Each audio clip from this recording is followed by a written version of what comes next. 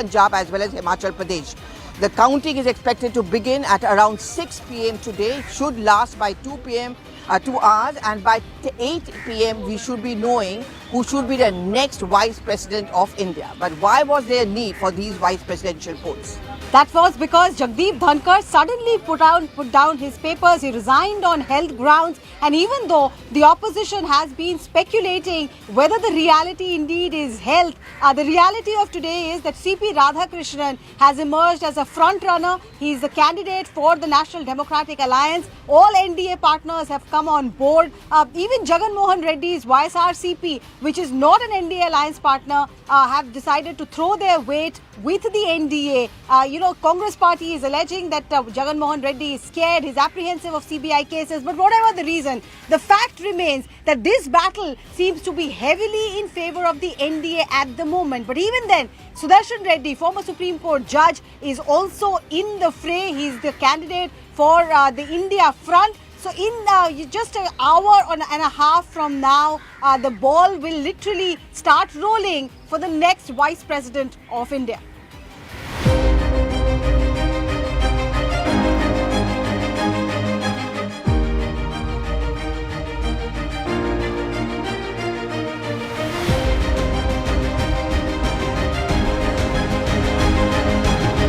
नक्सलवाद जुलम को इन्होंने खारिज कर दिया। इसके कारण इस देश में नक्सलवाद 2 दशक ज्यादा चला है।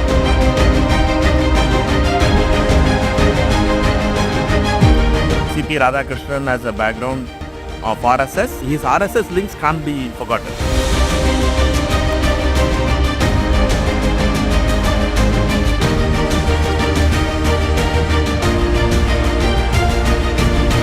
अपने पार्टी के हित में नहीं, देश के हित में मतदान करिए।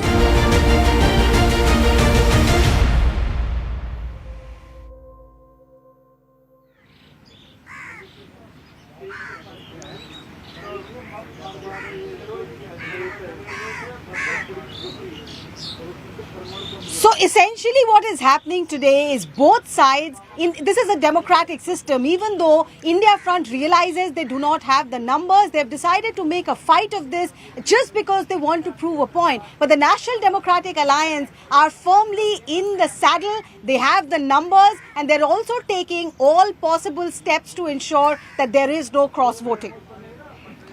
And the opposition party is now making it a battle about ideology and principles. And even though they don't have the numbers and they know it, they're saying, okay, those who did not vote for our candidate are not interested in protecting the constitution. But it's going to be a lengthy process today. But there have been lots of backroom negotiations which have been going on, and a lot of thought given to the choice of both the candidates. In fact, my colleague Payal Mehta did catch up with the Parliamentary Affairs Minister just after the 2-day workshop conducted by the NDA ended yesterday. Let's listen in to what he had to tell Payal.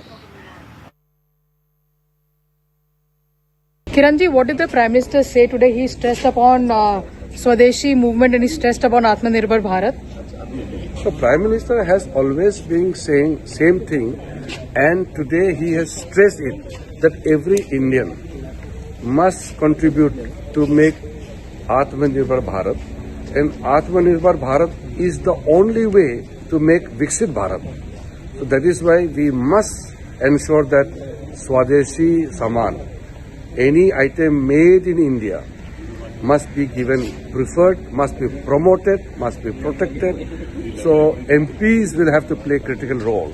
That is what Honorable Prime Minister has given suggestions to the MPs. What do you read from the Prime Minister saying that some countries want to control India, some countries are jealous of India's progress, and therefore India is going to be self-reliant and nobody will be able to control India? No, it is not exactly that. The situation is well understandable because India is growing so fast. India is today the fastest growing economy amongst the big GDP nations. So naturally, when India is at the top, growing so fast at the rate of 7.8%, which is unthinkable for any other major economies. So when a nation like India's size is growing so fast, that means it is adding huge amount of GDP to its total size. So naturally we will face stiff competitions from other parties, other nations. So that is how it is not against any country or remark which is aimed in any particular nation, but it is to make we Indian aware of our achievement and also aware of our responsibility to ensure that India must keep growing despite facing difficulties, challenges and other resistance, but we will keep growing. So we will have to ensure that we become self-reliant. That is the underlying. So you've heard the Parliamentary Affairs Minister, but to analyse that further, Payal Mehta is joining us right from outside the Parliament. Shireen is tracking the opposition candidate, former Justice of Supreme Court, Mr. Reddy. Justice Reddy is India Front's candidate. Shireen is tracking him. Aman Sharma is at the residence of Prahlad Joshi, and he's keeping a close eye on NDA's candidate, CP Radhakrishnan. And in fact, Prahlad Joshi's residence is going to be the focus of attention once the results are out, because that's where the candidate is going to be given that certificate and then the process steps in. But let me go across to Payal first, who has been getting us each and every detail over the last 2 days. Payal, very quickly, the numbers are not an issue at all as far as the NDA candidate is concerned. But over the 2 days of workshop which you covered, what was the larger message which you think came across from the BJP and the government to the NDA partners?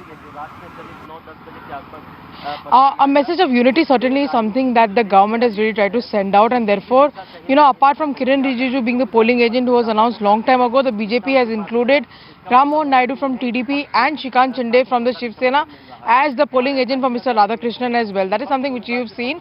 And also senior ministers in the government, Pallavi, went on to go ahead and meet MPs in the NDA in chunks, explain to them the entire voting process, taking them along as well. So that big meeting that happened yesterday, where the Prime Minister spoke elaborately, also saw the presence of NDA MPs. The Prime Minister gave each one of them a very, very important message to take back home, saying these are difficult times, these are times on which India has to really come up and show its resilience, and therefore, Swadeshi movement, Atmanirbhar movement has to be on.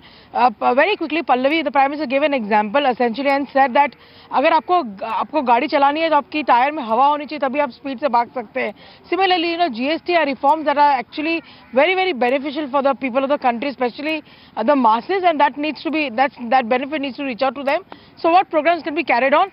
There was of course no discussion that the Prime Minister held in terms of the numbers, but the floor managers are extremely confident that they'll get way above the expected number that the NDA really has.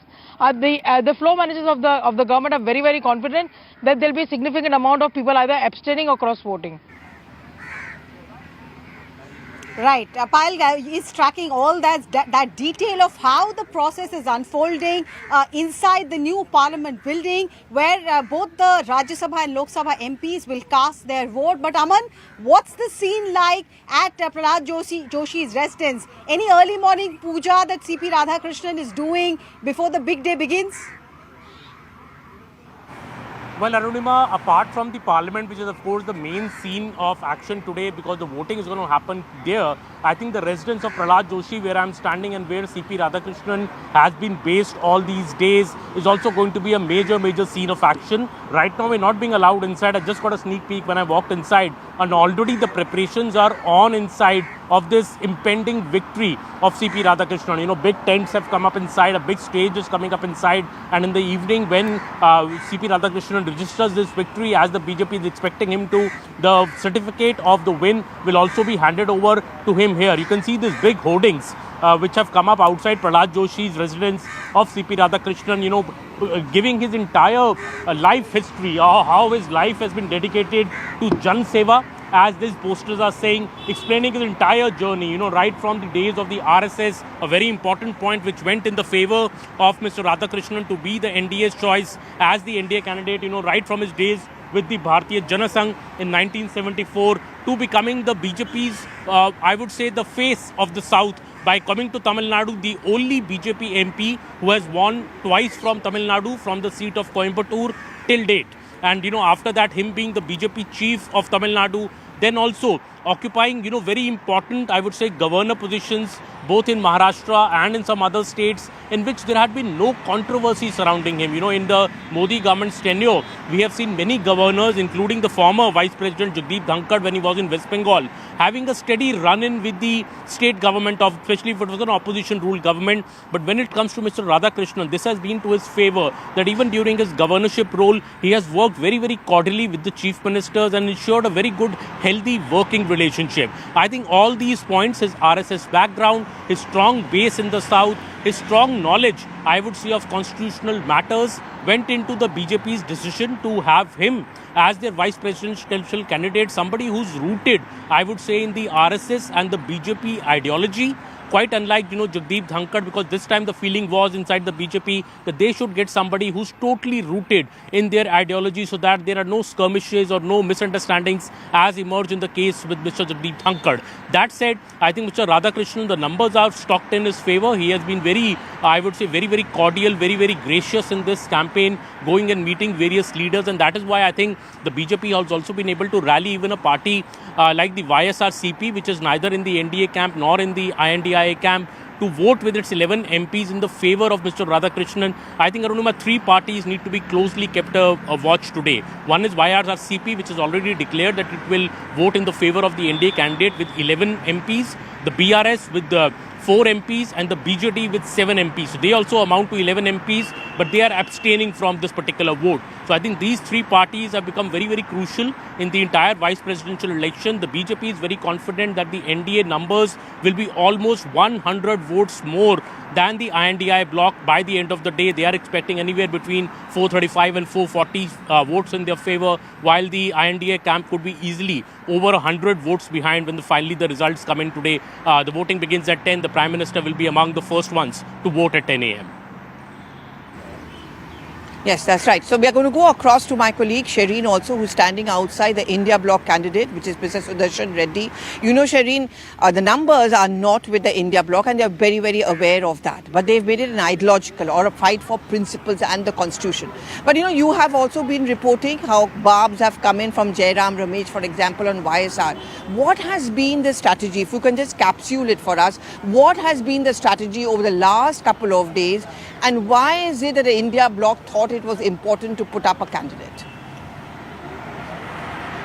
Pallavi, I would say that the strategy in the last day was nothing, because I think initially there was a lot of strategy that was in the mind of the opposition parties. They did, came up with this candidate who has done his career, who was a judge in Andhra Pradesh High Court. He was, in fact, for the longest time served in the courts in Andhra Pradesh and then become a judge. And they were hoping that both TDP and the YSRCP would be, in fact, supporting this particular candidate. But eventually they realized that be it BJD who has decided that they are going to abstain, be it BRS who are going to abstain, and then YSRCP also announcing that they are going to go with the NDA candidate. Clearly the strategy fell apart for the opposition party. Initially they were very hopeful that they are in fact going to get the numbers, but now the strategy, of course, is that they are hoping around 315 to 320 votes, and they are hoping that at least keeps intact, and there is no cross voting from the INDA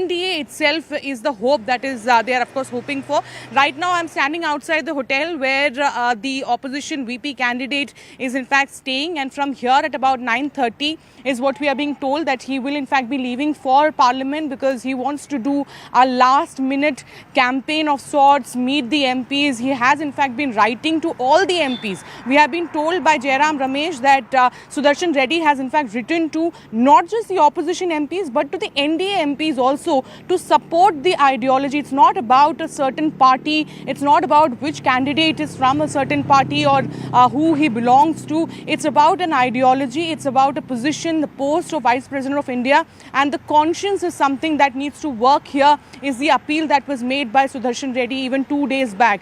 So now he's of course hoping that the last minute, the last stretch is also something that he's going to cover in Parliament, where he's going to meet different MPs from different parties and going to appeal to them for vote for them. Of course, the numbers are not in favor. They knew it from day one, but they were of course hoping that some sort of a magic could work, because he belongs to Andhra Pradesh, and two parties that they were actually heavily relying on were TDP and YSRCP. They have made their stand clear. So it's now just to keep the opposition votes intact is the strategy here. Right. Thanks for that, Shireen. In fact, Ayush Nambiar is here with us, political analyst. Mr. Nambiar, one thing that we have seen during the course of campaigning, while Mr. Reddy, Justice Reddy has been attacked, even yesterday Ravi Shankar Prasad did a PC questioning why he met Lalu Prasad Yadav. There were letter versus letter written by judges. For CP Radhakrishnan, there's been no such barb. Is it because the style of campaigning is less aggressive, or do you think opposition is decided that since the numbers are in favor of CP Radhakrishnan, he will sit on the Rajya Sabha chairperson's chair most likely? So the opposition has decided no point starting on a discordant note, having learned from their Dhankar experience. See, CP Radhakrishnan is a seasoned politician. He's a seasoned Sangh member. He has years, decades of experience within the BJP, within the RSS, and he's taken as a very serious and senior leader across, respected by across political dimensions, even in coming from a state which is predominantly Dravidian. Right, so whether it's AIDMK, whether it's DMK, you will not find them attacking, Mr. Radhakrishnan. But on the same side, you have somebody who's a jurist, right? You have somebody who's a judge. Now, I am not somebody who believes that you should question somebody who's standing for a vice president candidature, because this is a constitutional position which is technically number 2 of the country.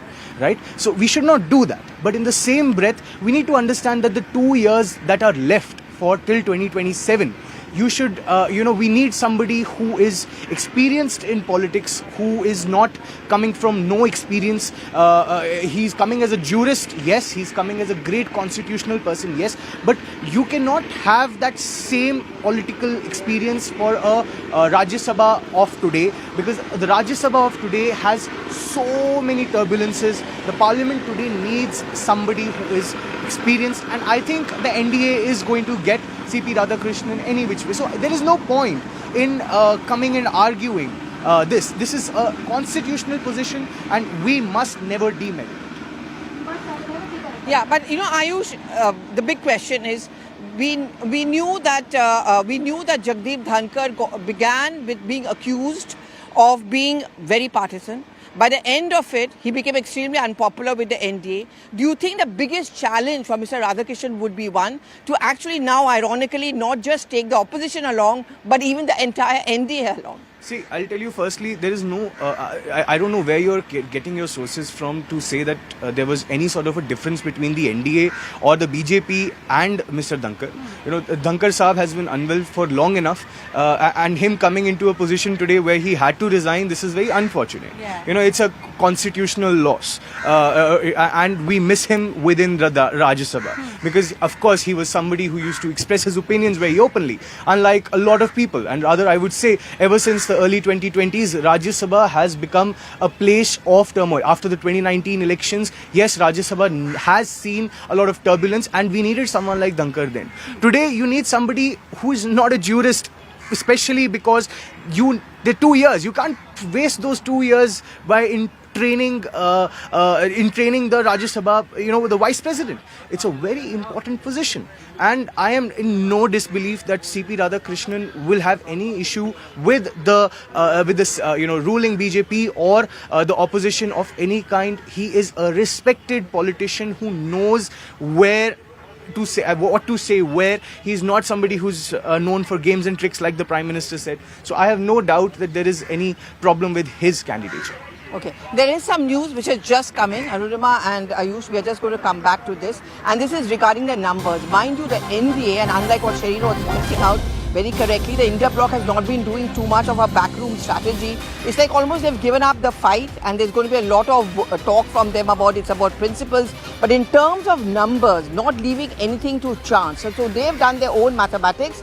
And what sources are telling our channel, and something which is put forward to us by Payal Mehta, and I'm just quoting from those figures which she's put out, that government sources reveal that there are 427 votes which are going to be there for CP Radhakrishnan Opposition has 315 votes and 39 are expected to either abstain or vote in favor of CP Radhakrishnan. There are two things which we would be watching out for. Yes. One, the gap between the NDA and the opposition is quite huge, around 100.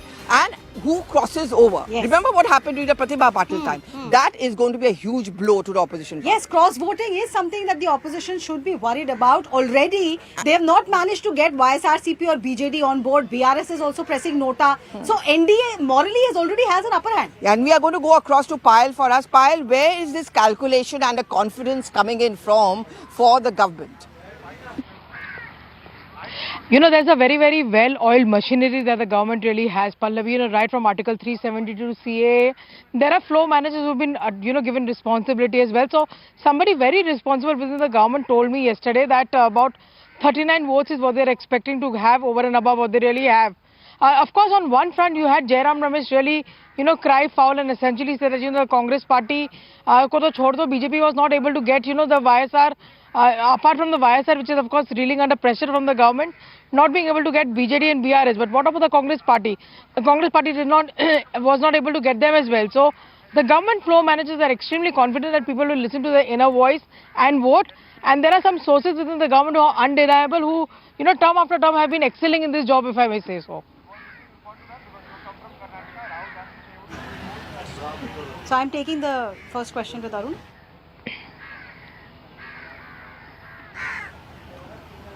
We also have Arun Dhanta and Anshul joining us. Arun is tracking Mr. Dhankar. He's joining us from that Chhatarpur farmhouse where Mr. Dhankar moved, the farmhouse of Mr. Chautala. Anshul is at Piyush Goyal's residence. Arun, to you first. As the successor is being chosen, what is the mood like at the predecessor's residence?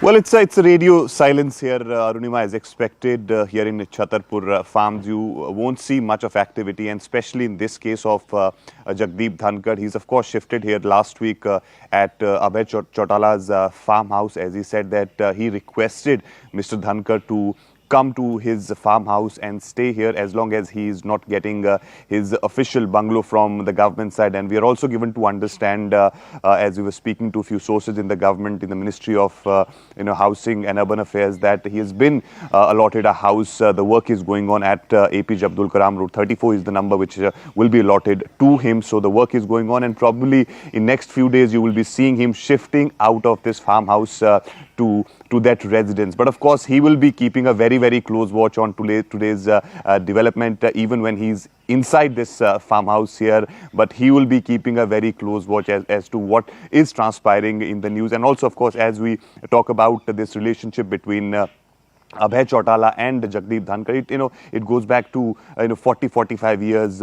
Remember that he was somebody he's been speaking about this, that how he brought into politics by Devilal, Jat leader, former Chief Minister of Haryana, and also former Deputy Prime Minister of the country. He was the one who gave him ticket for the first time in 1989 from Junjunu, from Janata Party. He was the one who brought him from that legal career into the politics. So he's been speaking very highly about the entire family, and that's the reason why Abhay Chautala, when he got to know that Jagdeep Dhankar is looking for a house, he called him immediately, told him that it's your farmhouse, you have to come here, you stay here as long as you don't get that government residence. So I think Jagdeep Dhankar here, of course, because in last 40 to 45 days we haven't really seen a glimpse of Jagdeep Dhankar. The only time when we saw him, when he shifted here in the farmhouse from that vice presidential estate in Delhi. So we haven't seen, and of course we know Jagdeep Dhankar ever since he became governor of West Bengal in 2019 till he resigned in the month of July this year. He was always in news. He would always, you'll find him speaking either in an event or anywhere. So he'll always be in the news, and he had that knack to actually say something which will always keep him in the news. But for the very first time, you will be seeing in past couple of years that he is, nowhere to be seen. He's, as sources close to him are telling that he's focusing more on, sports activities, yoga, watching television, etc., etc. So this is what Jagdeep Dhankar is doing till today.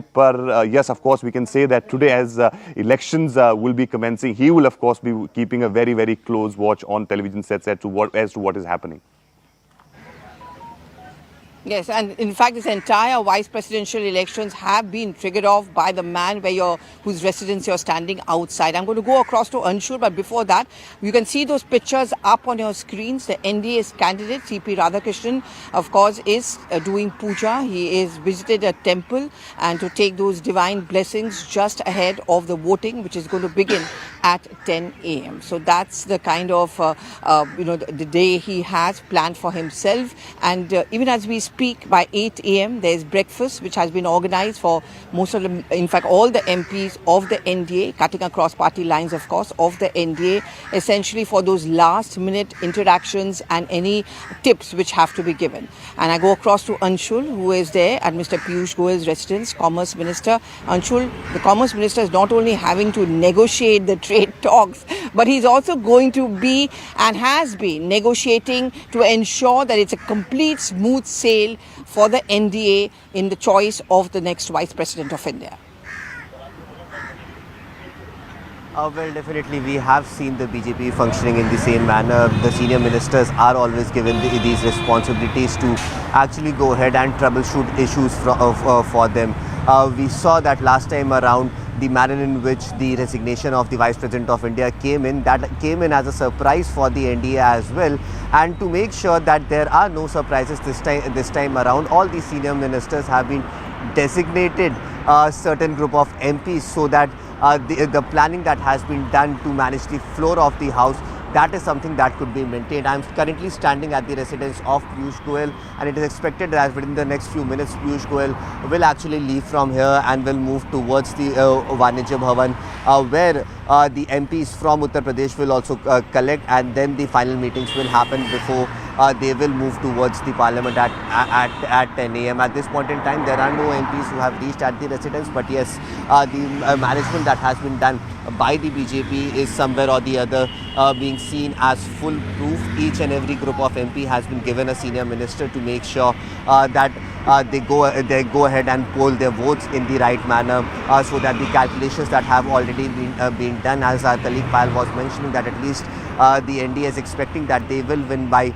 somewhere around 38 to 39 votes. So the calculations that has been done, that calculations falls on point. Now it remains to be seen, will the elaborate planning that has been done by the BJP and the NDA to manage the floor of the House, if that can be seen on the ground today, as well as in the next few minutes. We are expecting these elections to start and set the proceedings underway. All right. So Anshul, Arun, Payal, Aman, Shireen, all our colleagues have spread out across the Luton's zone to keep an eye on all the newsmakers. We're slipping into a very quick break, but stay right here. Coming back to you on the other side of this break with more details about the vice presidential election. Stay with us.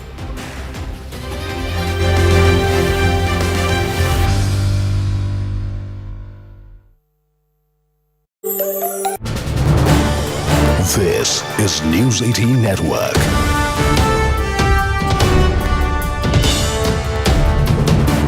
India's largest news network. Informed the cabinet meeting held on Monday decided to open social media platforms in the country. He said that the social media has been operational since the cabinet made the decision. Now that is a big update that we are getting from Nepal, where the Nepalese government has lifted the ban on social media.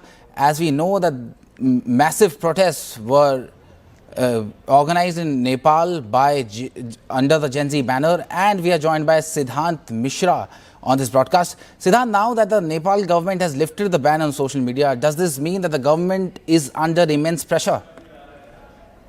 Well, government was under the immense pressure, and in fact, the scenes yesterday in Kathmandu perhaps has had put government in a lot of pressure. So initially, they said that there's going to be no revocation on the ban on the social media apps, but there was a cabinet meeting which was convened by Prime Minister Oli. And in fact, in that meeting, this decision has been taken to lift the ban on the social media apps. So The decision was taken at around 9 p.m. In the cabinet meeting yesterday, and at around 11 p.m. The applications started working. So the main point of contention, the main issue has been resolved by the Nepalese government. But first, there are other issues also, which includes corruption, nepotism. Perhaps that was also those issues were also the reasons why these youngsters came to the road to protest. So situation still remains tense. The area around Parliament and the main areas in Kathmandu have been cleared by the authorities, but in the streets and in by-lanes, the protest is still going on. So next 48 hours are going to be very, very crucial for Nepal. Since a major decision has been made, the ban has been revoked on the social media applications. So whether the Gen Z group will end the protest or they will continue with the protest, they are taking forward their other demands. So that would really be interesting to see. But 19 people have lost their lives. Hurt. More than 300 are injured. Yesterday, authorities had to resort to rubber bullets and tear gas on the protesters to disperse them. So situation remains tense, and as I said, the 19 people have died. The Home Minister has already submitted the resignation. So there is still a pressure on the government when it comes to the other demands. But so far, the main issue, the main point of contention has been resolved. Right, Siddhant. Thank you, Siddhant, for gathering all that. Now, my colleague Rahul Shiv Shankar spoke to ex-envoy to Nepal, Vijay Kant Karna. Listen in. This is News 18 Network.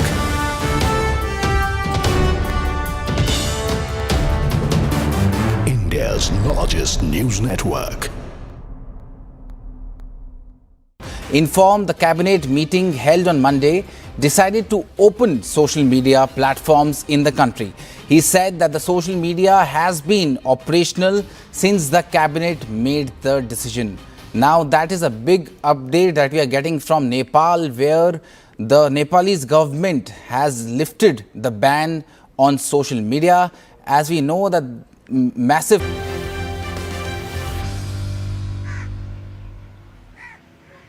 So the big focus continues to remain the vice presidential elections. Voting begins at 10 a.m. sharp. Prime Minister is expected to be the first person to cast his vote before he heads for Himachal Pradesh and Punjab. And of course, the counting begins at 6 p.m. By 8 p.m. we should get a very good idea, and though there's no guessing over here, who is going to be the next vice president of India.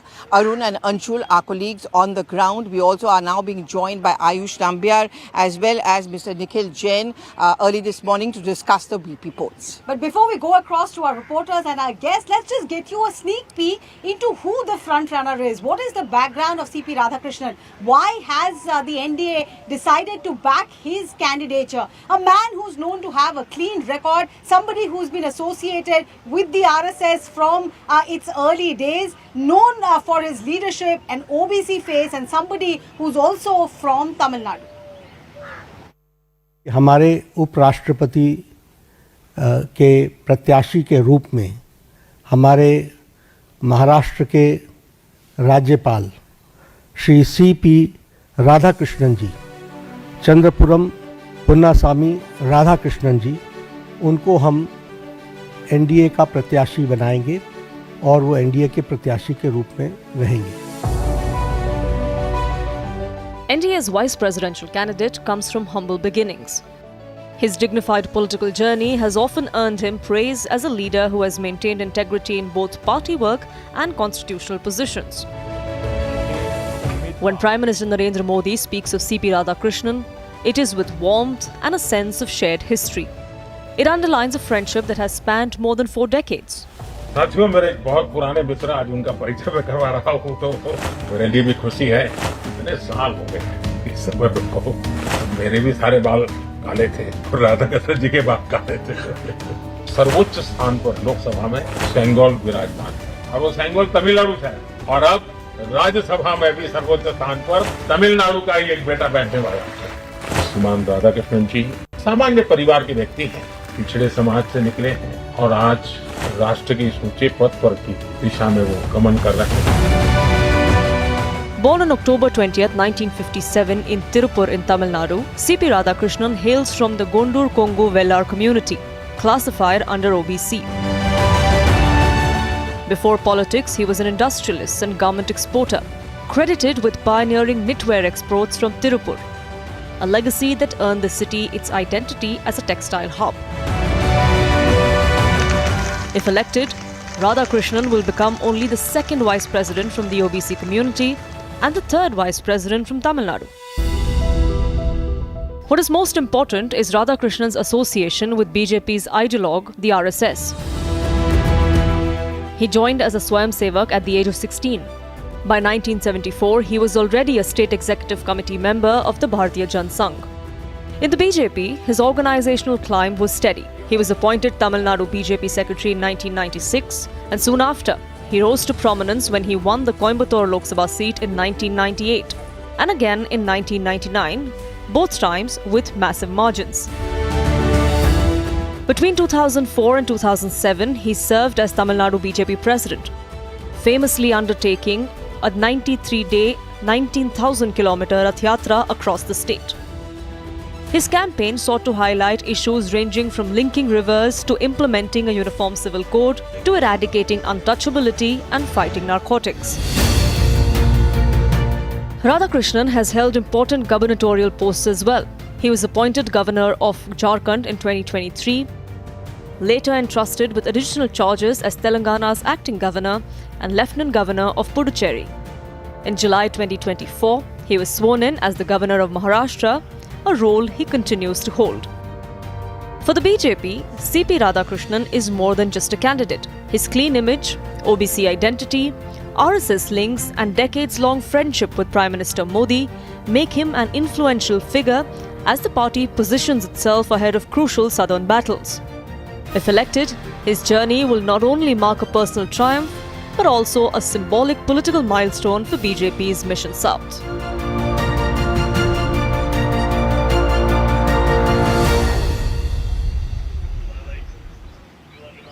In all likelihood, that is the man who will be the next Vice President of India, C.P. Radhakrishnan, the current NDA candidate for the Vice Presidential polls. He'll also be the ex-officio chairperson of Rajya Sabha. So all the back and forth that we have seen between Mr. Dhankar earlier and the opposition, will it be now consigned to history? Will opposition and the new chairperson turn a leaf? But before that, Pallavi, the opposition is also being targeted, especially the leader of opposition in Lok Sabha is being targeted again and again. BJP is asking, kahan hai? Is he still in Lankavi? Will he come back to vote? You know, Arunima, they talk more about his holidays than about his politics. And the timing of Rahul Gandhi's absence always brings up this whole argument is that should he have not chosen his time right? See, what Congress is telling me is that you're asking a very silly question. Of course, he's going to be there for voting. But this much I can tell you, yesterday when the India bloc held a meeting to work out their strategy, Rahul Gandhi was conspicuous by his absence. So we are just hoping that maybe he's going to turn up and vote. I'm told he is going to come and cast his vote. So the Pallavi is hearing from the Congress that we are asking a very silly question, but it's not just us. Bharatiya Janata Party has also trained its guns on Mr. Rahul Gandhi. Nikhil Jain is here with us as well. Nikhil is a political analyst. One thing that I wanted you to ponder upon, Nikhil, is while there is no surprise, NDA has the numbers. I think they're also sending a message by getting the fence sitters on their side. So the YSRCP has thrown their vote with the NDA. BJD, there's a lack of clarity, but BRS has decided to press nota. So even that moral upper hand is not with the India front. See, Arunima, when you're in government, it's quite easy to get the fence-sitters on your side. You promise them a small commission chairpersonship, you promise them some sort of rollout for the MLAs or the MPs. It's quite easy for the government to manage that. What's important, I feel, is that today the country is seeing a contest between two candidates. One candidate who's been a former judge of the Supreme Court, who has an impeccable record, and another candidate who's been associated with the RSS. And it's the same RSS that was one of the first prominent organizations in the country to denounce the very same constitution that we'd all fight fighting for. So I think it's a symbolic battle. Of course, the NDA has the numbers. We all know who would be the next vice president. What remains to actually be seen is how would he be acting as the chairperson of the Rajya Sabha. Will we see a very partisan manner of operating the house like Jagdeep Dhankar did, or would we see something more neutral like Venkaiah Naidu was? I think those are the important questions. And Pallavi just mentioned that Congress, the BJP looks at Rahul Gandhi's holidays more than his politics. I think that tells us a lot about the kind of politics that the BJP does. That instead of talking about issues, instead of responding to Rahul Gandhi on the allegations of vote chori and the allegations of unemployment, women's security and all the other issues that the opposition and the leader of opposition have been raising, they would much rather choose to talk about things ki where is he holidaying. They'd drop in those names. Oh, he might be in Thailand. Oh, he might be in Netherlands. They don't care to answer on why does the Prime Minister not stay in India when there is a session. But Prime Minister is going on an official tour. The Prime Minister is going as the Prime Minister of the country. He now occupies also a constitutional position. Mr. Rahul Gandhi, why didn't he go to Himachal Pradesh, Punjab? I mean, this holiday or the break could have been taken. That's what the BJP is asking. Pallavi, so the thing is... And the sudden love for Mr. Jagdeep Dhankar within the opposition. He was the same man where all of you called him partisan. No, I don't have any love for Mr. Dhankar, and I don't think most members of the opposition have any love for him. It's just the fact that no matter how partisan he may have been, he was the Vice President of India. He was the chairperson of the Rajya Sabha. There's a certain dignity and protocol attached to the office, to the chair, not to the individual. Okay. Right now, we don't have any press release or any press statement from the former Vice President. No, he has. No. Health grounds. He said he resigned on that is at the time of resignation. I'm talking about the fact that he's not even gotten a house. Ayush, let's talk about that South card which we were speaking about a short while back. Now, interestingly, both the candidates are from down south. Do you get a sense that this is the BJP's way of trying to capture South, that mission South? You think it's going to work? A vice president from South need not necessarily mean that people are going to vote for them. See, you have 2 years in this particular term, right? Firstly, you need somebody who's experienced, as I previously said.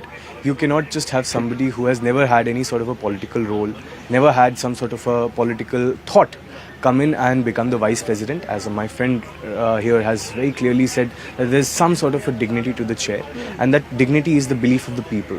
And I am very confident that both the leaders are from the south. It's not just the BJP, it's also the Congress. And just that one is a jurist from the south. Maybe, I would like...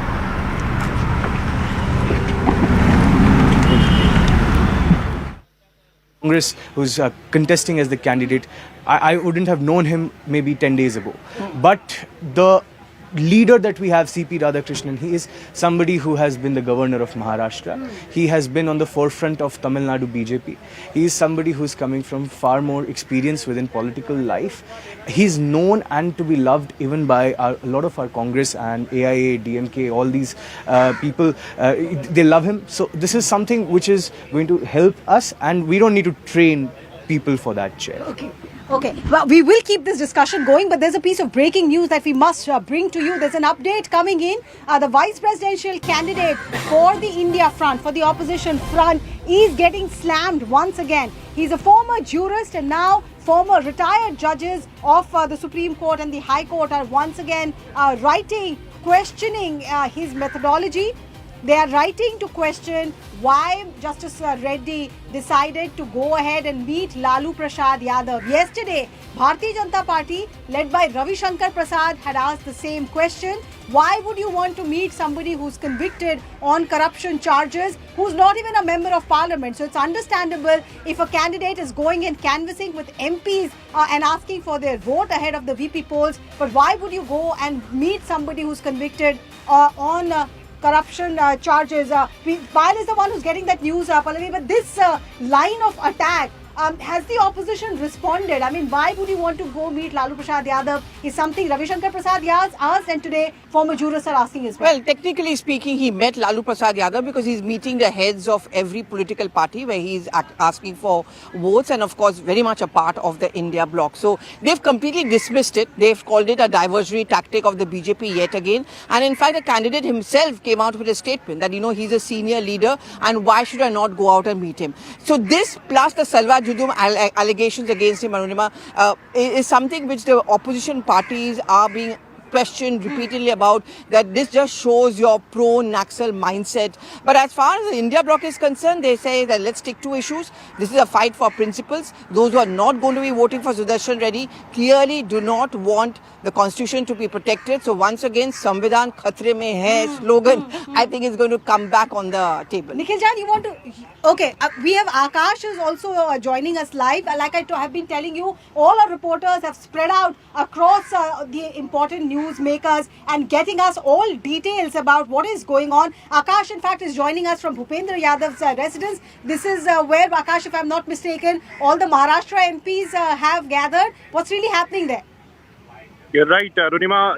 MPs from Maharashtra, have started arriving here. In fact, and we have been told that, all of them will gather here, and from here they will leave, the residence together for the voting.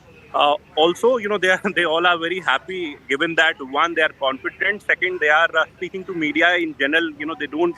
Many of them don't get chance to speak to media, but today they are very confident. In fact, question was asked as to if they are fearing the cross voting. But they said that NDA is very confident because their candidate is going to win. I'll try to show you some visuals here. You can see, in fact, the cars arriving on a constant basis, and in fact, the media personnel standing here, trying to get in a word with all of, them who are arriving here. And in some time from now, we are expecting that all of them, while, they will gather inside, they will leave together from here for the parliament. Right, Akash. Thank you. Akash was joining us from Bhupendra Yadav's residence. Pallavi, we are often told when voting is happening, pehle matdan, phir jalpan. But for MP, it looks like pehle it is jalpan. So from vada pav to idli dosa, it's all being rolled out for them. Yeah, nothing for us though, unfortunately, over here. But there's an update which is also coming in from Shireen, who is tracking the opposition candidate. I'm being told that Pramod Tiwari, the Rajya Sabha member of Parliament, is going to be accompanying Mr. Sudershan Reddy at around 9:45 a.m. When he is going to be reaching Parliament for the last bit of campaigns as well. But who is Mr. Sudershan Reddy? Who is in the eye of the storm? Who is being questioned for his credentials now? And why is it that opposition party chose this man from Andhra Pradesh? Let's take a look at his profile as well.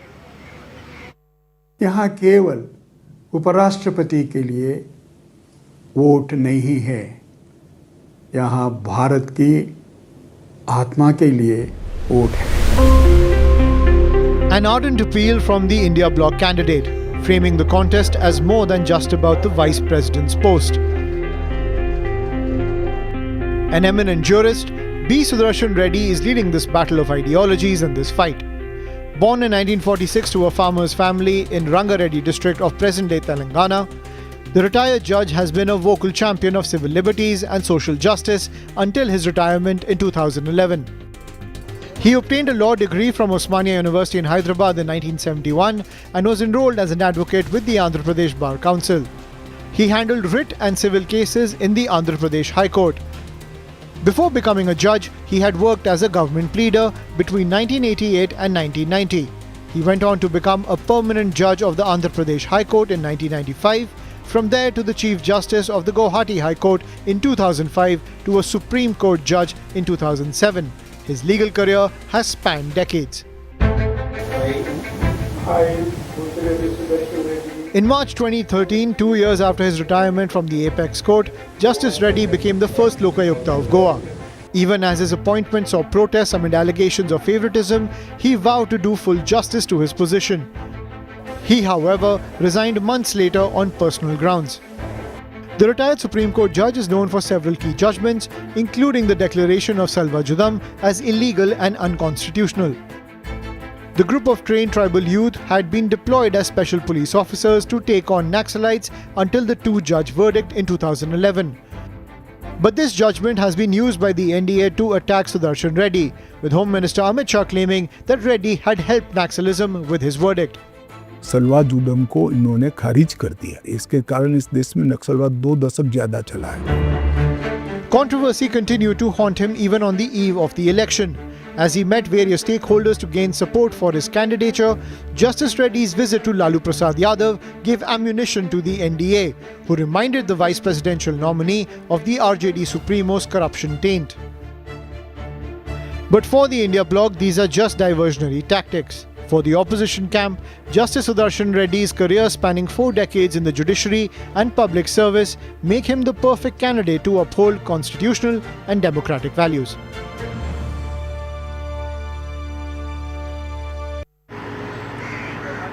So that was the background, the career of K. Sudershan Reddy, the opposition's candidate, was about. An eminent jurist who's now decided to contest for the vice president elections. In less than an hour from now, the new parliament building will be the thick of action. The Prime Minister's arrival, the arrival of all the other MPs to cast their votes will set the VP election in motion. We're slipping into a very quick break, but stay with us. We are keeping a close eye on how this VP election is proceeding. Stay with us.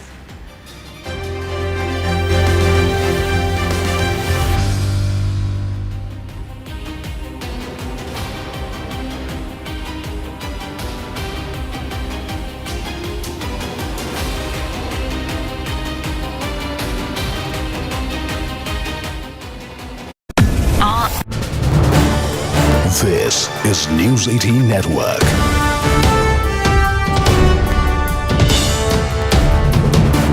India's largest news network. Informed the cabinet meeting held on Monday decided to open social media platforms in the country. He said that the social media has been operational since the cabinet made the decision. Now that is a big update that we are getting from Nepal, where the Nepalese government has lifted the ban on social media. As we know that massive protests were organized in Nepal by under the Gen Z banner, and we are joined by Siddhant Mishra on this broadcast. Siddhant, now that the Nepal government has lifted the ban on social media, does this mean that the government is under immense pressure?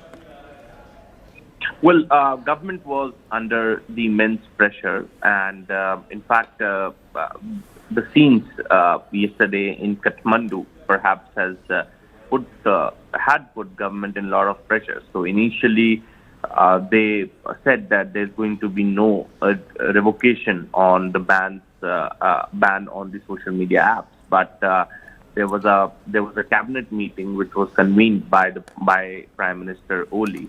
And in fact, in that meeting, this decision has been taken to lift the ban on the social media apps. So the decision was taken at around 9 p.m. In the cabinet meeting yesterday, and at around 11 p.m. The applications started working.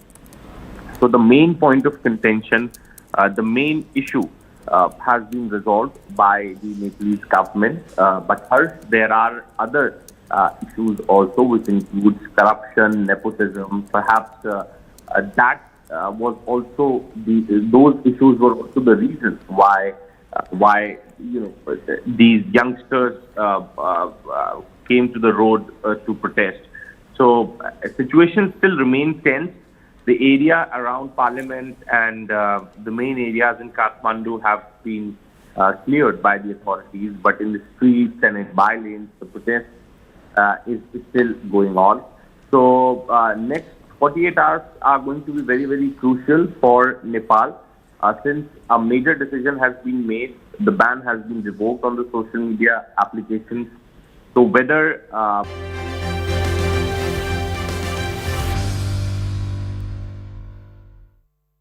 Okay, our top focus continues to remain the vice presidential polls. Around an hour, a little over an hour to go. 10 a.m. sharp is when the voting is going to take place. The Prime Minister is going to be most likely the first one to cast his vote. And as Payal is informing us, the Prime Minister is expected to enter Parliament at around 9:45 a.m. Payal, in fact, is now joining us from the Parliament. Payal, what more can you get for us?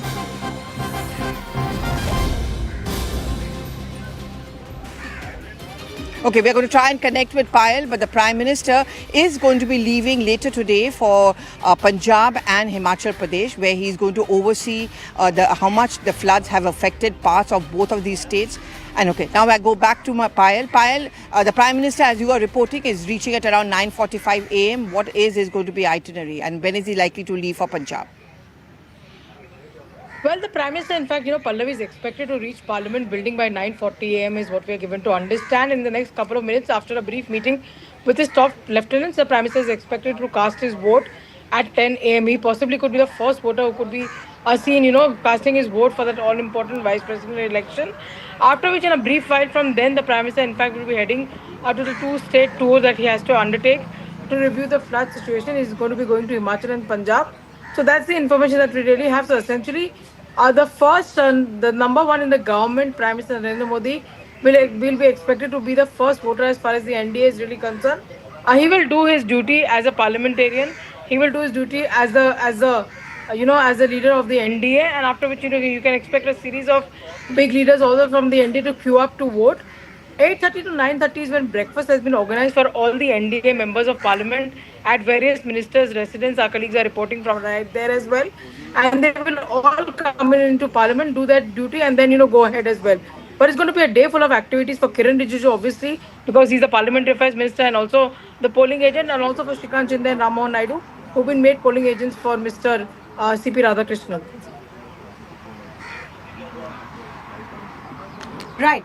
Payal there telling us about the Prime Minister's schedule, expected to be at Parliament around 9:40. But the man who is in the thick of action, who's expected to be, taking over as the next Vice President of India, CP Radhakrishnan, offered his prayers at a temple this morning, and after coming out, he spoke to the media. Listen in.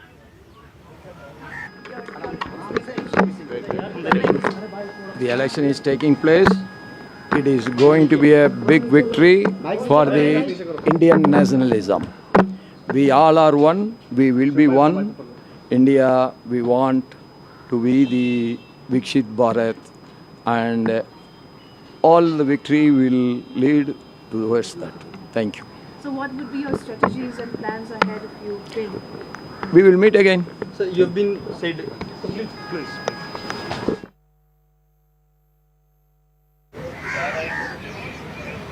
Well, as the countdown begins for the polling to begin at 10 a.m., there are multiple responses which are coming in. It's a big day, certainly. The NDA is not too worried about the numbers, but will it also have a deep political repercussion and impact? In fact, my colleague Payal Mehta did speak with Mr. Leher Singh. Let's listen in to him. How do you see the election today? It's a big stake election. Big stake election नहीं है, जीत निश्चित है और opposition वालों ने पहले हथियार डाल दिए हैं कि जिस तरह का हमने उम्मीदवार घोषित किया है उसकी तारीफ डीएमके ने भी की है, शिवसेना ने भी की है, झारखंड मुक्ति मोर्चा वालों ने भी की है और आंध्र वालों ने भी की है। कल हमें एक पत्र प्राप्त हुआ जिसमें बहुत सारे एक्स जो सुप्रीम कोर्ट या हाई कोर्ट के जजेस हैं, उन्होंने कहा कि क्यों ये जो इंडिया गठबंधन के कैंडिडेट है जाके लालू प्रसाद जैसे आदमी से मिले। इस बारे में मैं क्या टिप्पणी करना चाहूँगा, मैं मान्यवर जो उनके सुदर्शन रेड्डी के विवेक पर छोड़ना चाहूँगा क्या उचित और क्या उचित नहीं है। लेकिन जिस तरह से उन्होंने अपने आप को लोहियावादी बताया है और लोहियावादी होने के साथ में जिस तरह से कांग्रेस कैंडिडेट के लिए उन्होंने हाँ भरी है, ये विरोधाभास है। और लोहिया जी जन्म हमेशा अंतिम समय तक नेहरू जी के विरोधी रहे हैं और उनको ऐसे पार्टी ने चुना है जिसके नेता को संसद और सड़क का फर्क भी मालूम नहीं पड़ता है। ये दुर्भाग्यपूर्ण है और ये एक ऐसा अवसर था ओपोजिशन के लिए कि आम सहमति जो हमने एक उम्मीदवार काफ़ी सोच समझ करके चुना है उनका समर्थन करते तो एक अच्छा वातावरण होने में मदद मिलती थी। आखिरी सवाल रहेगा, जीत होगी, बड़ी जीत होगी, आप निश्चिंत हैं? आपको लग नहीं रहा है, आपको नहीं लग रहा है क्या कि बड़ी जीत होगी और निश्चित रूप से अच्छी जीत होगी, सरप्राइजिंग जीत होगी।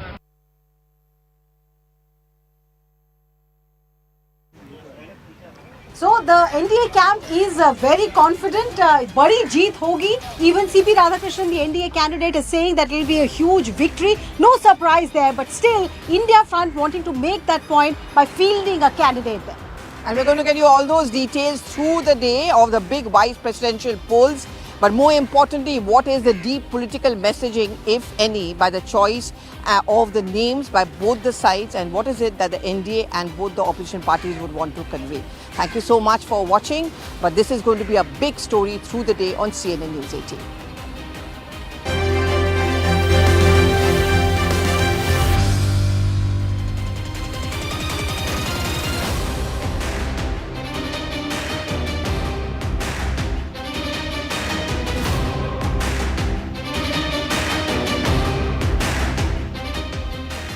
सरकार This is News 18 Network.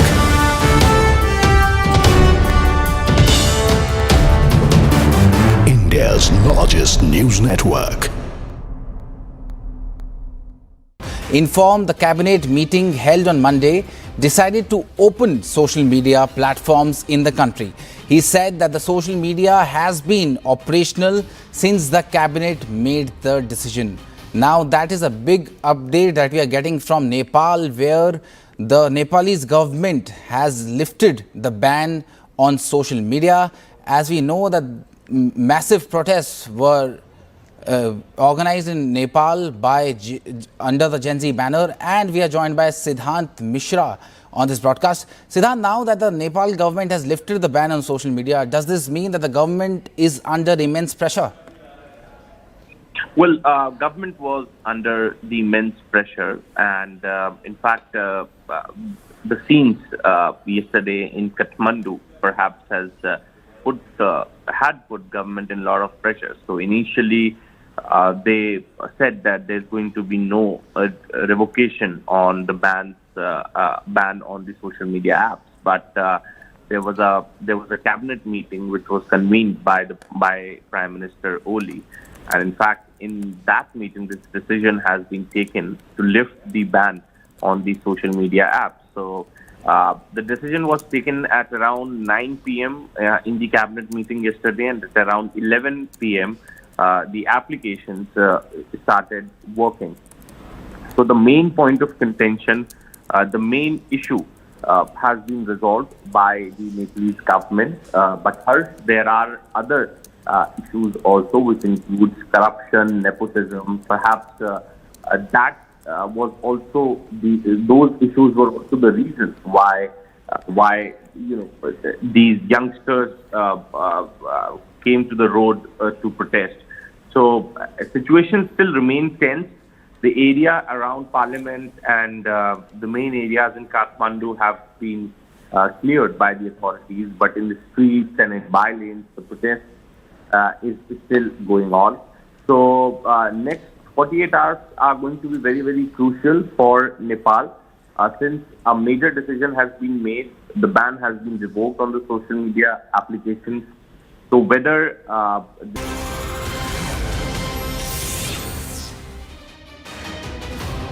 Good evening. It is the big battle for who will be the next Vice President of India. It's between the NDA candidate CP Radhakrishnan, former MP from Tamil Nadu, Governor of Maharashtra, and former judge in the Supreme Court of India, B. Sudershan Reddy, who's the India Alliance candidate.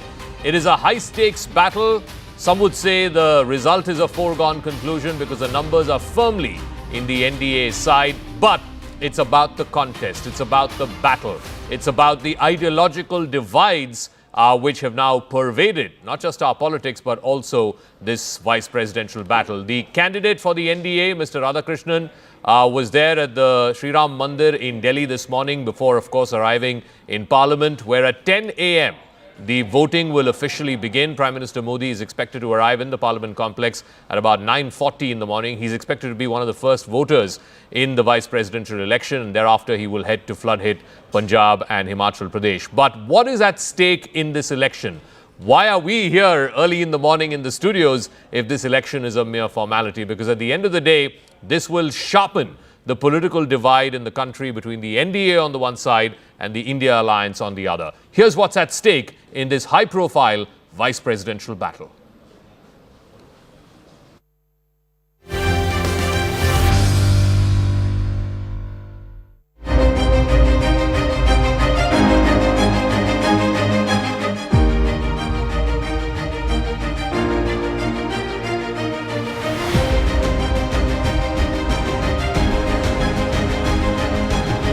नक्सलवाद जुडम को इन्होंने खारिज कर दिया। इसके कारण इस देश में नक्सलवाद 2 दशक ज्यादा चला है।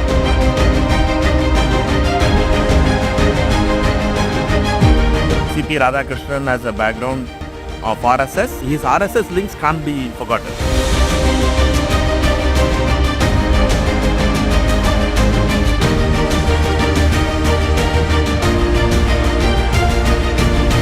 अपने पार्टी के हित में नहीं, देश के हित में मतदान करिए।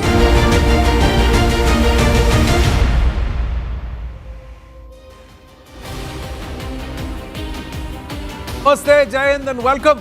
Yes, along with Zakir Jacob, we have our guests Tushar and Rashid ji, but more importantly, it's the RRR factor, isn't it? You have Mr. Radhakrishnan, you have Mr. Reddy, and you also have that they are going to be the chairman of the Rajya Sabha or the Uparashtrapati. So, should we call it the RRR? Viewers, one interesting aspect is, this is Bharatiya Loktantra or Bharatiya democracy, that at least once in 6 months we are here with a special broadcast about the elections. Some poll or the other which is of significance is happening. And in this case, it's the Uparashtrapati or the vice presidential polls, and it's happened mid-term because suddenly Jagdeep Dhankar ji said his health does not allow him to carry on further. Perhaps the shortest send-off on social media for any leader ever came from the Prime Minister. But we'll get into all of that in a bit. But let's understand why the NDA first chose Mr. Radhakrishnan. He's an RSS veteran with BJP's ideological core, unlike Jagdeep Dhankar. He's credited with laying the BJP's foundation in Tamil Nadu from 2004 and to 2007. He's really worked the streets for the BJP and for the RSS. The selection aligns with the BJP's Mission South ahead of the Tamil Nadu polls. Now, how much of the BJP will come and play there and whether it is going to play second fiddle to an Edappadi Palaniswamy and the AIDMK, we'll have to wait and watch. Now, experienced governor with strong administrative record, seen as close to Prime Minister Narendra Modi since their early days, has come up the ranks, and that's why they have chosen Mr. Radhakrishnan. He is also somebody who's very, very close to Prime Minister Narendra Modi.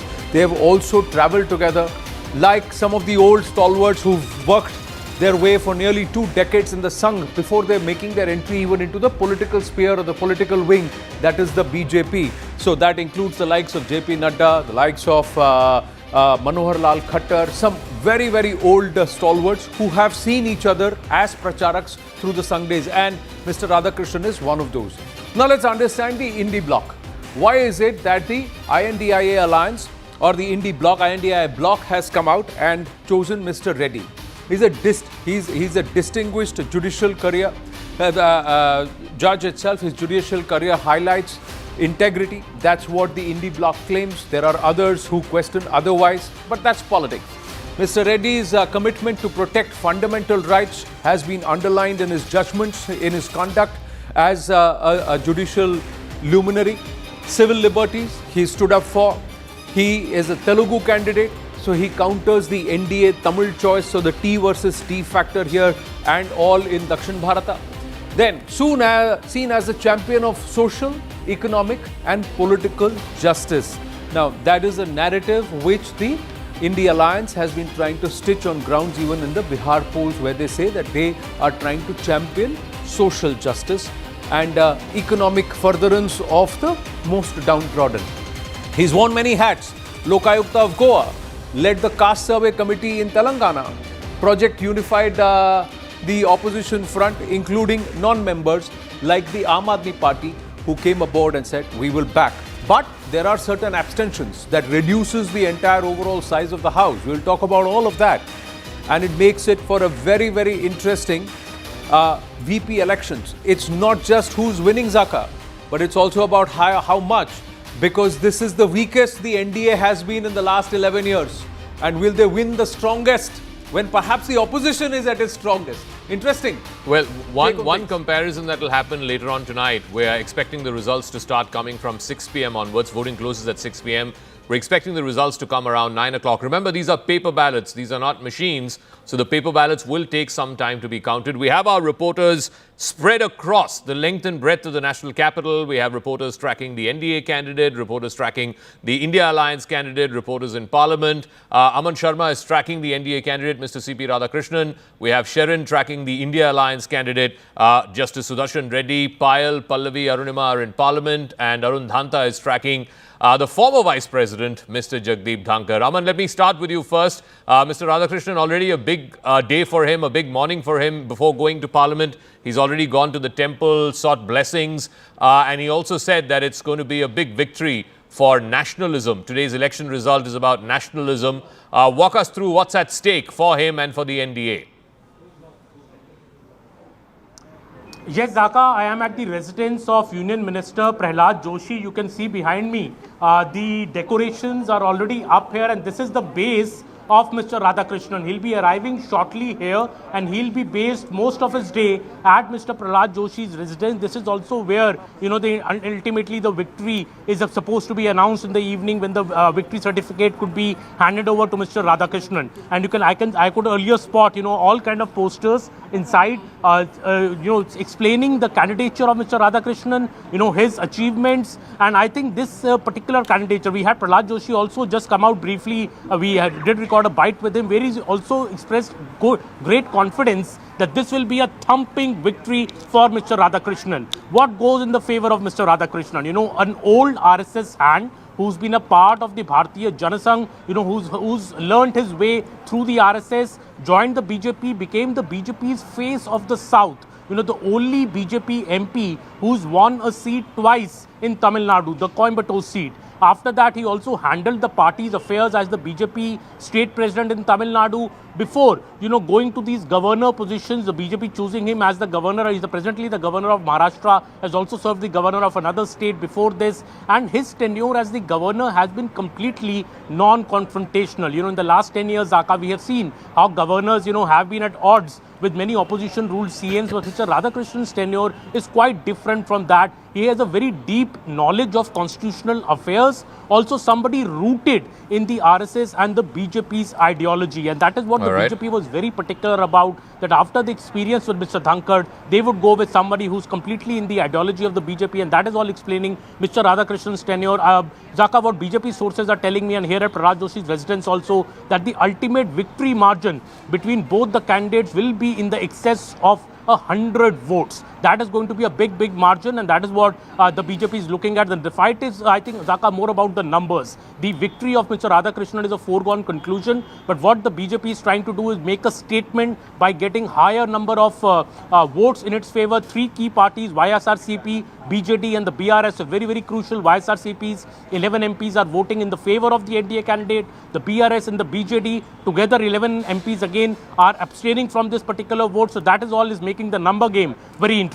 Talking about abstentions, one more party, we're getting breaking news, one more political party has decided to likely abstain from the vote today. Now, the abstentions favor the ruling party candidate because the overall strength of the Lok Sabha and the Rajya Sabha comes down. So the Shiromani Akali Dal, after the BRS and the BJD, the Akali Dal will also likely abstain from voting, which means the total number, which is currently at 770, is likely to come down even further. Arunima has got more details on this. Arunima, why has the Akali Dal decided to abstain? See, Shiromani Akali Dal was a partner of the NDA till things went sour for them between the BJP and the Shiromani Akali Dal. But they have always been opposed to Congress's politics. So it was difficult for them to be seen siding with the Congress's choice. And the India Front leadership, even though it has not been decided, is essentially seen as Congress-led India Front. So it was quite tricky for Shiromani Akali Dal. Perhaps the same reason why BRS could not go in with the opposition-led India Front, because their adversary number one in the state is the Congress party, so they cannot side with the India Front there. Biju Janata Dal, again the same thing. So I think for all these three parties, the issue is quite simple. They cannot be seen siding with the NDA, even though in the past they have been allies, but they can't be seen siding with the opposition front as well. And these numbers then definitely are going to tilt the balance in favor of the NDA. And while these abstentions, Jaka, are only looking at the vice presidential election, I'm also looking at that queue about where the fence-sitters are going for that crucial bill which is hanging fire, which is about making a chief minister resign if he has been convicted. So if these fence-sitters are not going to side with the India Front, even for those crucial bills, the indications are very clear.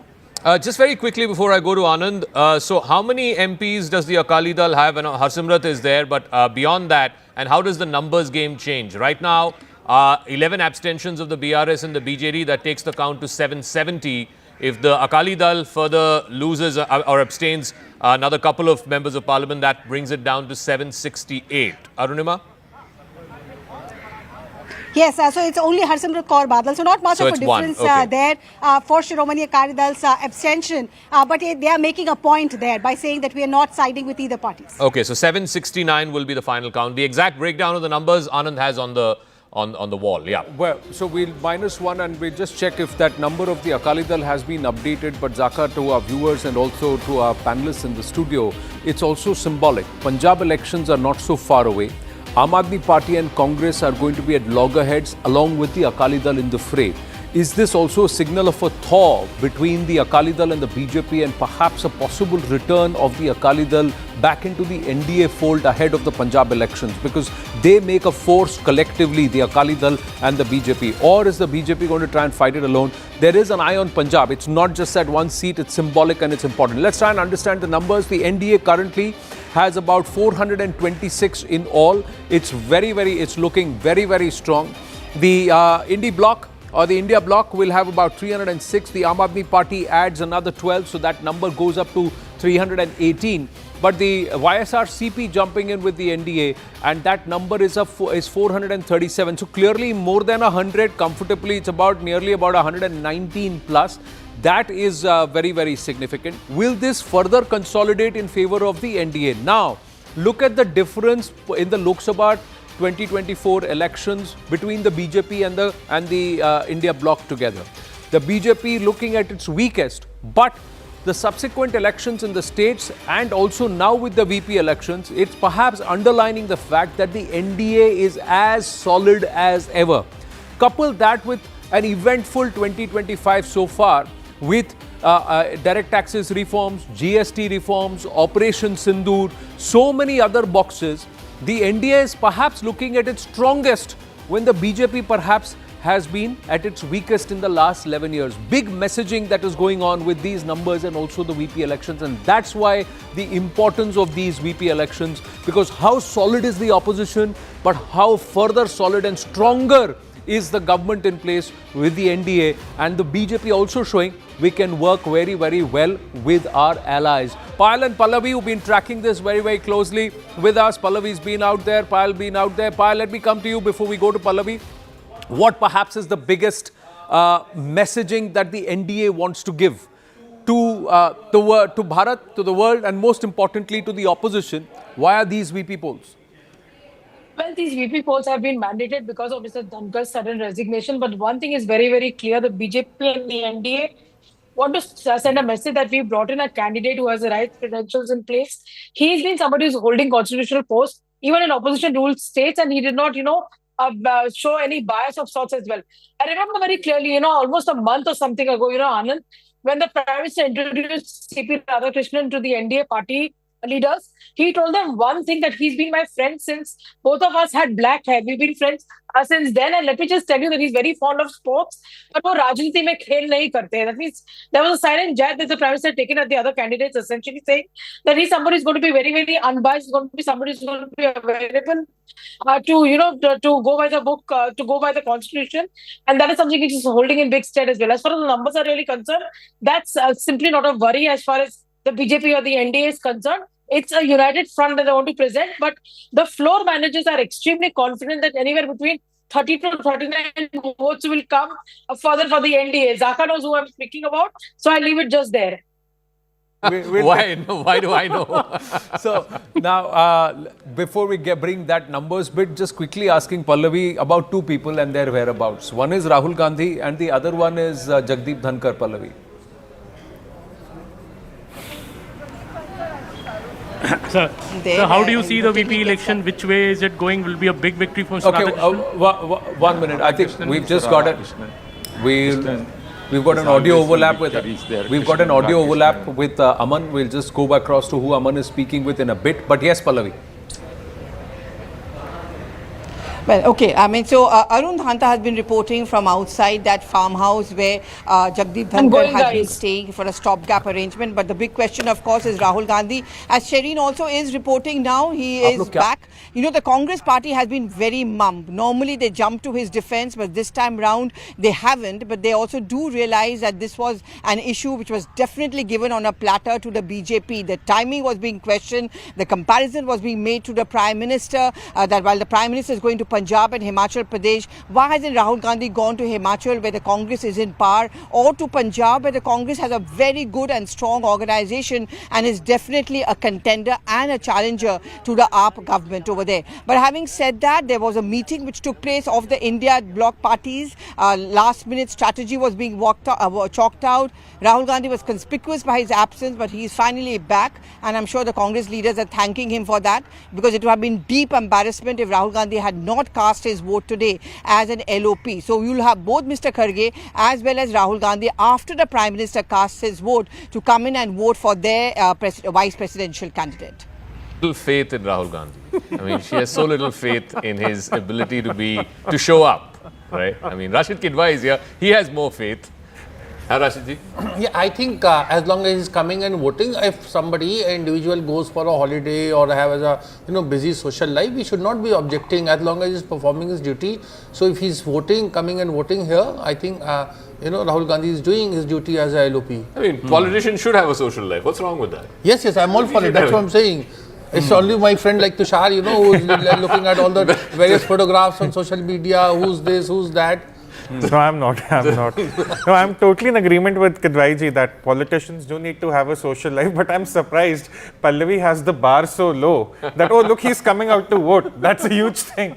So it probably tells a lot about Rahul Gandhi. But again, a social life is a different aspect altogether. However, what I don't understand is what is the Shiromani Akali Dal really up to? They are citing that neither the centre nor the Congress stood with the Punjabi people or with Punjab during the floods. But that's not correct. Even the Congress has been on the roads to some extent. Even the centre has sent relief. The Prime Minister is visiting today. Yeah, he's in Gurdaspur this afternoon. Yeah. So ahead of the March 2027 elections in Punjab, I really don't understand the point Shiromani Akali Dal is trying to make, because in 2022, they were routed in the state. Even Senior Badal, who's now passed away. Tushar, look at it this way. Their two principal opponents in the state are the Aam Aadmi Party, which is the ruling party, and the Congress, and both of them are backing the India Alliance candidate. So they can't be seen as voting for that same candidate. But then what's the opposition in that state? If you factor in the elections in Punjab, there is a lot of anti-incumbency building against the Aam Aadmi Party. Yes. You look at the anti-incumbency against Bhagwant Mann himself. He's been unwell. He was diagnosed with a certain disease.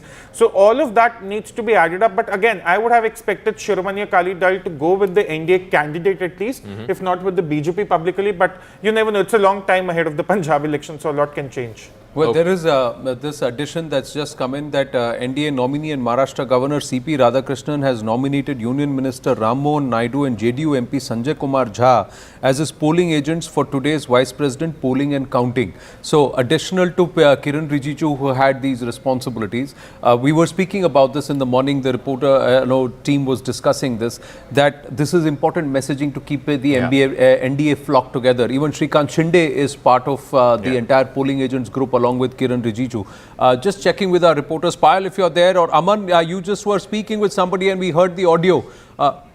Okay, so Arun Dhanta is there with us. Arun, you are right outside Jagdeep Dhankar's residence. Can you just tell us why the NDA, or why there are so many polling agents within the NDA? Is it to try and show that they're all united, there is no dissidence there? No, it's Abhay Chautala's residence. Jagdeep Dhankar happens to be the tenant currently. Yeah, the tenant. The Chautala farmhouse. Kiraye pe. So, the kiraye pe and the Jat messaging is also there. Yes, Arun. Well, that's right, Anand. I am right outside the Abhay Chautala's residence. The gate that you see right behind me is of course, that farmhouse which is here in Chhatarpur. And last week, Jagdeep Dhankar, former Vice President, had shifted to this residence. There is not much activity as you expect here in this area, especially the Chhatarpur farmhouse area. And in fact, there is of course a history behind this relationship of Jagdeep Dhankar and an INLD Abhay Chautala, because he's been speaking about it, that relationship, that how Devilal, former Chief Minister of Haryana, has brought him to the politics. He was the first one who in fact gave him that ticket from Janata Party in 1989 to contest that Lok Sabha election. Then of course made him minister in VP Singh's government. government, later on Chandrasekhar's government. So he's been speaking about it. And in fact, when we had spoken to Abhay Chautala, few weeks back, he said when he got to know that Jagdeep Dhankar is looking for a stopover till the time he get that official residence in central Delhi, he called Jagdeep Dhankar and he said that you're going nowhere, you're coming here in our house, and it's your house, you'll be staying here as long as you want.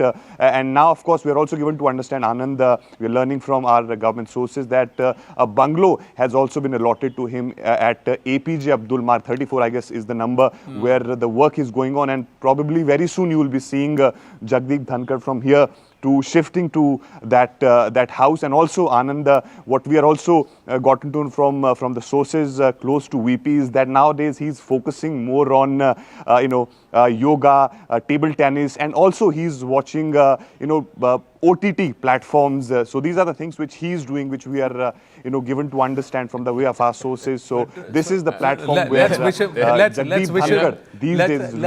a nice series I'd like to recommend to the former VP. It's called House of Cards. House of Cards. I think that's basically how it's played out. We just hope that we just wish him a speedy recovery, and let's hope that by the time he comes to 34 APJ Abdul Mark, he'll be far more active. What? He said he had health issues, so we have to trust those health issues, right?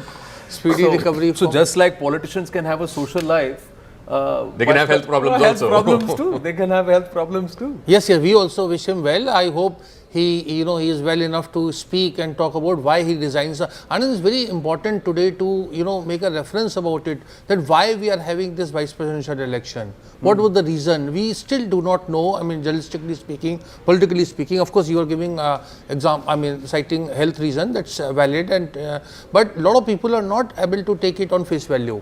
That especially who are not able to take it on face value, that is, we'll talk about that too. What is official, what is political, and what is real? Is there a variance amongst the three? We'll talk about that too. But first, let's listen into what Prahlad Joshi ji has to say.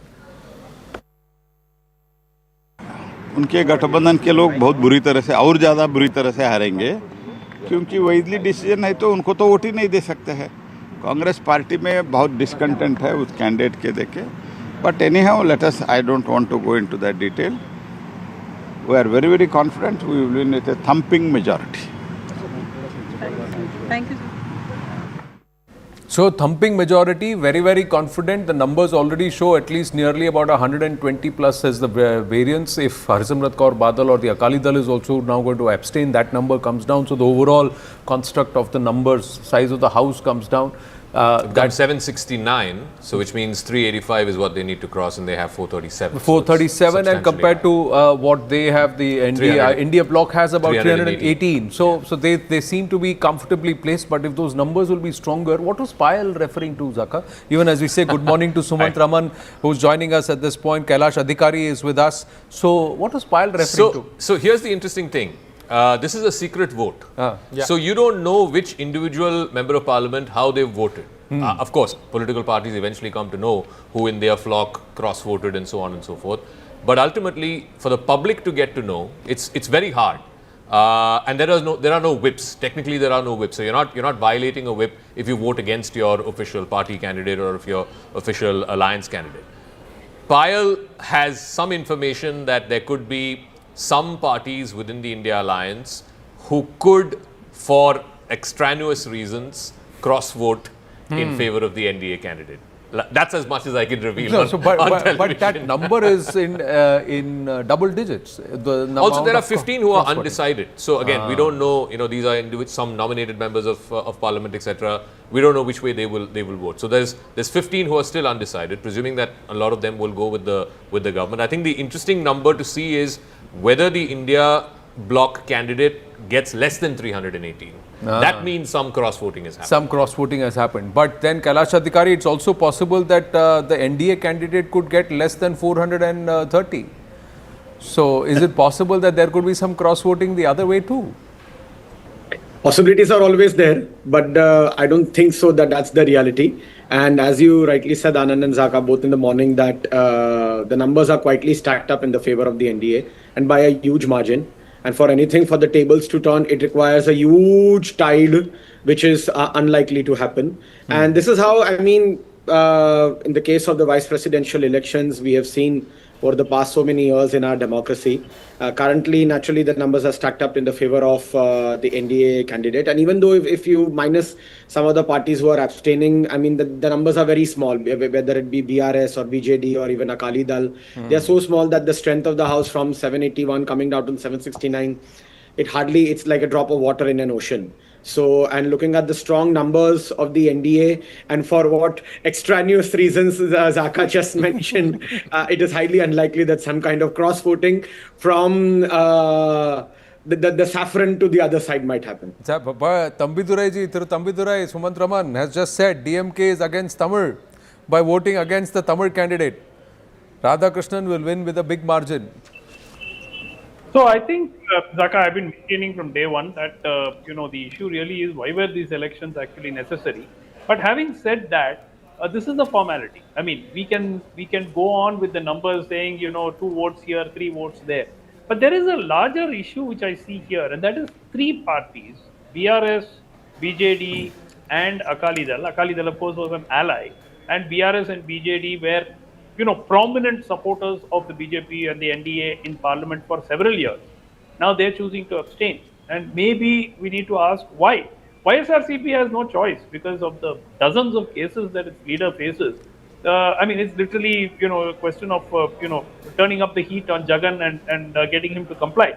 So I think that, the larger issue is that the NDA is very comfortably placed, but I don't see that it could potentially be complacent because a lot of people who were once supporting it in parliament are now saying, hey, wait a minute, let's at least move to the stage where we say we will not support you, we will abstain. Sumanji. Now, whether they will vote on the other side is a different issue.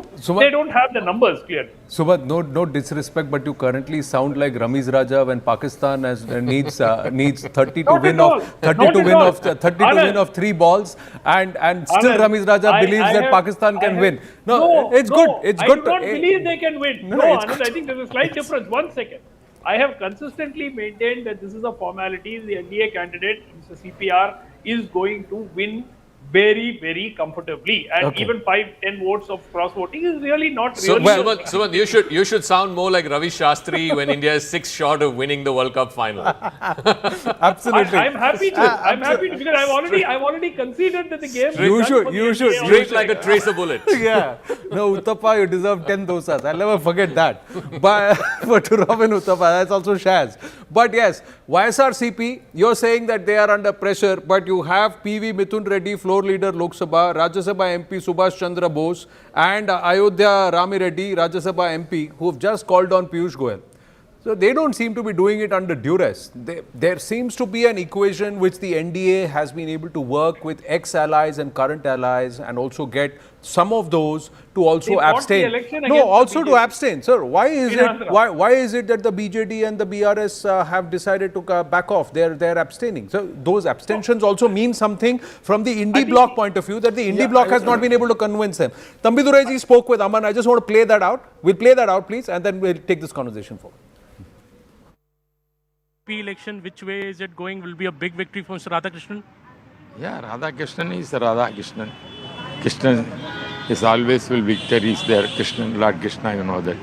Therefore, definitely is going to win thumping majority.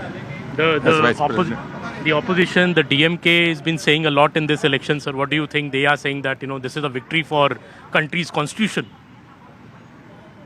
DMK? What is the way about the country's constitution? The constitution provides to vote all Lok Sabha, Rajya Sabha members. They are nearly 40-50 members, DMK people. They are always saying Tamil pride. But when Tamilian is contesting, they are not voting. It is astonishing to say. They are telling he is coming RSS like that cadre. That is the one thing. It's the wrong thing. Because 98, when ADMK BJP alliance, Radhakrishnan won Lok Sabha member from Coimbatore. 99, DMK and BJP alliance took place. At that time, they voted for Radhakrishnan, elected Lok Sabha. At that time, whether the DMK realized whether he is RSS man or not, that question is not arising. This is all convenience, political convenience. They are giving this kind of statement. They are against the Tamilian. The namesake DMK telling Tamilian, they are totally against the Tamil candidate.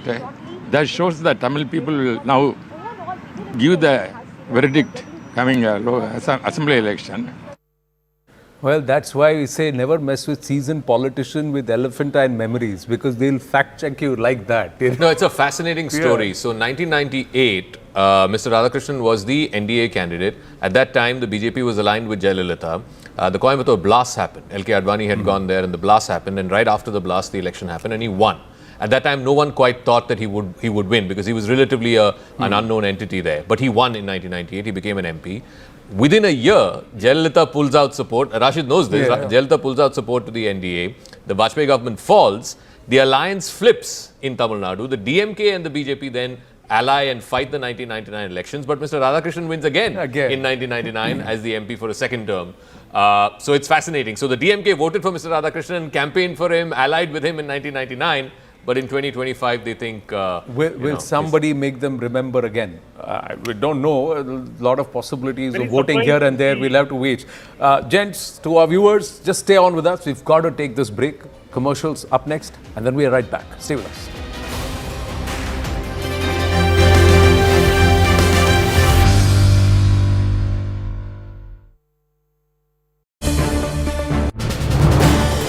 This is News18 Network.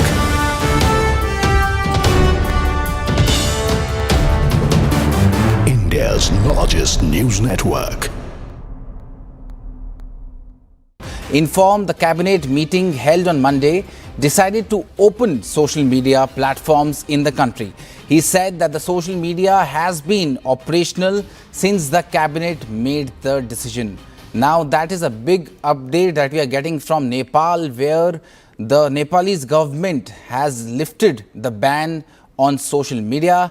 As we know that massive protests were organized in Nepal by under the Gen Z banner, and we are joined by Siddhant Mishra on this broadcast. Siddhant, now that the Nepal government has lifted the ban on social media, does this mean that the government is under immense pressure? Well, government was under the immense pressure, and in fact, the scenes yesterday in Kathmandu perhaps has had put government in a lot of pressure. So initially, they said that there's going to be no revocation on the ban on the social media apps, but there was a cabinet meeting which was convened by Prime Minister Oli. And in fact, in that meeting, this decision has been taken to lift the ban on the social media apps. So the decision was taken at around 9 p.m. In the cabinet meeting yesterday, and at around 11 p.m. The applications started working. So the main point of contention, the main issue has been resolved by the Nepalese government. But first, there are other issues also, which includes corruption, nepotism. Perhaps that was also those issues were also the reasons why these youngsters came to the road to protest. So situation still remains tense. The area around Parliament and the main areas in Kathmandu have been cleared by the authorities, but in the streets and in by-lanes, the protest is still going on. So next 48 hours are going to be very, very crucial for Nepal. Since a major decision has been made, the ban has been revoked on the social media applications. So whether the Gen Z group will end the protest or they will continue with the protest, they are taking forward their other demands. So that would really be interesting to see. But 19 people have lost their lives, Harsh. More than 300 are injured. Yesterday, authorities had to resort to rubber bullets and tear gas on the protesters to disperse them. So situation remains tense, and as I said, the 19 people have died. The Home Minister has already submitted the resignation. So there is still a pressure on the government when it comes to the other demands. But so far, the main issue, the main point of contention has been resolved. Right, Siddhant. Thank you, Siddhant, for gathering all that. Now, my colleague Rahul Chief Shankar spoke to ex-envoy to Nepal, Vijay Kant Karna. Listen in. This is News18 Network.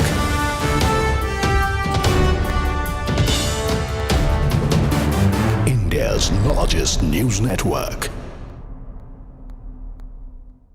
Informed the cabinet meeting held on Monday decided to open social media platforms in the country. He said that the social media has been operational since the cabinet made the decision. Now that is a big update that we are getting from Nepal, where the Nepalese government has lifted the ban on social media. As we know that massive protests were organized in Nepal by under the Gen Z banner, and we are joined by Siddhant Mishra on this broadcast. Siddhant, now that the Nepal government has lifted the ban on social media, does this mean that the government is under immense pressure? Well, government was under the immense pressure, and in fact, the scenes yesterday in Kathmandu perhaps has had put government in a lot of pressure. So initially, they said that there's going to be no revocation on the ban on the social media apps, but there was a cabinet meeting which was convened by Prime Minister Oli, and in fact, in that meeting, this decision has been taken to lift the ban on the social media apps. So the decision was taken at around 9 p.m. In the cabinet meeting yesterday, and at around 11 p.m. The applications started working. So the main point of contention, the main issue has been resolved by the Nepalese government, but there are other issues also, which includes corruption, nepotism. Perhaps that was also those issues were also the reasons why these youngsters came to the road. Only one question. I have with me Suresh Kopi ji. Sir, a big day for the NDA. How confident of you are of a big victory? I very strongly feel that through the past 11 and a half years, we have been extremely or sumptuously blessed by God. This is going to be a God-blessed day for the people of India and the Indian diaspora living outside the borders, and also through them other countries which should have major fruitful contributions from our citizens living there and working there. The opposition is pitching it like a constitution versus RSS fight. I don't need to talk about the opposition because the Indians, the patriotic Indians, are not at all focused on the opposition. So why should we discuss opposition today? Opposition itself seems to be turning out into lots of negativities. You know what's been going on in the form of a verbatim flow, wrong narratives, or illful or vicious or venomous narratives. So let's not talk about the negative side. Let us talk, let us think, let us hope and pray for the best and only the goodness. So a son from South India is going to become the next vice president. Never use that term South India. He is all Indian. He is a patriotic Indian, dedicated Indian.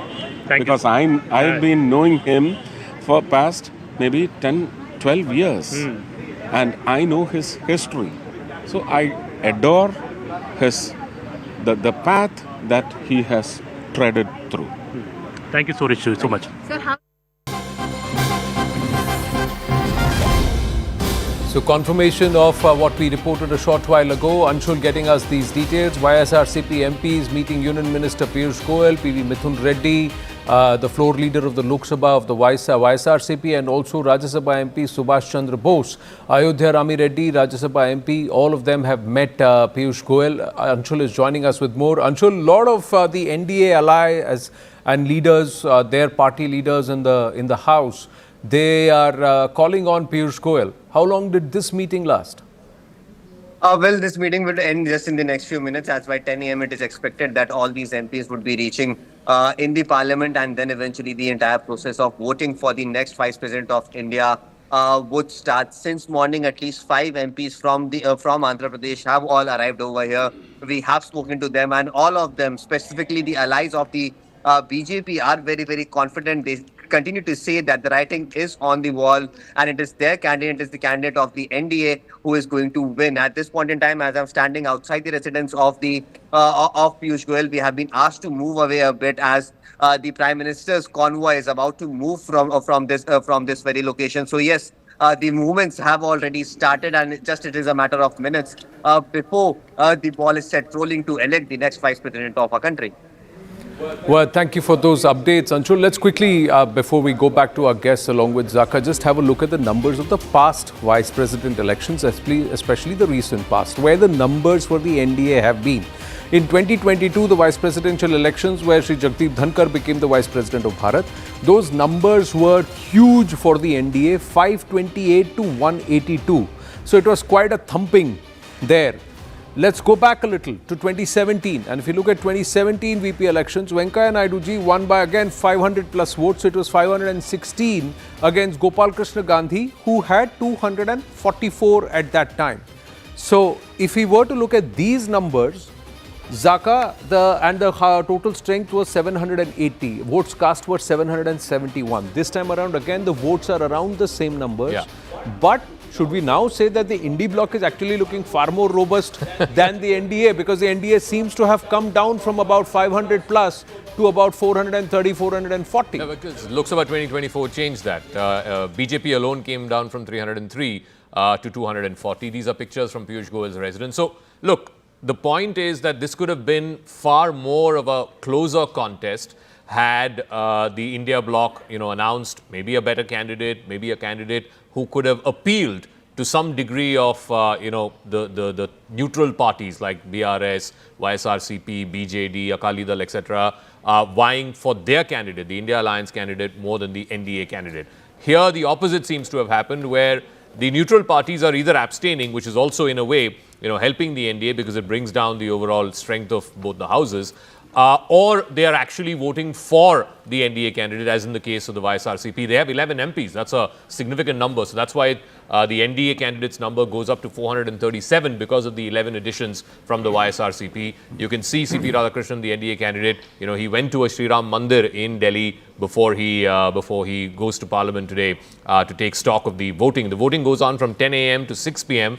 Prime Minister is expected to be one of the first persons to turn out to vote, because he will then, immediately after casting his ballot, he will fly off to Punjab and to Himachal to take stock of the flood situation. But I also am getting word from the opposition camp, Congress sources saying that there are going to be state conveners, they're members of parliament, who will be meeting Congress President Kharge. Kharge will also be one of the first voters. I think about 10-15 or so he's expected to vote. So the Congress state conveners, they've divided up the MPs into different states, and the state conveners will be meeting with Mr. Kharge just ahead of the voting that will happen starting 10 a.m. Before that, Jairam Ramesh, who is the social media head, he's now posted on X. For 50 days now, Jagdeep Dhankar has maintained an uncharacteristic silence. Today, as the election for his successor gets underway, the nation continues to wait for him to speak out after his unprecedented and unexpected resignation as Vice President. Sharon has more details on this. So Jairam Ramesh once again trying to go back to, why Mr. Dhankar resigned and where is he now, why is he not talking, etc. When you have an election to win, you have an election today. Well, that's right. But at the same time, the strategy has fell apart for the Congress party and the opposition. So this is the only thing that Jairam Ramesh and the Congress party is coming back to, which is attacking the government over former Vice President Jagdeep Dhankar. When the entire campaign started, the Congress party was very confident of relying heavily on TDP and YSRCP, but that has not worked out. So clearly the numbers are not in favor, and that's why we are seeing the continuous attack that is coming in from the Congress party as far as Jagdeep Dhankar is concerned, questioning his silence. Why is it that over 50 days have happened and after his resignation there has been not a single statement coming in from the former Vice President is the allegation. Apart from that, Zaka, right now while we speak there is a meeting that is going on inside the chambers in Parliament at Mallikarjun Kharge's chamber in Parliament, where there are state conveners who have been divided, like you pointed out. There are a number of MPs who have been given at least 3 to 4 states, and they will be speaking to all these MPs. So the final tuning is being done. Of course, the numbers not in favor, but even the last leg of campaign is something that is being pushed by the Congress party and the opposition. I'm right outside the hotel where the Vice President candidate. Yeah, Sherry, no disrespect, but the more the indie bloc tends to tune, the more they tend to go out of tune. But bringing it back, thanks Sharon for that, and going back to our guest. But first in the studio, Rashid, when Dhankarji quit, when that whole drama happened, don't you think that the opposition perhaps missed a trick there? They should have been the first to jump and say, we want to look at the vice presidential candidate. They should have tried to say, let's put together a stronger candidate where everybody is consensus. There should have been a lot of song and dance. They were so obsessed with Dhankarji ko kya hua, Dhankarji ko kya hua.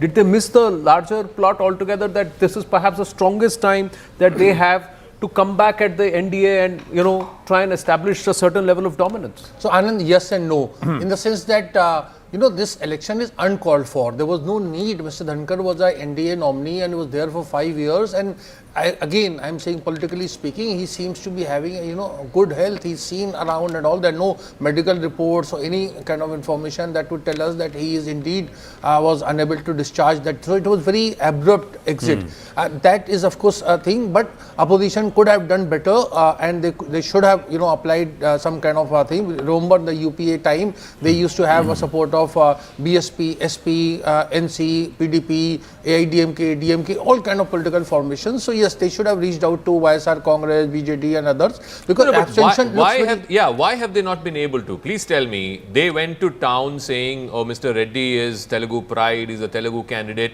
They're not able to get one of the major Telugu parties to back them. Two of the major Telugu parties. In fact, the BRS is also itself is not a kind of cohesive group. You keep seeing Mamata Banerjee, Aam Aadmi Party, SP, they keep making noises. And I think there is something wrong, fundamentally wrong, since June 4th, 2024, when they had a good chance to, form India Alliance, make it a... Tushar, you don't need to be like Jagdeep Dhankarji. You can please speak. Look, the India Alliance, theoretically speaking, is like the Indian cricket team of the 2007 World Cup.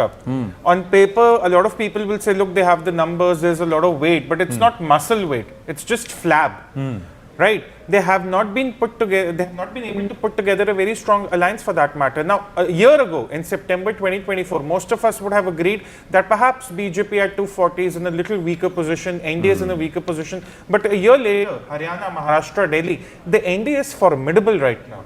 Some would even argue that NDA at 290 odd looks stronger than NDA at 350 odd. And that has been evident by the reforms, by the legislative pursuits they've carried on the last 1 year. The problem with the Congress is that they are not willing to take on the fight to the BJP. They try to underplay every time. They want to go around, okay, there is a vote chori thing going on. Then one day they'll jump onto the constitution, Bachao Andolan. They are not really focused on one fight. And this could have been that one fight. Sure, they don't have the numbers, but at least they could have had the candidate. It could have been spirited to show there is unison in the opposition and they can create fission or division within the NDA ranks. Can I tell you an irony? Can I tell you an irony? The VP candidate of the India Alliance, and the India Alliance we know advocates for Muslim reservation through the OBC channels. Do you know what the VP candidate of the India Alliance, when he was the Andhra Pradesh High Court judge, had done? He actually ruled against Muslim reservation brought out by the then Congress government in Andhra Pradesh in 2004. Now look at the irony of things. You're not even getting a candidate, but you're not even getting a candidate. The Congress protested his appointment as Lokayukta in Goa also because they felt that the right... there is the ideological alignment. But Sumant, the fundamental point is you have to choose a politician. You have to choose a 24/7 politician. This whole experiment of, Rajmohan Gandhi 10 years ago and now Mr. Justice Reddy, it doesn't work. MPs are your electors, MPs are your voters. To them, if you get a non-political candidate, frankly a non-serious candidate, I don't think it's going to work. Zaka, let me say, do I think they should have got a better candidate? Yes. Do I think that that would have made a difference? No, it would not have made a very significant difference. Look, you got a Tamil party like the DMK voting against a Tamil candidate. You got a Telugu party like the YSRCP voting against a Telugu candidate.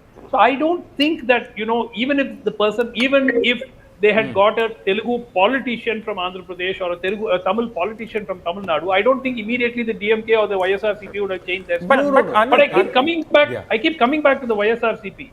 The last I read somewhere was there were 12 ED cases and about 8 or 10 CBI cases pending against Jagan. So his room for maneuvering is very limited. He fought against the BJP. But Suman, let's say those 11, those against them. And now he goes and queues up. His MPs are Sumant, what I'm trying to say is, what about the BRS? What about the BJD? What about the Akali Dal? Even if there are 1, 2, 3, 5, 7, 9, whatever the numbers, why are they abstaining? Why is the Indie bloc not able to convince them that you come and vote for us? The other thing is that is a story.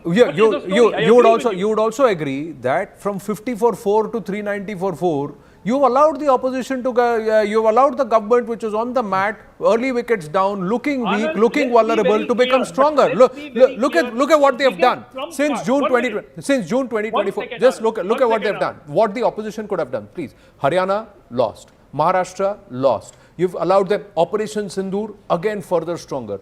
Direct taxes reforms, GST reforms.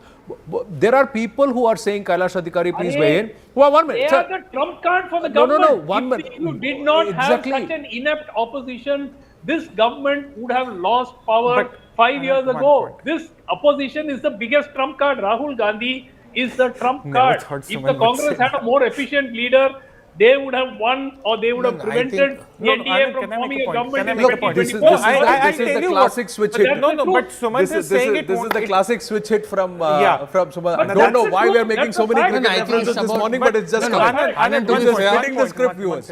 1 point. It's not about Tamil versus Telugu necessarily. If the NDA took the fight to the south against the India Alliance, what stopped the India Alliance from having someone from Bihar with the polls on? Absolutely. That would have put the JDU in a dog. Zaka, that is where the intent comes into play. Look, I agree with Suman C. Raman. It would have made no difference. JDU would still have gone with the NDA candidate, undoubtedly. My point here is that Congress has not even able to show that they have that intent to fight. It's about the intent here. We are very clear on the numbers. NDA has the numbers. NDA has very strong numbers. But where is Congress's intent? No, not just intent. I think, there are many who say that 303 में वो नहीं किया जो 240 में किया BJP ने. And it's in the last 1.5 years. Look at the last 18 months and the number of boxes that have been ticked by the government under Prime Minister Narendra Modi, and the NDA perhaps at its most vulnerable in terms of numbers. Yes. Kailash Adhikari, agree, disagree. And the VP polls perhaps is going to perhaps further seal the fact that this opposition cannot come together. They just can't come together, and they just can't win over others or even detractors within the NDA or those who may be perhaps sitting on the fence. Kailash Adhikari, then coming to you. Absolutely, Anand. The main problem with the opposition over the past 11 years is that they have weakened themselves. And because of that, they have lost that entire political will, or you can say vision, or the political might to fight for anything. Now, and also the kind of topics that they wish to raise, they try to target the government is on very frivolous grounds. I mean, they forget the merit. Just pause, Kailash. Just telling our viewers that these pictures are of Prime Minister Narendra Modi leaving for Parliament from local landmark, 7 local landmark. These are pictures right outside Parliament there. So that's where. So PM Modi is already reaching Parliament. By 10 a.m. the action will begin in Parliament. Yes, Kailash, please finish, and then we got to take a break. Ji. Sure. So my point being that, yes, we all know that the opposition, the entire bloc, the principal opposition party, as the entire bloc is completely disarrayed in the past 11 years. And it could be a result, Anand, because of the deep electoral loss frustration also, creeping in within themselves, because they are not able to prove or they are not able to win the mandate of the people. But having said that, Anand, one thing I'd like to state here is that always saying that the biggest trump card that the government has is that opposition has Rahul Gandhi, and that is why they win, is not a very fair comparison also, because the people of this nation do not always vote on the fact that we don't want someone, that's why we are voting. That's not completely right. I'm not debunking that myth, that logic, sorry. But my point is that yes, the government also in the past 11 years has delivered on a lot of promises that it has done. Be it the direct benefit transfer, be it the Ujjwala Yojana, or there have been sweeping reforms in terms of on ground, when in terms of infrastructure, it comes in terms of digital banking, where each and every strata of the society has been touched upon, and they see that this government has done something crucial. When it comes to national or internal security, Anand, by and large, if you compare from 2004 to 2014 and 2014 to 2025, a lot has changed when it comes to national security, apart from other factors. So not just that. See, since you talk about internal security, look at the fact. Look at what's happened. The Red Terror corridor has come down. The massive crackdown on drugs that have happened, it's a huge step that has been taken. Yesterday's development, the entire Great Nicobar project itself is perhaps the biggest intent on saying that we're going to secure national interest, despite the fact that just 4 days back, they met the Singapore Prime Minister and he was there in Bharat. And Singapore is the biggest beneficiary of the Malacca Straits. But despite all of that, we are going ahead and pushing on, pressing on at various levels. The Japanese Prime Minister, he comes here and then he's gone back and he's resigned. But, we're continuing to move on. It's an exercise people should do. Now they have all sorts of apps. You look at the Pacific. Even in the remotest parts of the Pacific, the US has ensured they have some sort of infrastructure developed for their military needs. I don't know why the opposition in India gets very regressive by the idea of developing Nicobar. That op-ed from Sonia Gandhi yesterday was quite shocking, to be honest. You're talking about having military installation, a transshipment port in one of the most strategic trade routes of the world. And somehow the Congress is not aligned with that whole idea. That is something that is baffling people now. That one can understand you have ideological differences with the BJP. You might have even policy differences with the BJP. But why are you going against the country's larger interests when it comes to national security? And that is reflecting in all the steps they are taking, even in the vice presidential elections. The lack of seriousness is very, very visible. I think that's a very unfair criticism. You see, it's very fashionable, Anand, these days to criticize and blame Congress for everything. Look at this election. There is very little maneuvering is there. You are saying a political phase should have been there. When Margaret Atwood was there at the political phase, what difference did it make? You look at 2007 elections where, Hamid Ansari, a rookie that time, was fighting against NDS Najma Hepatullah. And Najma was a very seasoned politician. She's been a presiding officer of Rajya Sabha for several a deputy chairperson, but made no difference at all. So what I'm saying is numbers are very clear and numbers are ultimately inconsequential. The point, Rashid, is what Tushar was saying. What stopped? Let's be very clear. The NDA chose Mr. Radhakrishnan because they want to send a signal to Tamil Nadu, ahead of the assembly elections next year, where frankly, where the BJP is not even a big player, right? Yes. What stopped the Congress from choosing a candidate from Bihar? The Bihar election is 3 months away. What stopped the Congress from choosing a candidate? That's a very simplistic way of looking at it. A candidate from Bihar losing election on the eve of assembly election would have reflected very poorly. So there is no point, and it's not a Congress story. See, India Alliance is not a Congress story. You would have said Congress has, big brotherly approach, pushing its own candidate, and also therefore they have taken on board. Why didn't you look at a candidate from Karnataka? So to prop up Karnataka, where you are in power? Who is the big brother then in the India alliance? Somebody has to hold the alliance together. That is a together. structural problem. Azaka, I can write a thesis on it. That, India alliance politics is always has a dominant partner. The problem is Trinamool and Aam Aadmi Party is not accepting. Are you trying to say that Congress is not the dominant partner in the India alliance? Well, the India alliance people don't. They want to have co-equals. Switch it. Just now he said that we don't have a dominant partner. Now you are saying, we are very democratic. Rashid ji, with all due respect, says it won't have made a difference. Coming to Suman ji. Possibly not. But in Bihar, where Rahul Gandhi has put his heart out into the campaign, 16 days, 18 days, he's been doing his Padayatra, Congress will not be given more than 50 of the 240 seats to fight on. What difference does it make? But he's still doing it. Yeah. Rahul Gandhi for his political capital can do There it. is a big But Rahul difference. Gandhi for the political capital of the larger alliance will not do it. That is where the difference is. Why is No, it that in one there is a solid difference. story from Bihar? I'm just saying they could have thought it's about the intent. One solid story from Bihar, a Congress person, is an the achiever first among on equals. ground who's a nobody. The Congress and the opposition could have said, no, we want to put that person. I think they waste. Yeah, this is the PM Prime Modi, Minister arriving in Parliament to cast his vote. At 10 a.m. is when the voting will begin. He'll be one of the first voters who will cast his vote in favor of the NDA candidate. The Prime Minister arriving in the voting hall. This is in the new Parliament building. I believe this will be the first vice presidential election in the new Parliament building. New Parliament building. Yeah, because by 2022, Jagdeep Dhankar ji actually walked into the new Parliament as Vice President. So this has come because his term is cut short. In fact, this is unprecedented. It's never happened that a sitting Vice President has actually resigned. There have been deaths and passing away. And so it's over. नई building उनके लिए शुभ नहीं रही। वो आप जैसे भी देख लें, नई बिल्डिंग किसके लिए शुभ है, किसके लिए शुभ नहीं, आप देख ले तो ये तो इंडी ब्लॉक के लिए भी शुभ नहीं है सर, क्योंकि इंडी ब्लॉक स्ट्रांग नहीं, वीक लग रहा है. But I am just also saying, look at intent here. Prime minister Narendra Modi is one of the first to come there to vote. He is not saying कि सब लोग vote करो, अपने time पे आराम से आएंगे.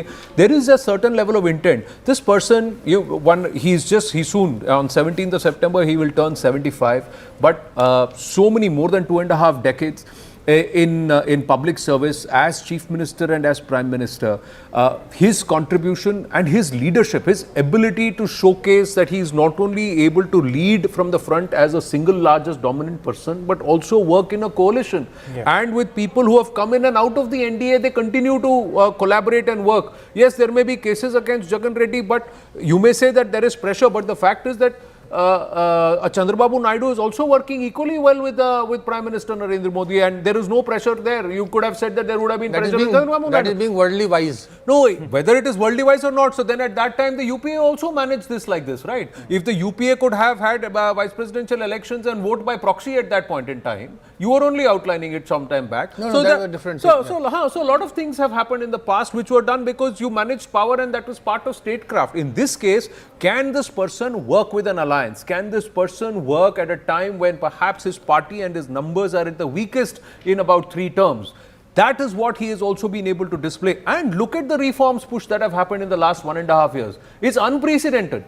You know, barring perhaps at that time GST and before that,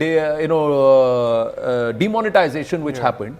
In 1 year itself, what has happened at various levels, national security, geopolitically, and to be able to work into internal reforms, internal security, a lot of boxes have been ticked under the NDA at its weakest, where the BJP is at its weakest. Yeah. You look at this last 1 year, political capital, a bit of it eroded, comes back with the Haryana victory. You have problems geopolitically with US of all sovereigns. You have the tariffs going on, but the Russian crude imports do not stop. Then you have issues with Pakistan, the Pahalgam terror attack, and you go for Operation Sindoor, an unprecedented operation against Pakistan. In between all of that, you have high-profile elections. You win Delhi after 27 years. And then people go back and say, look, he had 240 seats. Probably the people rejected him. Probably he won't be able to work in a coalition. But Narendra Modi has defied all expectations in the last 1 year. If I look at the NDA, across the last 11 years, I think after 2016-17, 24-25 has been the most critical year, and probably that will set up the next couple of years, especially 2027 March, when they go to polls in Uttar Pradesh. So I think this has been a good year so far. So I think, Rashid, please weigh in. Anand Naganathan is also joining us. I think basically what happened after 2024 is opposition suddenly went to 100 seats, BJP down to 240. They thought they were in power. They thought that this is it. This is the end of the Modi era. Modi is on his downward spiral. And all it took were 2 state elections, Haryana and Maharashtra, for the entire wind in the opposition sail to be taken out. And now the wind is clearly with the NDA. I mean, this is something that the NDA realized. I mean, one election does not mean the end of a story. Absolutely, Zaka. There is a lot of hard work that has gone part of Prime Minister Modi and India, and that is why the opposition is raking up, this vote chori allegation, because they need to also, to their constituency, they needed an explanation for debacle in Haryana and in Maharashtra. So they have come up with this charge of this vote chori, and let's see what happens in Bihar outcome. So things don't get settled in Indian politics, and the beauty of it. What I'm saying is simply the Congress, we can go on criticizing, but it's also a story of resilience. You see, political parties in India go down when they don't perform well. You look at, the Janata Party, you look at the Janata Dal, you look at the left parties. The Congress actually has kept its vote bank intact. It's not a loser's argument. Seats have gone up. One second. From 50 to 100. See, the issue is also, Rashid, are they taking up matters that actually concern the common people? Do you genuinely believe that the number one issue in this country right now is vote chori? How much political capital Rahul Gandhi and the entire opposition has put on behind vote chori? In that sense, that Bihar outcome will be a kind of referendum on that. We don't have and if so they lose, then vote chori is not an issue. Obviously, that happens. That happens. But Rashid, December 2023, every state election then becomes a referendum, and then you move to the next mudda. So Maharashtra was a referendum, Haryana was a referendum, this was a referendum. Everything is a referendum. You look at Rahul Gandhi after 2024 Lok Sabha elections, he stopped his Jitni Abadi Utna Hak rhetoric. It stopped altogether. The Adani rhetoric stopped after the Gujarat elections of 2022. So after every state election, wherever there is a critical election happening, Rahul Gandhi picks up an issue, drills it down to the public rejects it, and he moves on. That's exactly all politicians and all political parties do. But now there is election in Bihar. It's called throwing darts in the dark, hoping that one of them will stick. That's basically what it is. Dr. Anand, even helping his alliance partners. Is this issue helping the RJD, the Samajwadi, or the TMC or the DMK? Next year you have elections where the TMC and DMK start as favourites. Do you really want to go with the narrative of vote chori? Let's ask Dr. Anand Ranganathan, what mood has he woken up this Tuesday morning? Off spin, leg spin, googlies, dibbly dobblers, or all-out pace attack, as the NDA wants to outlast the INDI bloc candidate by at least 120 votes. Good morning, Anand. I can't see you on the screen. Morning, everyone. Zaka, everyone, all the panelists. Look, I think finally it's possibly going to be ab ki baar 400 par. It wasn't possible for Modi, but for Mr. Radhakrishnan, I think it would be. But initially, it's a bit difficult to say because you have the postal ballots being counted. So Rahul Gandhi. पिछले 2 बार 500 पार हुए थे. No, but there's one pertinent question, of course, we can discuss for the next hours about the ramifications of this election. And of course, I think it's good, it's healthy for democracy that we have a competitor. Opposition has put up a candidate. I think it's always good. In the last 75 years, there's only been 4 occasions where unanimous choice has been used for selecting the vice presidency, and 2 of them, if I'm not mistaken, were for Mr. Sarvapalli Radhakrishnan, the namesake of the current candidate. But I want to ask a very simple question to the Congress and Rahul Gandhi, who loses absolutely, no chance in saying that there should be OBC or Dalit candidates wherever, in whichever post it is. So can I please ask them? I can't see the panelists. I don't know if there is a... Rashid Kidwai and Tushar are there with us. Right. I just want to ask them why they haven't chosen a Dalit or an OBC as a candidate.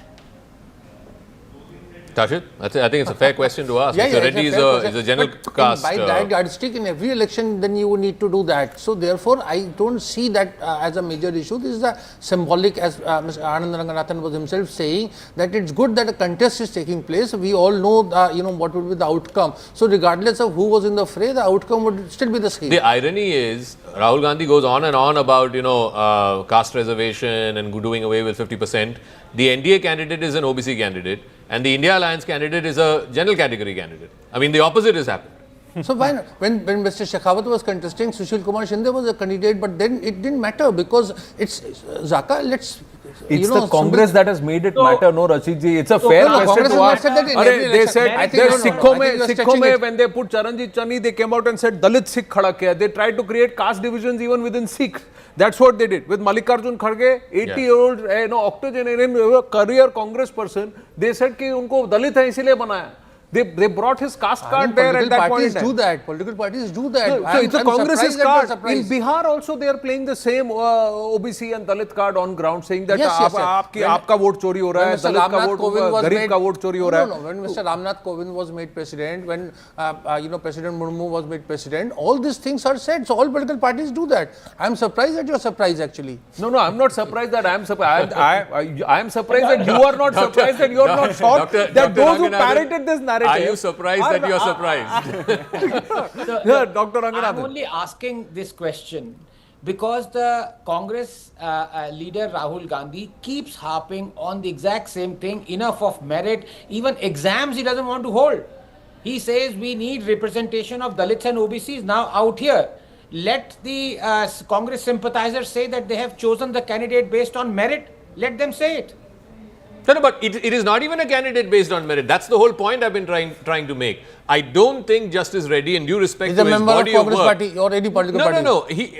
Due respect to his work, was he the strongest candidate that the India Alliance could have put up? Absolutely not. And that is the whole point that I'm trying... If you cannot get... Forget about, trying to wean away NDA partners like TDP and JDU. Forget about that, okay? If you can't wean away neutral parties, YSR, CP...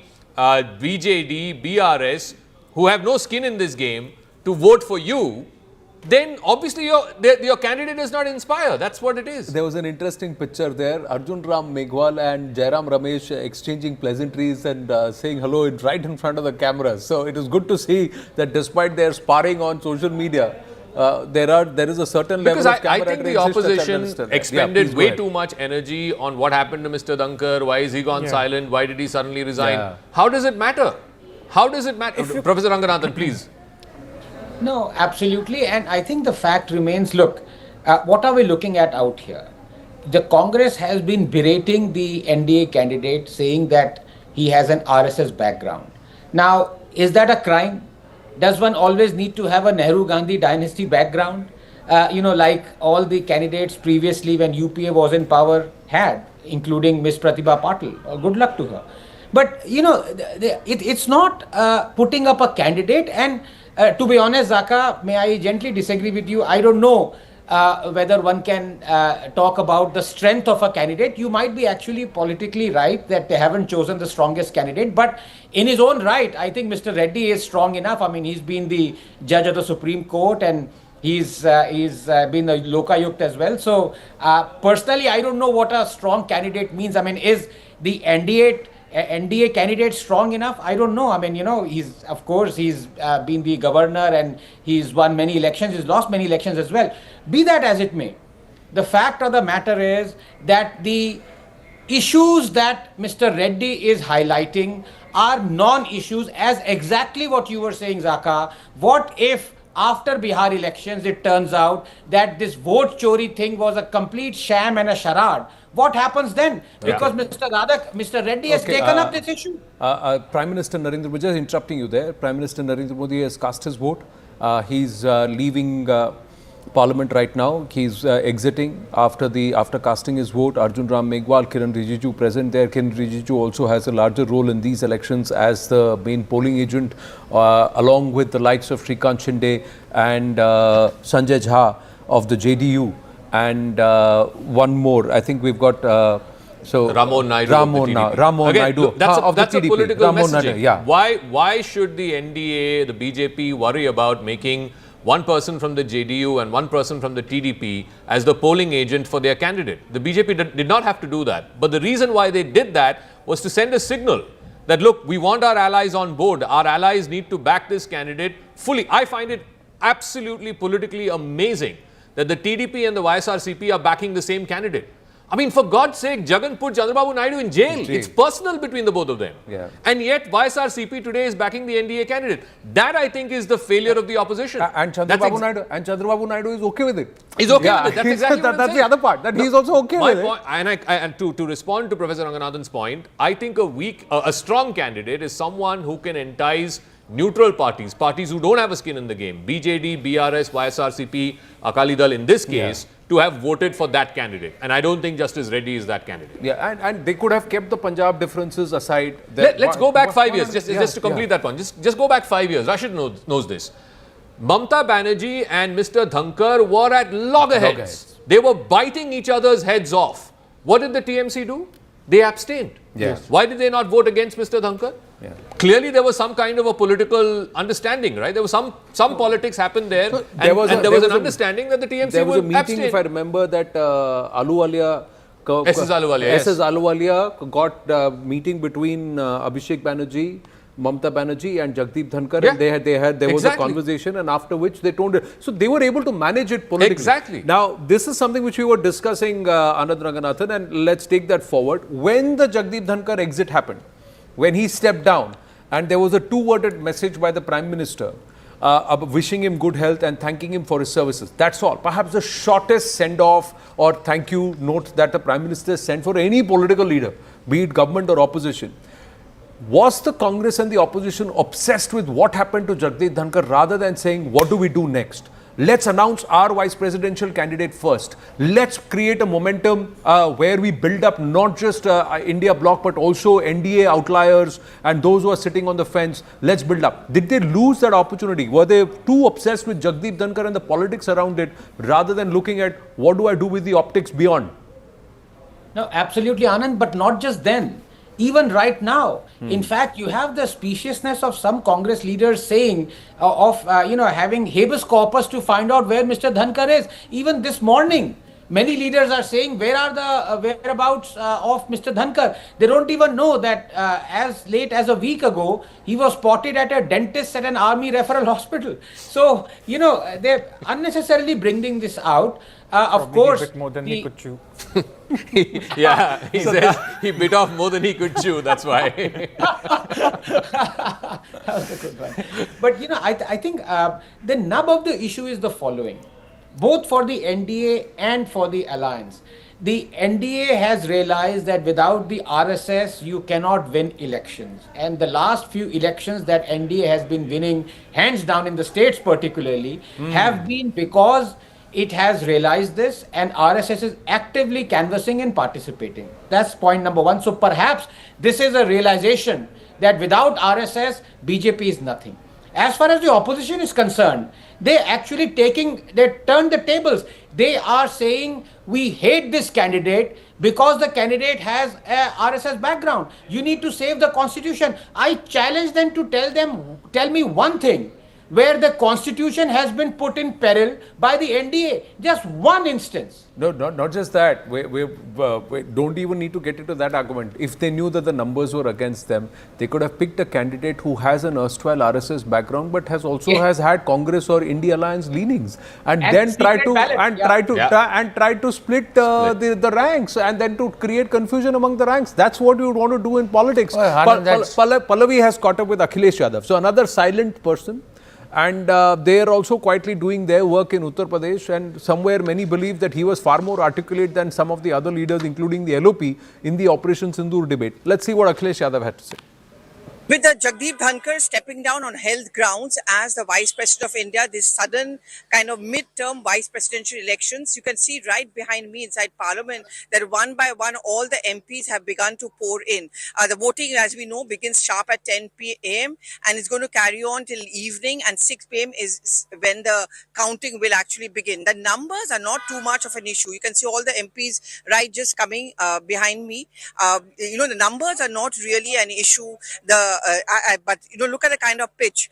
If there is going to be any amount of cross voting, whether there's going to be a dilemma as far as the opposition parties are concerned, and whether it's going to be seen as a vote on ideology. That is exactly how the India bloc is now trying to project the entire, that we may not have the numbers, but क्या ये ideology की लड़ाई है? क्योंकि आपके पास तो numbers है नहीं. आपको कैसे पता? अगर आप आंकड़े देखें, आपको कैसे पता?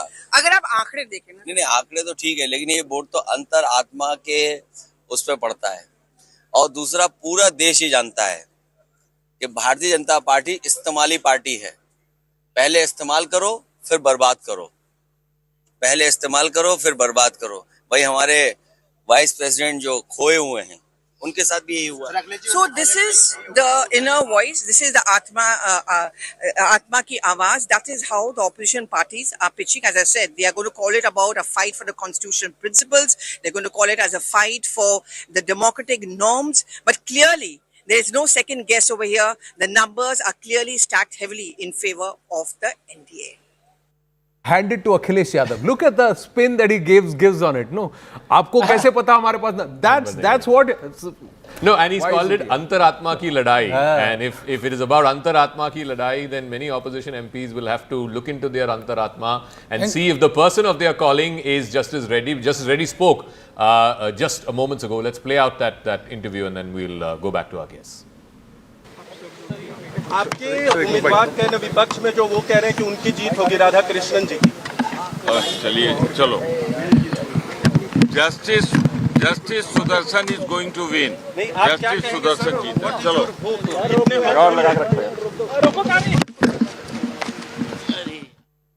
He was the Congress MP in the Rajya Sabha. He's supposed to be the minder, if I can use that phrase, of Justice Reddy. He's the one who's bringing him to Parliament, etc. So I think that was Pramod Tiwari. But you know, I'll tell you a fascinating story. And Rashid, you can check with your sources in the India Alliance because you have more sources in the India Alliance than certainly I do. After Jagdeep Dhankar resigned, Rahul Gandhi in one of the India Alliance meetings told all the opposition leaders who had gathered there, we should convince Mr. Dhankar to be the opposition's candidate for Vice President. And I think Mr. Kapil Sibal was deployed also for that purpose, and that's why Kapil Sibal later on said that, you know, Dhankar is not traceable, etc. One second. So there was no problem about his outspokenness, him being a BJP agent, RSS agent. They even brought a vote against him in the Rajya Sabha to remove him from office. All of that is gone. If the leader of the opposition is willing to make a person as much hated in the opposition ranks as the former vice president was, as the opposition candidate, then what are you saying? Ideological fight, Antaratma ki ladai hai? No, Zaka, we must understand, this is politics. Raj Narayan had defeated Indira Gandhi, the only Prime Minister who lost as Prime Minister. And when, the downfall of Janata Party began, Indira Gandhi, Sanjay Gandhi met Raj Narayan, and Raj Narayan was instrumental in toppling of Morarji Desai government. So this is not something, very new or so. This is being done in politics that for a purpose, if Mr. Dhankar had a sort of, this is the vice president. So this is the vice president against whom Mr. Khadge stood there and said, I have no confidence in him. You had no confidence motion. Kalyan Banerjee was nobody decried Kalyan Banerjee. So many people have spoken against Mr. Modi. No, speaking against Modi is different. Here you moved a new impeachment motion against the vice president, and then you say we'll go and back you because we want to spite spite Prime Minister Modi or the BJP. Politics is all about live and learn. No, sir. It is also about when you believe that you are taking an idealistic position. No, I'm not taking an idealistic position. I'm saying live and let the BJP learn. That is there are so many people in the cabinet and otherwise who have spoken against Mr. Modi at one point or other. Okay, Mallikarjun Kharge ji, we just mentioned him. He's spoken. Let's listen in. जो vice president candidate हैं वो जीतने की सभी संभावनाएं हैं, इसीलिए सारे पार्टियां कोशिश कर रहे हैं कि लोकतंत्र में हम सभी लोग एक होकर सुदर्शन रेड्डी जी को जिताना, यही एक अपना मकसद है।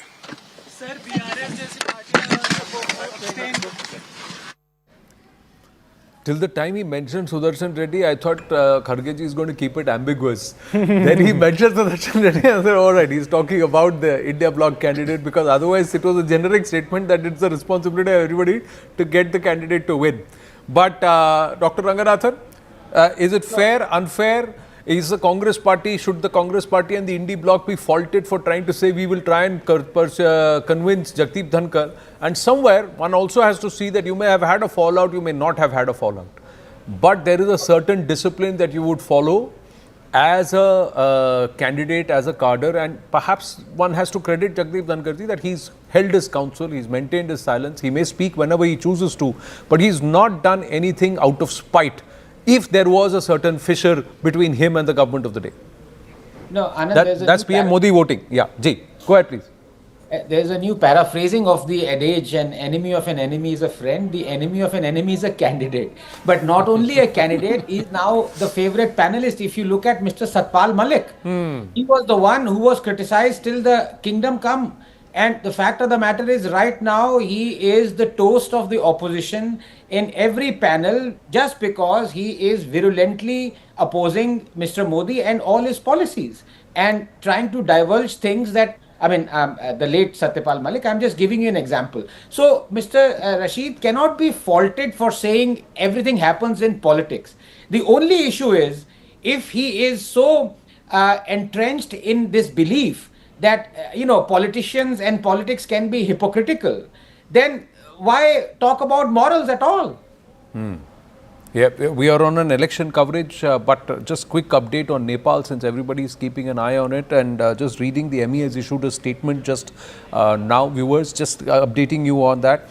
The ME is saying we are closely monitoring the developments in Nepal since yesterday and are deeply saddened by the loss of many young lives. Our thoughts and prayers are with families of the deceased. We also wish speedy recovery for those who are injured. As a close friend and neighbor, we hope that all concerned will exercise restraint and address any issues through peaceful means and dialogue. Lastly, most important, with the Indian nationals who are in Nepal, we've also taken note that authorities have imposed curfew in Kathmandu and several other cities in Nepal. Indian nationals in Nepal are advised to exercise caution and adhere to the steps and guidelines issued by the Nepali authorities. So let's hope for safety and perhaps return to normalcy in Nepal. But that also brings back to this question, that under the perhaps the weakest when the BJP is, Zaka, has Bharat emerged the most stable in the neighborhood also? And that is sort of the credit of the NDA and the Prime Minister. As somebody said, what couldn't happen in 303 has started happening in 240. 240. That's basically what has happened. So look, I come back to that point.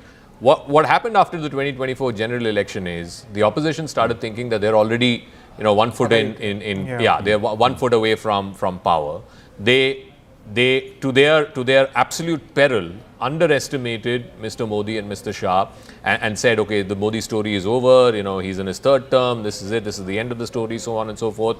What did the NDA and what did the BJP do? They went back to the basics and they said that, look, these are temporary sort of wins as far as politics is concerned. It's about Hawa. All we need to do to get the Hawa back in our favor is to win a couple of states, and which is what they did. Going against the tide, they won Haryana and they won Maharashtra. And then the opposition, did not know what hit them, have latched on to this whole vote chori business, which frankly the courts have heard the matter, the Bombay High Court has heard the matter and said there is no merit in the case. It's now pending before the Supreme Court. The issue simply is this. Is this the most resonant issue with the people of the country today? No, I frankly don't think vote chori is the number one issue that people are concerned about, even in Bihar, even where, SIR has become such a big talking point. It's gone all the way up to the court, and the court yesterday said, include Aadhaar as the 12th document. It's not proof of citizenship, but it's proof of identity. Fair enough. I mean, opposition scored a symbolic victory there. But ultimately, are you telling me, Rashid Kitwai, SIR is going to be the number one dominant issue for the average Bihari? No, I don't think so. No, but there are two things, Anand. One is, of course, about fact of the matter is that the process, that is the electoral process in parliamentary democracy, this must be above any suspicion. If people are having it, I think that's a serious issue that needs to be addressed. It's not about opposition, it's not about Rahul Gandhi. Second thing, on more practical ground, what you were saying, of course, it's been put to test on Bihar. And as I said, the outcome will determine whether the issue has some potency or not. So therefore, it will be going to be a kind of referendum. Now, what opposition is doing, it's trying to put, all eggs in one basket. That is a questionable strategy. I agree with you. But it is outcome in India that determines everything. See, this vice presidential election is 4 din ki chandi. You see, this is we are talking so much about number, and the Congress could have done this, opposition could have done. It's inconsequential in so to say, in a week's time from now. Everything will settle down. And we will be back to square one. Like that, then every but state Bihar election is not every state election. Then is it inconsequential? No. It's not, right? The point is, in the run-up to the election, when you are creating so much of Mumbai on ground, don't you want to create a certain amount of momentum? Then why disrupt Parliament? Why disrupt Parliament? Why stop business? The entire session got wiped out over Why wipe out the entire session? That if it will be forgotten, this session khatam ho gaya, sab bhul jayenge. Then why disrupt Parliament, Rashid? These are not 4 din ki chani, as Rashid ji describes it. These are opportunities. to build something block by block. If you are actually thinking of, your supporters call you the shadow PM and you have aspirations for 2029, every election matters. That is how the BJP functions. One second. And I don't think we need to wait for the Bihar results to see if the vote chori narrative is actually a referendum. You just look at the number of seats RJD would be willing to give to the Congress. If that number crosses 60 of the 240 odd seats, 60, 1/4, that means Congress is a serious player in Bihar. And I'll tell you something, Anand. Haryana was something where the Congress actually went into the election thinking they are winning the state. What happened on that morning on 8th October was absolutely unprecedented. That flip that happened around 9:30 a.m. But after Haryana, Congress never even tried to recover. I'll tell you something very interesting. You know what happened after the 2024 elections when Congress got 99 seats? All over Delhi, posters started coming up, hoardings started coming up of aspirant MLAs for the Delhi elections, which were in February. They were confident that this is the comeback the Congress needed. From 99 seats, we'll go strength to strength. We'll go with Haryana. In Maharashtra, we'll get our alliance together, even though we're a second fiddle to the NCP and the Shiv Sena. But we'll come back to power in Delhi. Nothing of it happened.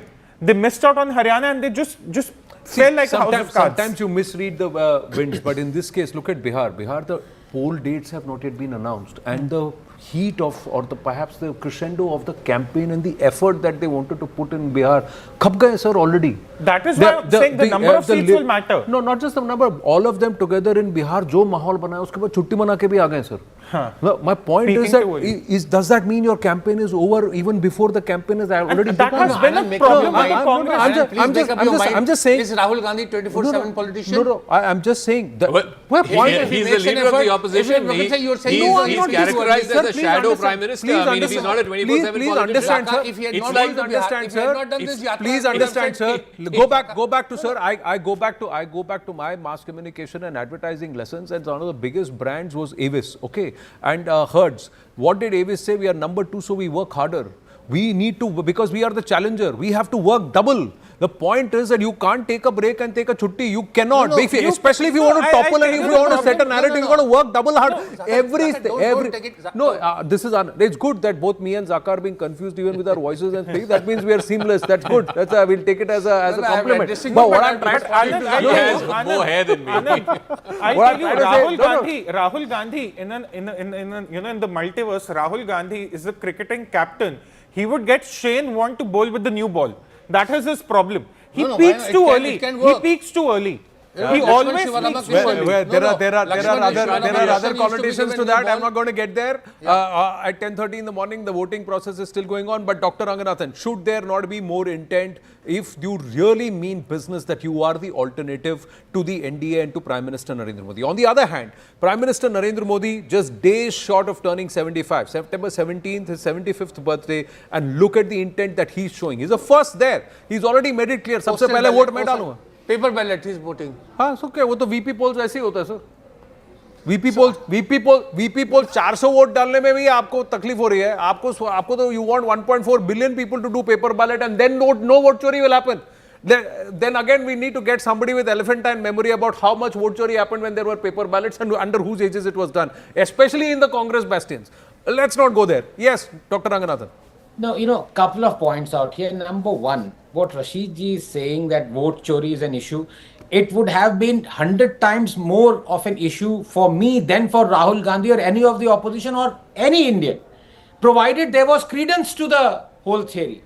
Every allegation has been proven to be a lie or a gargantuan fake narrative. Each one of them.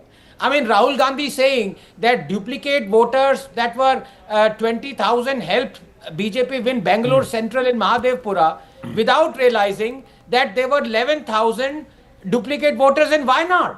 So it is not a question that there were discrepancies or irregularities in the elections.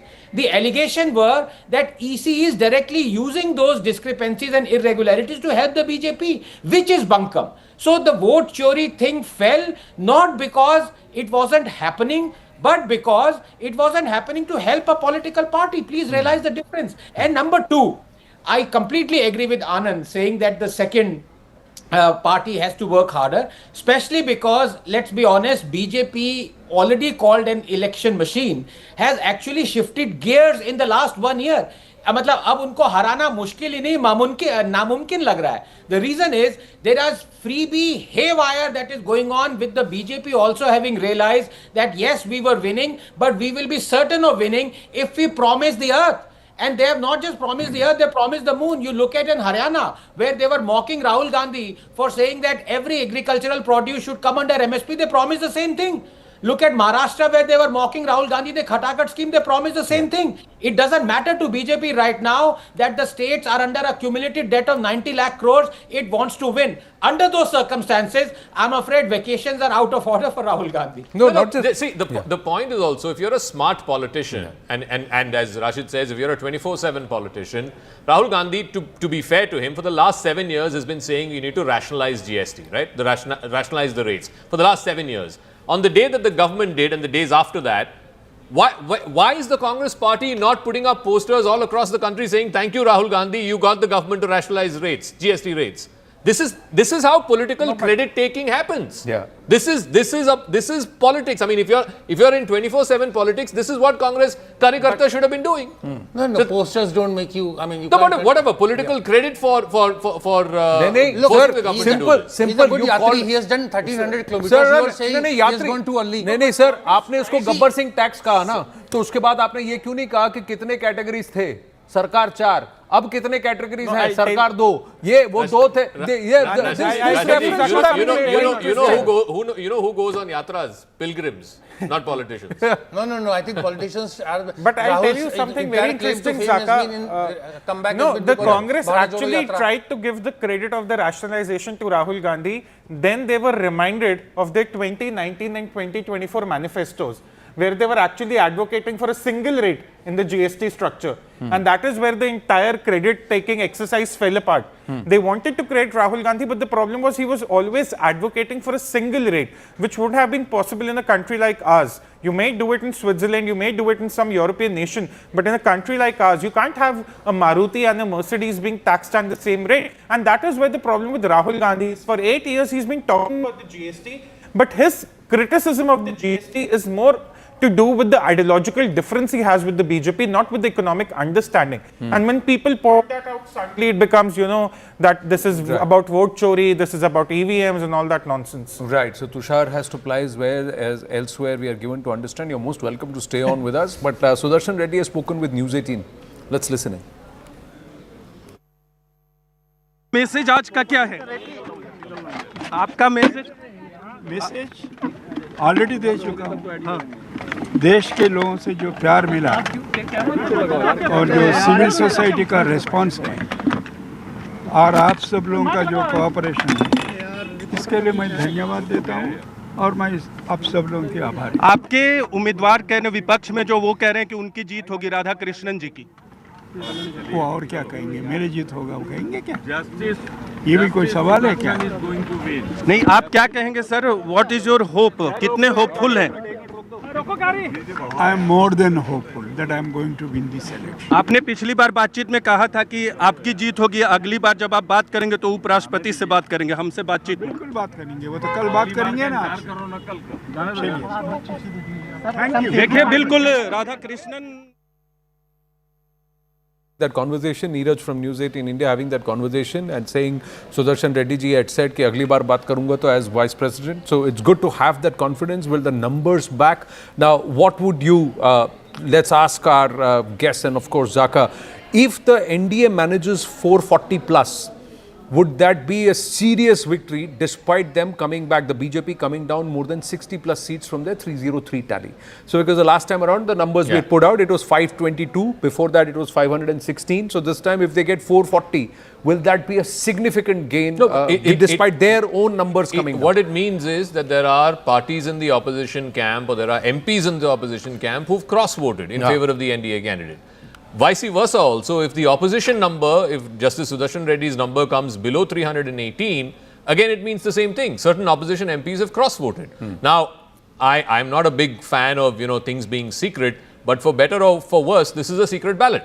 Rashid Gidwai, that's the process. That's how it has always Vice President been. election is a very curious mix of conscience vote and, of course, the worldly wise sort Party of functioning loyalties. of party loyalties. So therefore, I will not be Zaka. I will not be personally. I will not be surprised if the opposition numbers actually come down, because worldly wise, gestures make a lot of difference. But ultimately, Zaka, I mean, this is more in TV studios. With due respect, that what is the numbers? It's the outcome that determines everything. As long as the NDA candidate wins over 100 votes or so, I think things are going to be fine. You'll say, can we just call up those numbers from 2022 and 2017? Jagdeep Dhankar ji, when he won, viewers, the number was, if I remember, 522. Now, have a look at these numbers. So, it's about 528.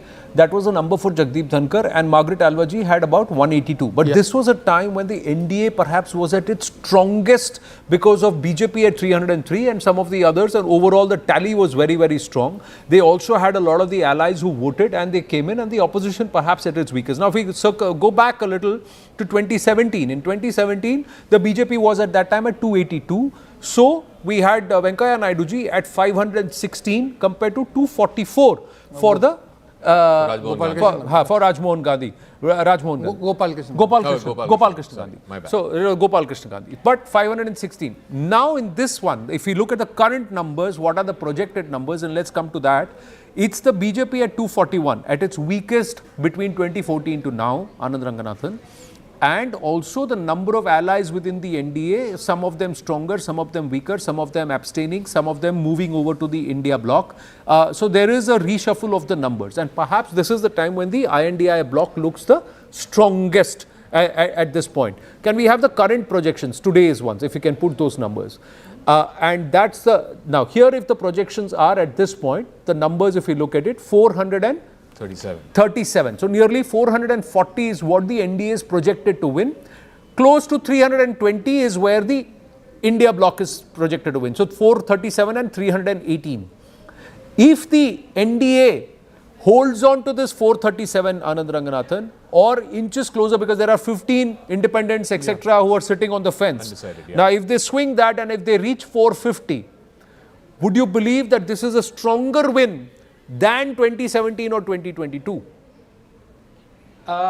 It's a double-edged sword. I mean, it's a stronger win, and you can see over the last 1 year the kind of decisions that Mr. Modi has taken. Many are saying he appears to be stronger than what he was when he had majority, and that is a normal, I would say, human psychology, that when you have good, large, bulk support, you take decisions that you possibly wouldn't have if you did not have that support, even if you were in majority. So, yes, I take your point, but the other fact also, please remember, is that despite unbelievable acrimony between Didi and Mr. Dhankar when he was the governor of Bengal, it was the TMC that abstained, if I'm not mistaken. Correct. So, that immediately removed almost about 80 to 90 or possibly more votes from the opposition last time round. So 430, 450, it doesn't really matter. I agree with Shiji. I think it's a decent number. And if at all there would be a cross voting, then Mr. Radhakrishnan would win by a bigger margin. No, it's the messaging. It's the messaging. Ki dofad kahan pe hai? Fishers kahan pe hai? Is it within the India bloc or is it within the NDA? PM Modi has tweeted, Zaka, about the picture about him voting. He's casting his ballot and also signing with in front of the polling agents. But your thoughts on these numbers and how it plays out? Look, like I said, the conversation that Payal and I had, I will make it public after the results come. But I have a feeling there will be significant... like the secret ballot, it's a secret chat. But the contents of it, I promise I shall divulge the moment the results are made official. What are the contours that you can divulge? Just repeat. So these are fruits of power, actually. I think that number for Mr. Radhakrishnan will be well above 450, simply because there will be significant cross-voting of opposition MPs in favor of the NDA candidate. Zaka, these are fruits of power. So this is not surprising. Actually, any political party that is in power or an alliance government, they always have this, capability and capacity to increase numbers, particularly when there is secret ballot, when there is conscience vote, and when there is worldly wise, political parties. So it's a combination. I will not be surprised at all. But what I'm saying is, it is not going to make much difference. Of course, it will make difference if the opposition member gets more than what it is, it is expected to win. But government getting more, side getting more votes, I will not be surprised. So Rashid ji के लिए विपक्ष टूटे तो खबर नहीं है, लेकिन सरकार टूटते हैं, सरकार, if there is a fissure there, then it is a bigger story. Yes.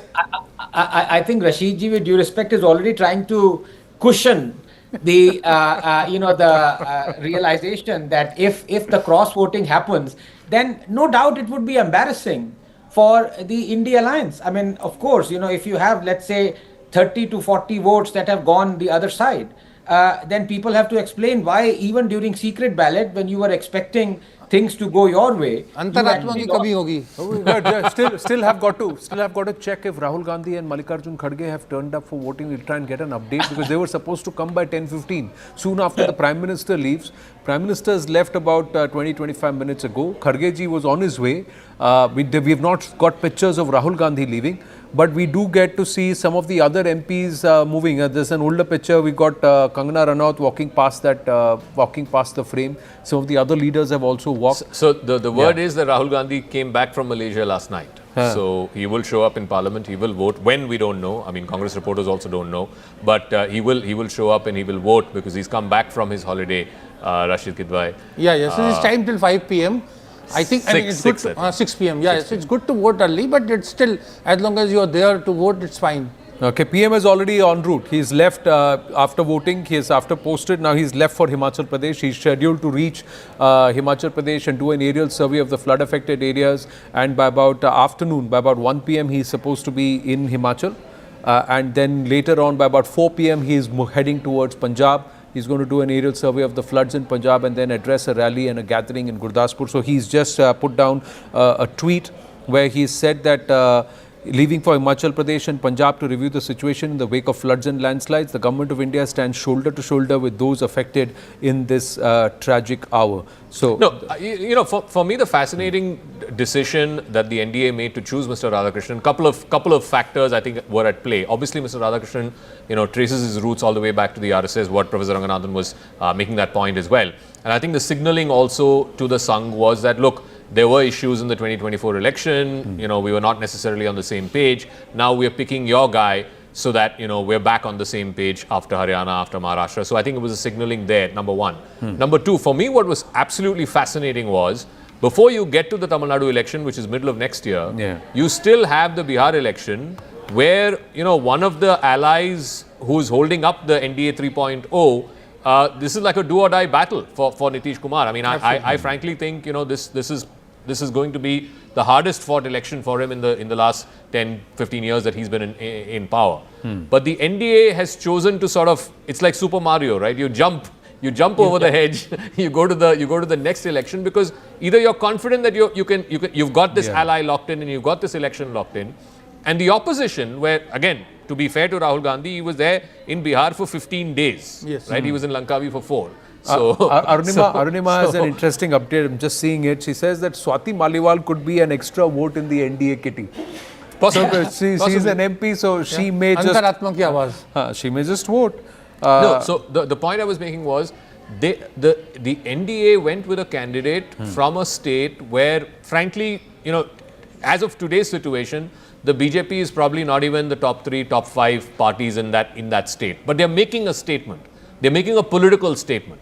When the Prime Minister goes to campaign next year in Tamil Nadu, he will say that, look, we have sent a son of the soil from this state to the second highest constitutional position in this country. Like he keeps saying about the Sengol, right? But Zaka, your formulation is very high on optics, but very little on But politics is about optics. No, substance. No. Sir, I'm saying if politics is not about optics, then what is politics about? We'll exchange notes when... In fact, if you were to do a word puzzle, Rashidji, optics, in the word politics, POLITICS, the word optics is contained in the word politics. I agree with you. But what I'm saying is, for the BJP it is more important to have some kind of alliance or have this thing understanding with captain or something like to be relevant in Tamil Nadu electorally.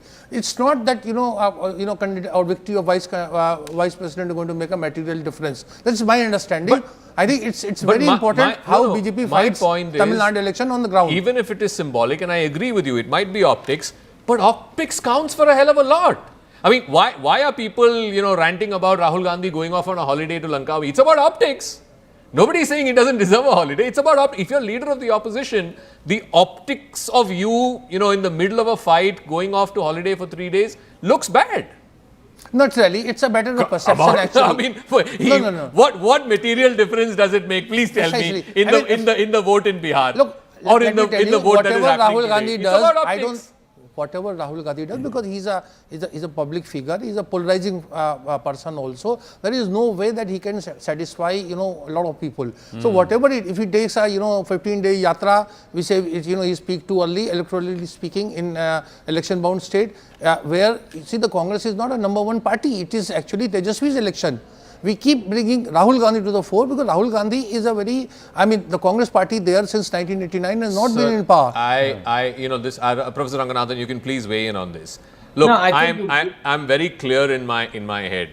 In 2029, Rashid, are you telling me that the fight is not going to be between Mr. Modi and Mr. Gandhi? Probably yes. Yeah. Then own up to it, na? If you're saying you're leader of the opposition, you're shadow prime minister, and leading a rally in Bihar for 16 days where you are numero uno, and then you're saying, no, it's not Rahul Gandhi's election, it is Tejaswi Yadav's election. Come on. No. What I'm saying is that Rahul Gandhi's perception in public life, it's the people who like him, the people who don't like him. There are. No, but that's the case with Mr. Modi also. People like him and people don't like him. So it's all about. So he cannot satisfy. He cannot cater to. He's entitled. To my mind, he's entitled for a 4-day holiday. Why not? I'm just asking a simple question. If he has a busy social life, it's good for him. Payal has just put this update. 22 trucks of relief material dispatched by the BJP Delhi government for flood impacted areas in Punjab that have already reached Jalandhar in Punjab. And Javeer Shergill, along with the district BJP president Sushit Sharma, General Secretary Ashok Sareen and others seen at the relief material control room from where items like sandals, sanitary pads, medicines, mosquito nets, drinking water, folding beds, utensils will be dispatched to all districts impacted by floods. My question, Dr. Ranganathan, is Punjab Congress was always in power. They're also doing it. It was a strong thing. Should from Bihar Rahul Gandhi not have gone straight to Punjab before the Prime Minister goes there? Yeah. If you are looking at the optics part and saying we are far more responsive than the government of the day, and especially when you're taking somebody like the Prime Minister on and you believe that you deserve to be the Prime Minister of the country, he may go whenever he chooses to go, but I'm just saying the optics, does it not matter that my first flight out from Patna... I definitely agree with you. It's an opportunity missed. He should have gone to Punjab. From Patna to Patiala straight I would have gone. I would not have gone anywhere else. I would have gone to Punjab and I would have spent 2 days or 1.5 days on ground just meeting a few people, being there before I take a break or voted here and then taken a break. I'm just saying planning the optics, is it not important? Is it not significant, especially when you're trying to send this messaging that I am the alternative to the current leader? You are jealous. No, sir. I'm not, sir. I'm looking at him. Yes, Dr. Ranganathan. No, a couple of points out here. I think it's a fantastic discussion and a sign of our times that we've become so cynical that we right now rightly believe, it is absolutely true, that optics plays a huge significant role in politics right now. And Zaka is absolutely right about the leapfrogging the Bihar elections and, choosing something in anticipation of the Tamil Nadu elections. Because let's remember, of course, I'm being very cynical out here, so I apologize if I'm, I hurt somebody's sentiments. But the fact of the matter is that Bhupen Hazarika ji was given Bharat Ratna just before the Assam elections. You had Pranab Mukherjee who was given Bharat Ratna just before the Bengal elections. So optics does matter. It matters to Narendra Modi, no doubt about it. So this is perplexing why he's leapfrog Bihar elections, as Zaka's question is very valid. But also let me now turn to Rahul Gandhi. I'll take 30 seconds. Rahul Gandhi also believes in optics. I mean, you've seen him plowing fields, you've seen him knee deep in water, you've seen him driving tractors. But here is the tragedy. We are collectively talking about and praising people who are doing flood relief, whereas we should have concentrated more on politicians who should have implemented policies that would have prevented floods. This flood in Punjab is because of mismanagement of both center and the state when it comes to taking care of embankments, when it comes to the doors of the dams being opened at the wrong time. All those things have been mismanaged by politicians, and now they are winning brownie points through optics by, knee deep in water and distributing relief. This is the tragedy of our times. No, that's true. But that's where Absolutely. again, that's where again, I think Dr. Anand is optics. absolutely Totally spot agree. on. That's Yeah. where again optics come into play. That what was not done is forgotten. What is being done is being seen. So it's again comes back to that. It's a tragic reality. The other part is those canals that have been built and canal systems that have been built for Punjab and Haryana could have been built for other states, and had the Indus Water Treaty been put in abeyance long time back, and the interlinking of rivers would happen. But we are digressing. Let's come back to what is linked to the polls today. The ballot boxes. The votes are being cast. A significant number of votes, we are given to understand, have been cast, Zaka, and by 6 p.m. till 6 p.m. this evening. There's voting till 6 p.m. and then they start counting. Because it's paper ballots and you have to count 700 plus, 750 plus, I think it'll take at least a couple of hours. So don't expect the results before 8 p.m., maybe even 9 p.m. Before the results are finally The possibility of confusion between the Reddy and Radhakrishnan. So can people stamp the wrong R and come back and say, oh no, I made this mistake? Let's ask the R in the studio. So there is no EVM there, so there is not going to be allegation. There are two Anands out here. No, there is also another R in Ranganathan there. So, oh yeah. So I think there is not going to be any confusion and all, and the paper ballot is there, so there is not going to be any allegation of EVM being not functioning properly or anything like that. Yeah. I think it's going to be very simple outcome, and Okay. Zaka, I don't think counting 700 votes would require 2 hours. I think it will come much. I think it takes a couple of hours. Anyway, we'll take a break, but our coverage continues on the other side. It's 1 hour into voting. There's another 6 plus 1, 7 more hours left of voting for the vice presidential election. Only MPs can vote, both from the Lok Sabha and the Rajya Sabha. There are 767 of them who will be taking part in the voting today. And there's no whip.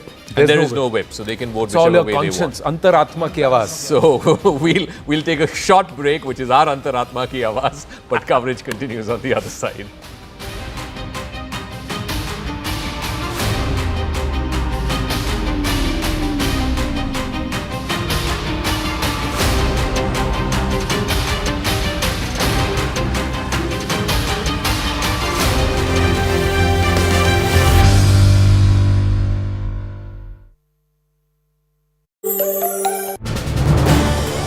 This is News 18 Network.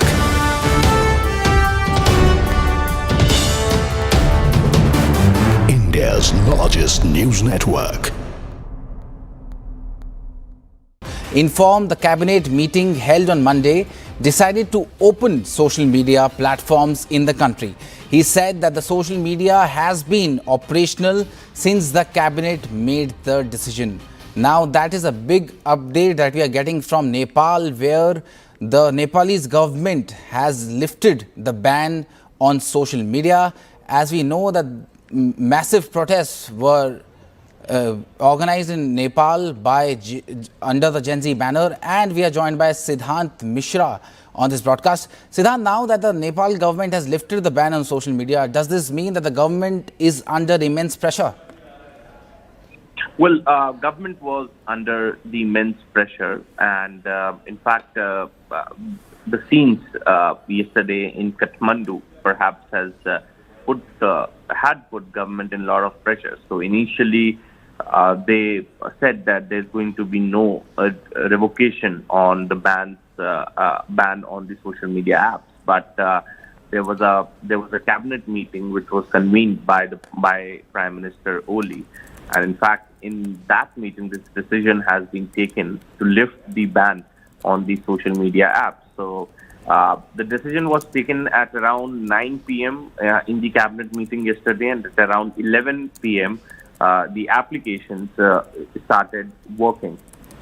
So the main point of contention, the main issue has been resolved by the Nepalese government. But first, there are other issues also, which includes corruption, nepotism. Perhaps that was also those issues were also the reasons why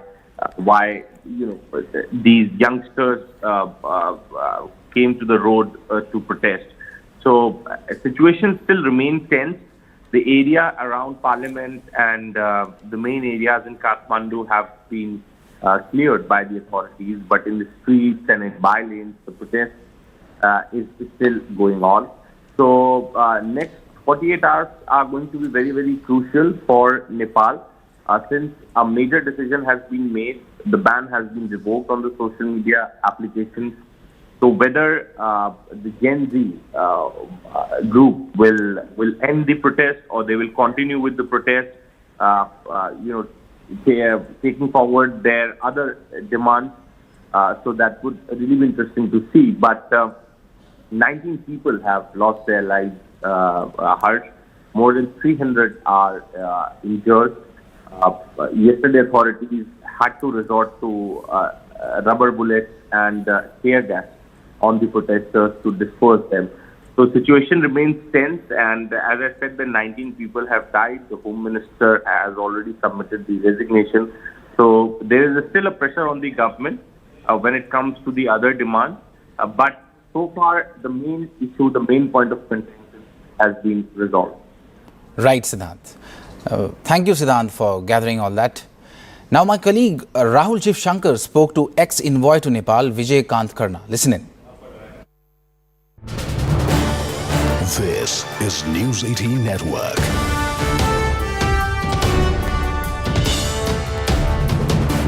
India's largest news network. Informed the cabinet meeting held on Monday decided to open social media platforms in the country. He said that the social media has been operational since the cabinet made the decision. Now that is a big update that we are getting from Nepal, where the Nepalese government has...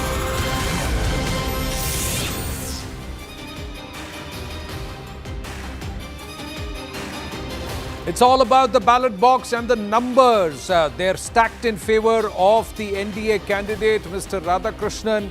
But one would also want to see, as the voting process is underway, whether or not there are those within the India bloc who switch over. If the NDA candidate polls more than 450 votes, that means there has been some amount of cross-voting. If the reverse happens, if the India bloc candidate polls more than 320 votes, that means there are those within the NDA who have voted for the India bloc. If Rahul Gandhi, leader opposition, along with Sonia Gandhi and Mallikarjun Kharge, the Congress president, are present there, and they will be casting their ballot one by one. The voting process is underway. It's all MPs of the Rajya Sabha and the Lok Sabha who will come there and vote. It's only them. Comes to about a total of somewhere around 787, if my memory serves me right. We'll get to the numbers in a bit, viewers. But importantly, there is no whip. Hardeep Puri is present there. Nitin Gadkari is walking in. Anurag Thakur has come in already. So the NDA leaders showing a certain level of unity, because the polling agents are also from across the NDA parties, with the Shiv Sena, Chandrababu Naidu's TDP having representations, along with, of course, the BJP and the JDU. So there are multiple polling agents across the NDA to show the NDA unity. These are pictures of former Congress President Sonia Gandhi present there, along with Rahul Gandhi, the leader opposition, who's present there, and of course Mallikarjun Kharge, the Congress president. So they are confident that they will put up the right numbers, but will the India bloc be able to hold its flock together and have a significant number of votes to show a strength, despite the numbers being stacked in favor of the NDA currently? But can they bridge that gap? Can they narrow that gap? That's the big question. Even as some of the NDA stalwarts and tall leaders within the Modi Sarkar are also making their entry to cast their ballot. The procedure is very clear. Till 6 p.m. the voting is on, after which the counting of the ballots. It's all paper ballots, because you got to sign, mark a thing, and then also cast that ballot into that ballot box, which looks similar to what we've created for our viewers here to watch. Payal Mehta is with us. Payal, Pallavi Ghosh is with us. Pallavi, what's the update? How many votes have been cast? Is it a steady flow? Are all the MPs making good time across political parties? Well, something which we all have been waiting for, whether Rahul Gandhi is actually going to arrive to cast his vote. Well, he just has.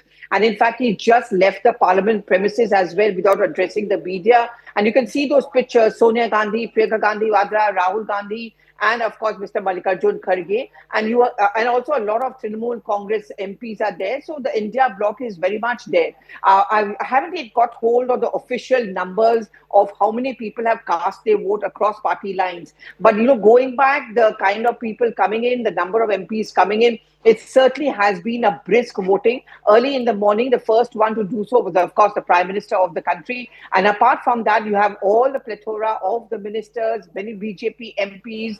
You can see, of course, people also from the other NDA MPs and ministers have cast their vote. So it seems that the first half is going to see a lot of brisk voting. And by 5 p.m., 5:30 is when there's going to be a close. And then by 6 p.m. is when the real picture begins, which is the counting of votes. Well, Pallavi, quickly, before we go across to Tom Vadakan, Sanjeev Srivastava and Anand Ranganathan, and also Rahul Shivshankar will be joining us in the studio. Pallavi, quickly, possibilities of cross-voting. NDA seems to be confident that they will have more than the numbers that are currently projected. So if the NDA gets beyond 440, if they get up to 450, will that mean it's a bigger win because they would have then shown that the India bloc is fractured? Well, apart from those who are not technically a part of the opposition, the NDA, like the BRS who are abstaining, I think what is going to be very important to see whether there really is going to be a kind of a conscience vote. It could be difficult for some of the Trinamool, the Tamil Nadu MPs, whether they are going to indulge in cross-voting. I think we'll get a clear picture. But Payal has been giving us an assessment of the government's calculation. And if you go by what figures she's put out, it is very clear the possibility of a certain amount of cross-voting cannot be ruled out. So if that cross-voting happens, then the NDA will claim that the India bloc is fissured, there are divisions there, and it's real politics. It's also optics, viewers. And if we talk about the optics, then there is Mr. Radhakrishnan, there is Mr. Reddy, and then we have the third R in the studio now, that is Rahul. Well, there was an R that was missing for a few days, but that R is back. That R is also back. That's also Rahul. That's also Rahul. He's cast his ballot apparently, and he just has, yes, indeed. And those are the pictures there. That's Sonia Gandhi casting her ballot. Very important moment, actually, isn't it, Anand? Very important moment because you've been building up to this whole event on the back of something quite, at some level cataclysmic, which was the vice president sort of being asked to basically, presumably asked to go. Whether or he decided to go, whatever, but it is unprecedented. But it's very unprecedented and something that, of course, set the rumor mills completely abuzz and brought out once again the opposition saying that this government walks over people who show a bit of a spine, want to sort of break loose. So it's an important moment in narratives also. It's a narrative setting exercise. Because there's another narrative that perhaps the NDA is strongest when the BJP is weakest. It's because 303 में वो नहीं किया जो 240 पे कर दिया है. Yes. If you look at the last 1 year, so many things that have happened. When the NDA post June 2024 looked very vulnerable, PM looked weak. The opposition was already celebrating a victory in defeat. And look at that, exactly about a year down the line, year and a half. Nara Lokesh was saying that we're there forever with the Prime Minister. No, and along with sworn enemies. That's right. TDP and the YSRCP are on the same side in the vice presidential elections. Amazing. That's an amazing balancing act. Absolutely amazing balancing act. Well, Anand, let me take this forward. Thank you very much. But important moment, as I said, viewers, because also in the narrative setting exercise, if this is a big thumping win for the NDA, they will say that, look, even within Parliament, there are people who support the Modi model. And there are people who want to align with the Modi model. And therefore, what is being said about our government, about our governance, is obviously a whole big gaslighting exercise. Well, viewers, we'll have to look at the numbers 385. Many people say that's going to be the halfway mark. We still don't know what two other important formations are going to be doing in this, the BSP and, of course, one northeastern party. We don't know where they're going to go. But let's open this up. I want to quickly go across to Pallavi. Pallavi, this is, as I said, an important moment, a watershed, Bihar elections looming, momentum could be built up. The narrative would suggest that the NDA is stronger on the ground, more unified. The India alliance fractured, and of course Payal is there also. Payal, how do you see the result? What do you think? Look, I'm not going to say it's foregone, but it would be tough to bet against an NDA win. May not be as big as the Dhankar win, but certainly it will be as imposing, at least when the narrative is stretched out. No, well, of course, numbers are not a doubt at all, Rahul, and you have to go miserably wrong to see the results go the other way around, given the fact that number calculations are clearly in favor as far as the government is really concerned. And mind you, Rahul, they've made a lot of efforts. It's not happened overnight. They've kept all the alliance partners together. They've kept them into confidence. The government flow managers are extremely confident that a lot of people will cross vote, and they are also making every vote really count. But that's similarly been the narrative as far as the opposition is also concerned. For the longest in the last two sessions, we haven't seen the likes of Sudeep Bandyopadhyay and Jagata Roy really come up to the national capital because they've been unwell. But they've been brought in today to vote. But there is a big message which is going to be there on this as well. Given the fact that the numbers are just one thing, but the Prime Minister yesterday, when he spoke, he said that many people in many countries do not want us to prosper, but we are still trying to prosper. We're trying to mitigate. India needs to become Atmanirbhar. India needs to become self-reliant. India needs to focus towards Swadeshi. So the number crunching was never a problem. Yes. As far as the NDA is concerned, the Prime Minister is looking at a larger growth and as a larger number as well. And in the Prime Minister's own word that CP Radhakrishnan has been his friend for last 40 years when both of them had black hair. And he went on to say that CP Radhakrishnan sports को बहुत पसंद करते हैं पर राजनीति में खेल नहीं करेंगे. Well, that's very interesting. Of course, CPR, as he's also called. Will he be giving CPR now to opposition dreams? That's the fundamental point, viewers. The opposition wanting to make this into a massive contest of a reckoning, really, perception. But the perception might change depending on the numbers. And let's open this up. Dr. Ranganathan, let me bring you in. Very good morning. Sanjeev Srivastava also there with us. Tom Vadakkan of the Bharatiya Janata Party. Dr. Ranganathan, how do you see it? Look, this is what is known as the hurly-burly of politics. This is where it all comes down to just pure numbers. And of course, numbers, you know how that goes. Morning, Rahul, and good morning to everyone. Yes, you're right in one sense, and also true that the VP election results have always gone as expected. I mean, it's never sprung a surprise. So I don't think this time round it's going to be any different. The only surprise could be a little bit of embarrassment for the opposition if there is cross-voting because, of course, as you know, the secret ballot. And Mr. Radhakrishnan gets more votes than what he or the NDA anticipates. It might turn out to be true. But I think the opposition has missed a trick out here, especially Rahul Gandhi. I mean, in the last 2 years, all what we've heard from him, every time he takes the mic, is that Dalits, Adivasis, tribals, SC/STs or OBCs को उनका हक मिलना चाहिए.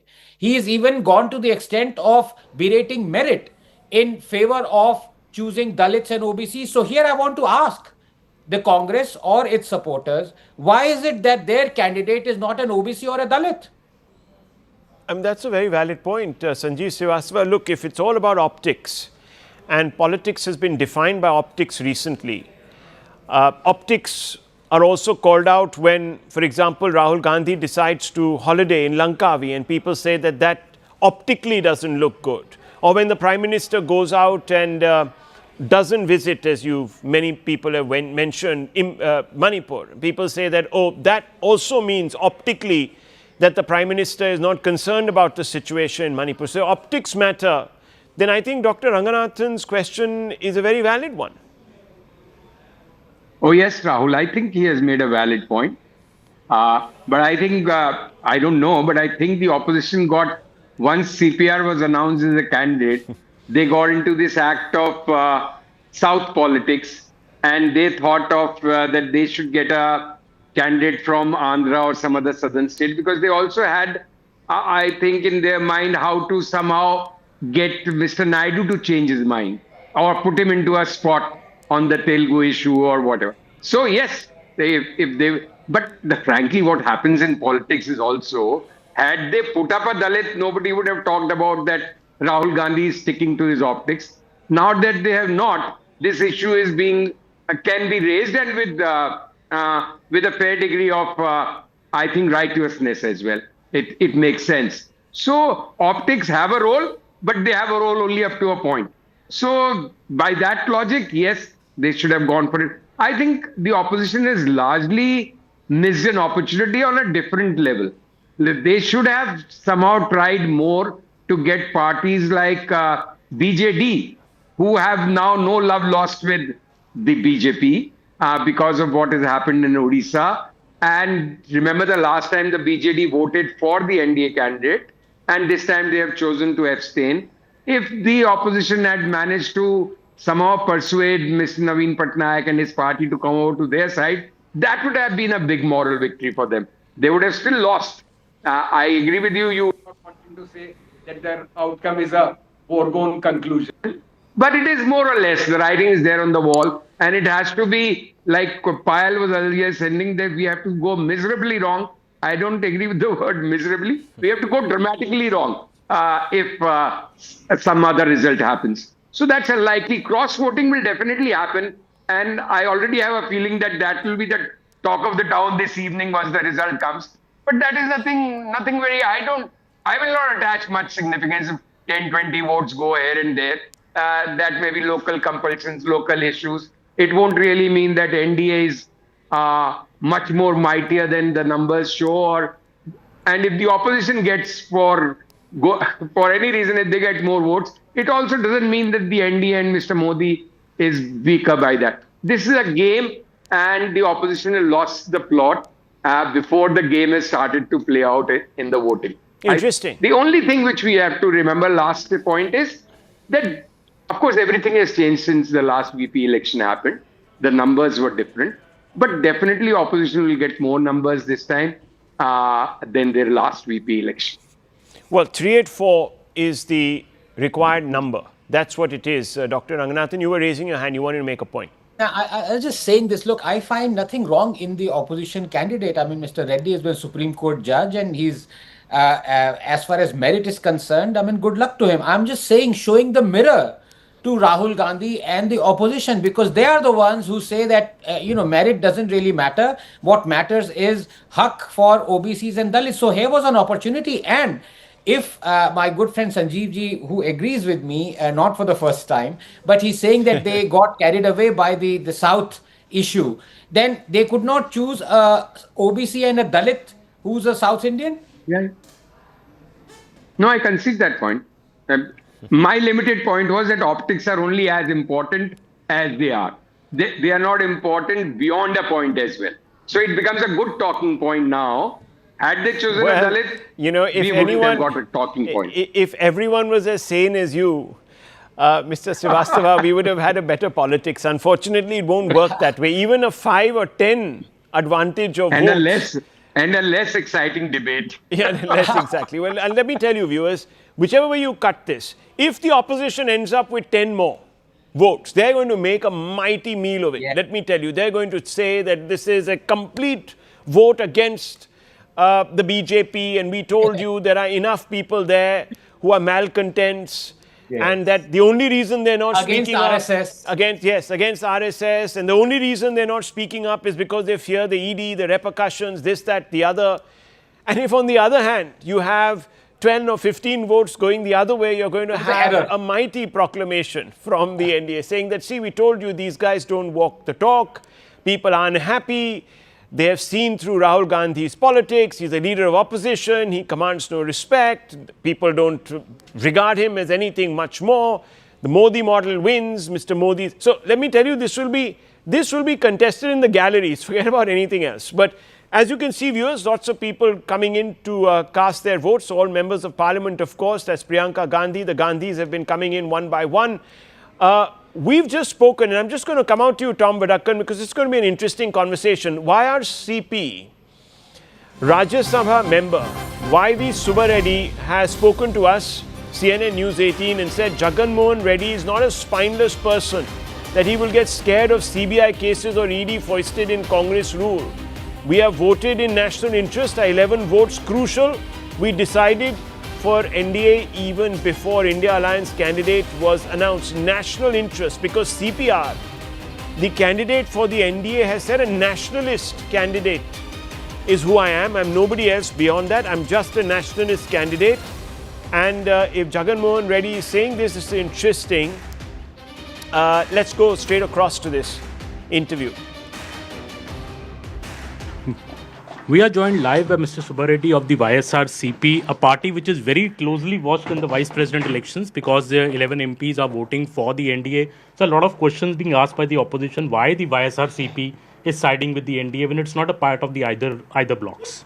In the interest of the country, this is a prestigious election, constitutional highest position.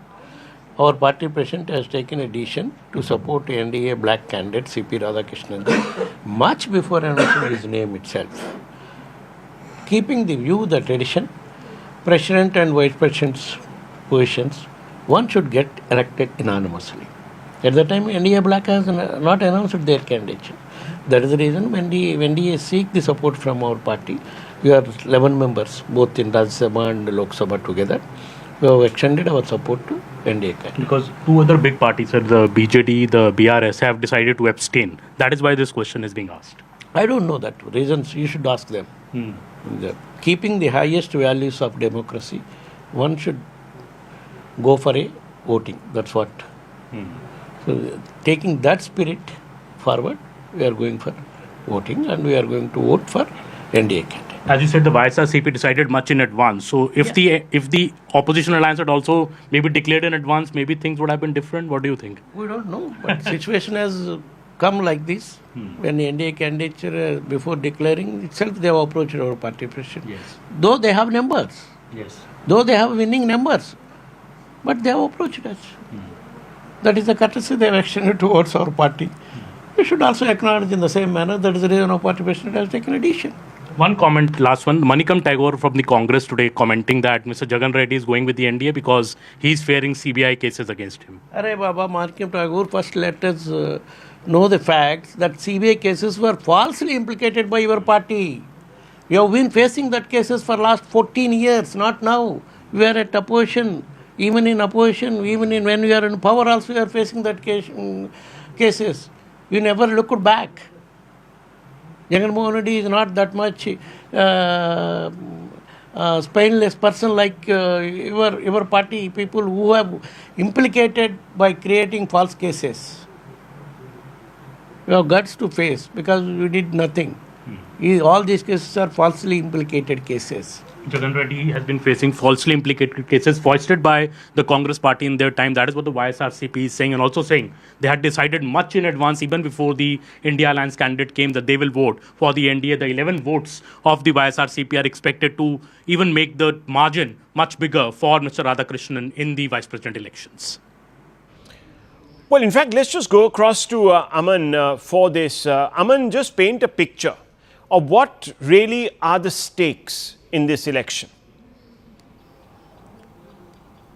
Well, see, Rahul, one thing is very clear. There are three key parties in this election. One is the YSRCP with 11 MPs. The other is the Biju Janata Dal with 7 MPs and the BRS with 4 MPs. The BRS and the BJP have decided to abstain. So 11 MPs of theirs are abstaining. But the YSRCP with 11 MPs is backing the NDA candidate. And this is raising a lot of question marks because Jagan Mohan Reddy has neither been in the NDA camp nor the INDI bloc. We just spoke to Mr. Sudershan Reddy, the conversation we played out, and Congress in the morning accusing the YSRCP of siding with the NDA because they say Jagan Mohan Reddy is fearing CBI action, CBI cases against him, to which now YSRCP is giving a very, very spirited counter-attack, saying that, these CBI cases against Jagan Reddy were actually foisted by the Congress party in their term. And Jagan Reddy has been fighting these cases for many, many years. Yeah, but they remain a Damocles sword that hangs over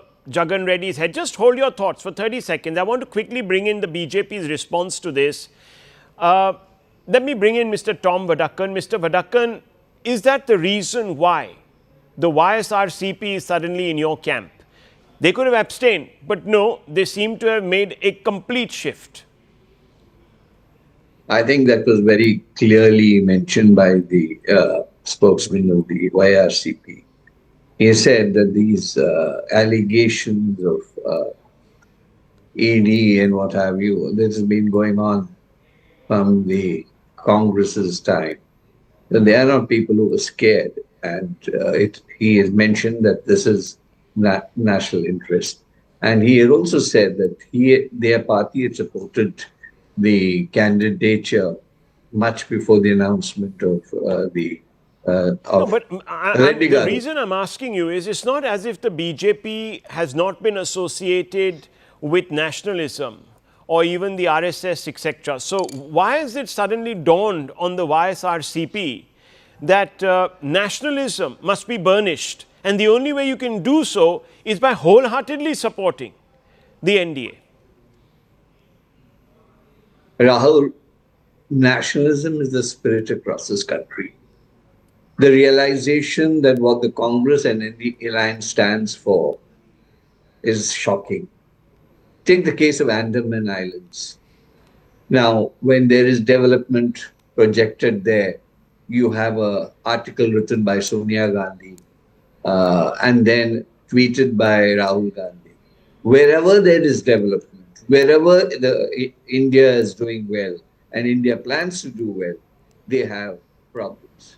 So it is a chronic problem with the Congress party that they raise issues which are anti-India. So this realization has crystallized into huge nationalism across the board. Now let me also go a little further. You talked about optics. Now you had a Chief Justice, not Chief Justice, he was a Supreme Court judge. Yeah. And he's photographed with Lalu Prasad ji. What kind of a message is he sending? There were his brethren who supported him. And where are they? They have not said a word. And then remember what the Home Minister had pointed out on the Naxalite issue. What was his positions and what position he took against the Naxalites? So these are issues that people are thinking, and these are issues which will be discussed. And then Reddy Garu talks about the soul of democracy. I don't know what soul he is talking about, whether it's a shoe soul or a human soul. See, when you mix with people, and Lalu Prasad is not even a voter. Look, fine. Lalu Prasad obviously has been convicted, not a voter, not even in parliament, as you said. But Jagan Mohan Reddy has been called all sorts of things by the NDA. You just have to look at what Chandrababu Naidu has had to say about him over the last 2 years. And suddenly, being in your camp, he seems to have become a whitewashed leader. I mean, I do find this slightly jarring. But look, I'm going to take a very short break and I'm going to pick up this thread with you and the guests in just a few moments, because this thread of hypocrisy, viewers, runs across the board. Let me tell you that. We're right back.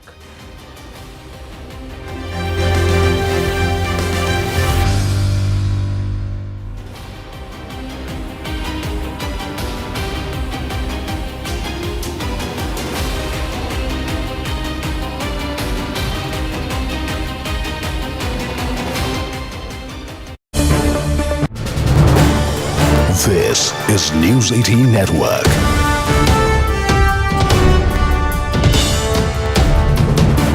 India's largest news network. Informed the cabinet meeting held on Monday decided to open social media platforms in the country. He said that the social media has been operational since the cabinet made the decision. Now that is a big update that we are getting from Nepal, where the Nepalese government has lifted the ban on social media. As we know that massive protests were organized in Nepal by under the Gen Z banner, and we are joined by Siddhant Mishra on this broadcast. Siddhant, now that the Nepal government has lifted the ban on social media, does this mean that the government is under immense pressure? Well, government was under the immense pressure, and in fact, the scenes yesterday in Kathmandu perhaps has had put government in a lot of pressure. So initially, they said that there's going to be no revocation on the ban on the social media apps, but there was a cabinet meeting which was convened by Prime Minister Oli. And in fact, in that meeting, this decision has been taken to lift the ban on the social media apps. So the decision was taken at around 9 p.m. In the cabinet meeting yesterday, and at around 11 p.m. The applications started working. So the main point of contention, the main issue has been resolved by the Nepalese government. But first, there are other issues also, which includes corruption, nepotism. Perhaps that was also those issues were also the reasons why these youngsters came to the road to protest. So situation still remains tense. The area around Parliament and the main areas in Kathmandu have been cleared by the authorities, but in the streets and in by-lanes, the protest is still going on. So next 48 hours are going to be very, very crucial for Nepal. Since a major decision has been made, the ban has been revoked on the social media applications. So whether the Gen Z group will end the protest or they will continue with the protest, they are taking forward their other demands. So that would really be interesting to see. But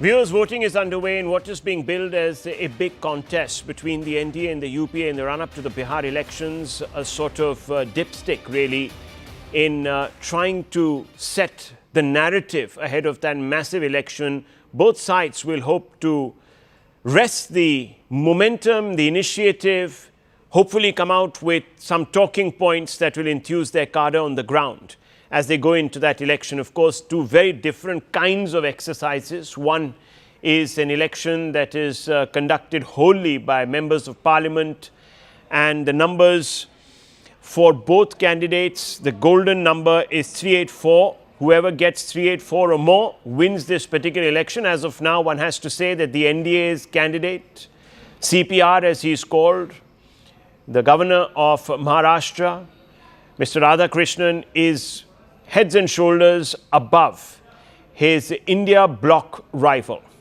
Mr. Reddy, Justice Reddy rather. And viewers, as things stack, there is a lot of talk about cross voters and cross voting. Remember, this election is held without a whip being issued to anyone. So it's a conscience vote, and therefore MPs can legitimately cross-vote. And that's what makes this contest interesting, because it tells you who really commands the attention of the House. There might be parliamentarians who, obviously fearing repercussions, fearing disqualifications, may not want to vote alongside their political party because they might think the other side is making a better point, has connect with the public, and therefore they don't want to be seen, of course, as working against that alliance, that bloc, or that particular party, or that particular leader. But viewers, as this contest plays out, there's another contest, and I'm going to come back to our guests in just a short period of time. But I have to take some breaking news. There's another contest of a very different, violent kind taking place on the streets of Nepal. Following violent protests that left about 19 dead and over 300 injured yesterday, the Nepalese government has lifted its own order banning internet. But viewers, that hasn't stopped the public from hitting the ground again. These are live pictures from Kathmandu, and what we are hearing now is that there have been a number of attacks that have been taking place against government officials. In fact, we are being told that at least 2 cabinet ministers, their homes have been targeted. People are restive. They're in unforgiving mood. The Oli government, Prime Minister Oli's government, that's the individual. That's what he looks like, the Prime Minister there. His government, which is, let me put it in context for you viewers, a very pro-China government, by the way, wants to put distance between Kathmandu and New Delhi, wants to cozy up to Beijing, is facing the wrath of the public because of allegations of widespread corruption, allegations of dominance which crushes dissent, and worse, in trying to also curb the freedom of expression by policing the internet. And this has brought masses of people out, viewers, as they see their government is not representing their interests. I want to go across to Siddhant. Siddhant, what's the update that you're getting? Well, that's right, Rahul. Two of the ministers in the Oli government have submitted their resignation to the Prime Minister. In fact, they both have told us that they have resigned on the grounds of morality, as 19 people have lost their lives. Situation still remains tense. In fact, the curfew is still in place in Kathmandu. In fact, as you rightly said, some of the senior ministers and former prime ministers' residences have also been targeted by the protesters. And what we could understand, Rahul, at this point in time is that protesters are on seat, and with each passing hour, there is a pressure increasing on Prime Minister Oli to resign. But what we are picking from people close to Prime Minister Oli is that he is not ready to resign, and perhaps he's going to continue as the Prime Minister. And till the time he will continue as the Prime Minister, this protest will continue. So yesterday, the ban on social media platforms was revoked, but that had very little impact on the ongoing protests, because protesters have to say that it was not only about the ban on the social media platform, but it also has to do with corruption, with nepotism in the government, rising unemployment, cost of living, etc. So they say there are a lot of issues, and the Oli government has failed them miserably in last couple of years. So the protest is against the government. So right now, situation is tense as far as Kathmandu is concerned. In fact, Indian government has also come up with a statement, Rahul, and the Indian government has, Indian government says in the statement that we hope that all concerned will exercise restraint and address any issue through peaceful means and dialogue. Right. In fact, Indian government also advised Indian nationals in Nepal to exercise caution and adhere to the steps and guidelines issued by the Nepalese authority. So Indian government is monitoring the situation in Nepal very, very closely. And Rahul, this was in the making from a very long time. In fact, in February, we saw pro-monarchy campaign against the government. In fact, there was a demand for the return of monarchy in Nepal, because people feel that democracy has failed them. And there have been more than 18 governments in last 25 years, if I'm not mistaken. So, that is the level of, that is one of the reasons for the frustration and the anger of people against the government and the politicians. Also, one of their demands, Rahul, is that now the baton needs to be passed on to the new generation of leaders, coming up in Nepal, because these are the old veterans who are running the country, and the young generation feel that they are unable to handle the crisis. They are unable to manage the country. So the baton needs to be passed on to the new generation. So this was in the making, Rahul, from a very long time, and now we're getting to know that two ministers have already resigned, and pressure is mounting on Prime Minister Oli to tender his resignation. But that doesn't seem to be the only demand. I mean, even if Oli does step down, that doesn't really mean, Siddhant, that the government redeems itself in any way, because the accusations are fairly deep and they cut across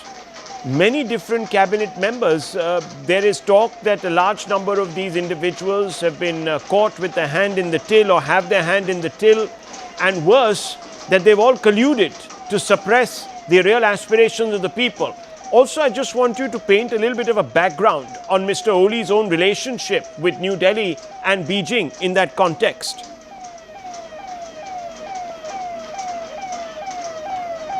Siddhant, are you there?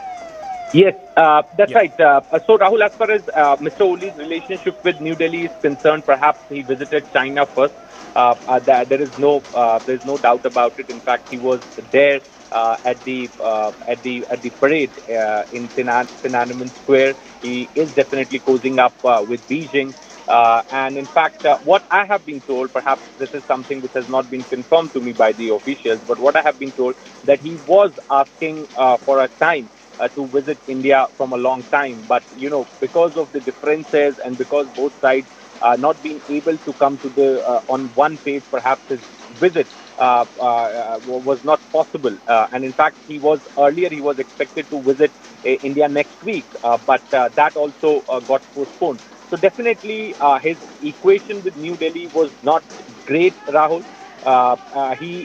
New Delhi always looks at him with somebody who is cozying up with China. In fact, the strategic experts here, the think tankers, they all Okay, believe that he's somebody. Siddhant, just hold your thoughts, because we're getting indications that Prime Minister Oli is likely to resign. They've already been buffeted by 3 resignations from among his cabinet. Home Minister Ramesh Lekhak, important member obviously, has quit. Agricultural Minister Ramnath Adhikari has also put in his papers. Pradeep Paudel, the Health Minister in the Oli government, has also put in. So these are weighty portfolio holders, and they've all thrown in the towel, saying that, look, we want to distance ourselves from this government that is made of kleptocrats, according to some individuals, nepotists and authoritarians. So you're seeing basically 3 ministers go. There might be others who want to quickly cauterize this and distance themselves from the crackdown. The crackdown yesterday that claimed almost, viewers, 24 lives, and that's a big number in a small country. It's a big number of youth, and many people have been accusing the government of having the blood of innocent children, youth on their hands. Many people have been taunting the government for using the kind of tactics that you're seeing, because this protest was initially peaceful and then suddenly something changed. The government thought that they'd got too close to government buildings and decided to push back the protesters, which resulted, as it always does, in skirmishes. We don't know, of course, if some of these protesters or protests had been infiltrated by other elements, sometimes, viewers, to justify a crackdown, sometimes to also impose curfew or emergency. So a lot of scenarios. New Delhi taking a distant view, saying that we hope that peace prevails, that both sides work out some sort of a solution via media. But that's going to be difficult, given the scenes that we're seeing and the fact that the youth, Gen Z as they brand themselves, are not backing down. They have continued their protest for a second day. It's going to lead to repercussions. They're going to force the hand of the government, and there's going to be more clashes. You can already see tear gas shells being fired, mild lathi charge.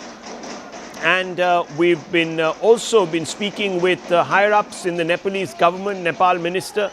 We've just spoken to one, and the situation is very precariously placed in the mountain kingdom, in the Himalayan kingdom, and it appears that KP Oli, the Prime Minister, might actually be contemplating stepping down. Now, this would mean further instability.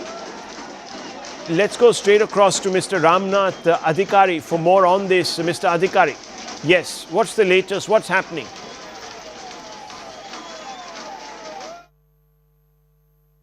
आपने resign कर दिया है sir? मैले राजीनामा दिएको छु। अच्छा, आपने राजीनामा दिया है?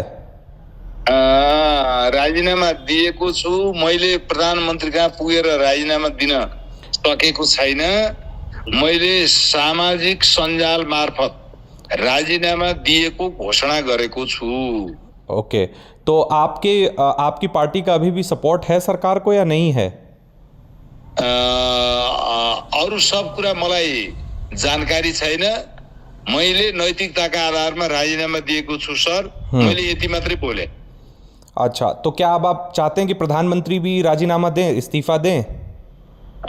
थप कुरा म नगरौँ। हाँ जी, म थप कुरा नगरौँ। अच्छा, और आगे आपको क्या लगता है कि ये जो सरकार है ये बचेगी नेपाल में? धन्यवाद। म संघीय लोकतान्त्रिक गणतन्त्र प्रति विश्वास गर्ने एउटा कार्यकर्ता, नेपाली कांग्रेसको कार्यकर्ता भएका कारणले संघीय लोकतान्त्रिक गणतन्त्रको संस्थागत विकासका लागि लाग्छु। हालका लागि मैले राजीनामा दिएको छु। Well, let's go straight across to Anand. Anand, you're getting some updates. Siddhant has just spoken, and this is a CNN News 18 exclusive. Ramnath Adhikari, we just heard him. He has spoken in a mix of Nepali and Hindi, but he has said, I have given my Razinama. And this is soon after the Nepal Home Minister. So there is clear fissures within the Nepal government, and that means there is pressure on KP Sharma Oli also to resign. And this is despite the social media ban being removed. But the protests are still on. It looks like matters have reached a tipping point, a boiling point, and things have spiraled beyond KP Sharma Oli's control. And we are seeing a Bangladesh redo, Rahul, in the region. So another region, another nation within the subcontinent that now sees perhaps an overturn of the elected government or the incumbent government because of protests spiraling onto the streets and led by youth. So there are a lot of boxes which are being ticked vis-a-vis what happened in Bangladesh, although the situation is different. And within Nepal, there has been pro-monarchy protests which have happened over the last month and a half or 2 months. Nepal has been constantly in protest mode for various reasons. Here it seems like Ami Nepal, which is a non-governmental, non-profit organization, which was leading these protests and which was organizing these protests. It was supposed to be a peaceful gathering. The central government had given, Nepalese government had given permission for these protests, but things spiraled out of control because the authorities did not realize that there's going to be such a huge turnout. And the social media ban perhaps just was the final nail or the tipping point for the protests to burst onto the street. Now we are given to understand there are alternative candidates like Mr. Deoba, Sherbadur Deoba or Aruba Deoba, his wife, who could perhaps be the alternative candidate, and there could be a toppling of the government, the incumbent government, the current government in Nepal.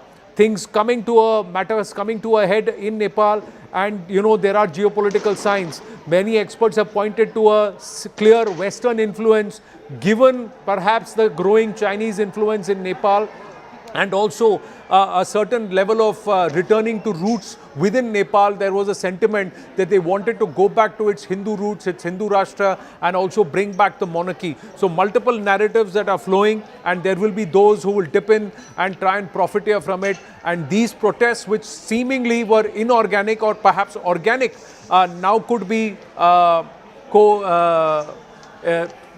taken on, and there would be others who would then come in and appropriate these protests towards their political gain. So these are also developments that are happening, and where, of course, there is the other dynamic that have social media and big tech firms become so strong and so influential that they can topple governments. Those questions also being raised. But social media played a huge role in Nepal beyond just communication and dissemination of information. It was also a means of livelihood. Although it's just 1 or 2 days that these apps have been banned. So should the protests spill onto the streets because of that is another logical question that's being asked, Rahul. Multiple layers, but unprecedented situation here, and things are not in the control. It's very unusual for an army to shoot at people point blank on their foreheads. 13-year-olds, 16-year-olds, 18-year-olds, 20-year-olds have died because of shooting by the authorities, by the cops, by the security forces. Now, well, no doubt. प्रदर्शन है, लोग सड़कों पे हैं। हाँ, यहाँ की senior journalist हैं जो कल पूरे प्रदर्शन में यहाँ पर जाबाजी से रिपोर्टिंग कर रही थी। एंजिला हमारे साथ यहाँ पर मौजूद है। आप कल के बारे में बताइए, कल की और आज की स्थिति में क्या फर्क मिल रहा है? थोड़ा चलते चलते हुए आइए। नहीं, वो क्या है कि कल का भी स्थिति तो यही था, लेकिन इतना नहीं था जो हमने सोचा है, जो अनुमान किया था। ऐसा हालत नहीं हो सकता है, लेकिन क्या है, यहाँ के सरकार फिर दमन कर रहे हैं, दमन कोशिश कर रहे हैं। यहाँ के प्रधानमंत्री वो इस्तीफा के खिलाफ में है। तो कल तो यहाँ के गृह मंत्री रमेश लेखक ने इस्तीफा दे दिया, लेकिन प्रधानमंत्री का इस्तीफा का इंतजार में अभी का जैन जी का आंदोलन है। वो इस्तीफा के लिए वो मन नहीं कर रहे, बिल्कुल इस्तीफा के वो इस्तीफा से गलत तरीका से चल रहे हैं, वो दमन कर रहे हैं। जब दमन करेगा तो विस्फोट। आप कल कहाँ फंस गए थे? आप कहाँ से रिपोर्टिंग कर रहे थे कल? मैं मेरे घर से निकल के मैं रिपोर्टिंग किया था। वो कोशिश है कि वहाँ से भी पुलिस ने फायर किया था। देख रहे हैं यहाँ पे एंजिला, यहाँ पे आग लगा रखी है। ये कौन सा इलाका है? ये किस तरफ रूट जाता है? देखिए वहाँ भी मेरे कैमरा पर्सन जरा दिखाएंगे, आप बोलते रहिए। ये तस्वीरें दिखाएंगे। ये बुढ़ा नीलकंठ एरिया है, जहाँ शेरबहादुर देवा अभी का जो कोलिशन गवर्नमेंट है, नेपाली कांग्रेस का सभापति शेरबहादुर देवा के इलाके मानते हैं ये एरिया, और अभी का परराष्ट्र मंत्री आरजू देवा का इलाका है। इसके लिए है वहाँ के घर, शेरबहादुर देवा और परराष्ट्र मंत्री के घर में भी आग लगा दिया है जैन जी ने। और आज का आंदोलन का नाराज बर्दाश्त नहीं कर सकते हैं, लेखा जोखा नहीं है, क्या हो सकता है इसमें, क्या क्या है। अब फिर नेपाल की सरकार और नेपाल के गवर्नमेंट इसको सही तरीके से नहीं लाते हैं, एड्रेस नहीं करते हैं, तो इसके लेखा जोखा हिसाब किताब कोई देखा है। जो लेखक थे, जो यहाँ के गृह मंत्री हैं, कल उन्होंने नैतिक जिम्मेदारी ली, कांग्रेस के बड़े लीडर है और उन्होंने इस्तीफा दे दिया। फिर सूचना प्रसारण मंत्री को यह ऐलान करना पड़ा कि जो सोशल मीडिया पे बैन है उसे हटाया जा रहा है। कहीं ना कहीं सरकार को बैकफुट पे आना पड़ा, लेकिन बहुत देर से आया जब 20 लोगों की मौत हो गई, 18 से 20 लोगों की नहीं, ज्यादा है। यहाँ सिर्फ काठमांडू का 20 का आकलन है और आंकड़ा है, बाहर काठमांडू के बाहर की सड़क में 20 से ज्यादा भी है। हो सकता है संख्या धीरे धीरे बढ़ रहा है। इसके लिए वो जोश में है, जो जांगर में है, वो आक्रोश में है। युवा लोग बहुत आक्रोश में थे, आज से बहुत आक्रोश में है युवा लोग। आप देख सकते हैं रोड में टायर जलाकर आंदोलन को आगे आगे बढ़ा रहे हैं, घर नेता के घर तोड़फोड़ कर दिया है। इसके लिए आज का आंदोलन का लेखा जोखा हिसाब किताब कोई नहीं है। ये बताइए, जेनजी ये रिवोल्यूशन जो है, इसको क्या कोई लीडर, कोई संगठन लीड कर रहा है कि ये आम लोगों का है, आम सिटीजन का है, युवाओं का है? इस बार के आंदोलन क्या है कि बांग्लादेश मॉडल में जा रहा है। इसमें नो लीडर है, no political party, no anybody. सिर्फ वो जेनजी का मीन्स वो युवा का संख्या का एक दर है जो कि 18 तो 25 तक 28 तक वो युवा वो बोल रहे हैं कि कल मैंने भी इंटरव्यू लिया था कि आपका लीडर कौन है। वो बोल रहे हैं हम जो सड़क में है, जो रोड में है, वो सारे लीडर है, वो सारे अध्यक्ष है। तो देखिए, बिल्कुल ये यहाँ की जर्नलिस्ट हैं, यहाँ की जमीन से ये बहुत अच्छे से वाकिफ हैं और कल किस तरह से पूरा घटनाक्रम रहा, किस तरह से लोगों की मौत हुई और उसके बाद से कैसे लोग जो हैं वो सड़कों पे आए, प्रदर्शन किया, उसकी ये चश्मदीद हैं। आज भी हमारे साथ हैं, हम पूरे दिन हमारे साथ ये रिपोर्टिंग करेंगी, हमें उस हर जगह पे ले जाएंगी जहां पर कि कल हिंसक झड़पें हुई, जहां पर कि आगजनी हुई, गोलीबारी हुई और उसके बाद लोगों की मौत हुई। Well, let's very quickly, viewers, give you a bit of a backdrop of what really is transpiring. There has been a huge public backlash to the government of KP Oli. KP Oli, viewers, is a communist leader. He is part of the boss, really, of the Communist Party of Nepal. He is someone who came to power very consequentially on the back of difficult relations between Kathmandu and New Delhi. This, I'm talking about, dates back to about 2015, 2016.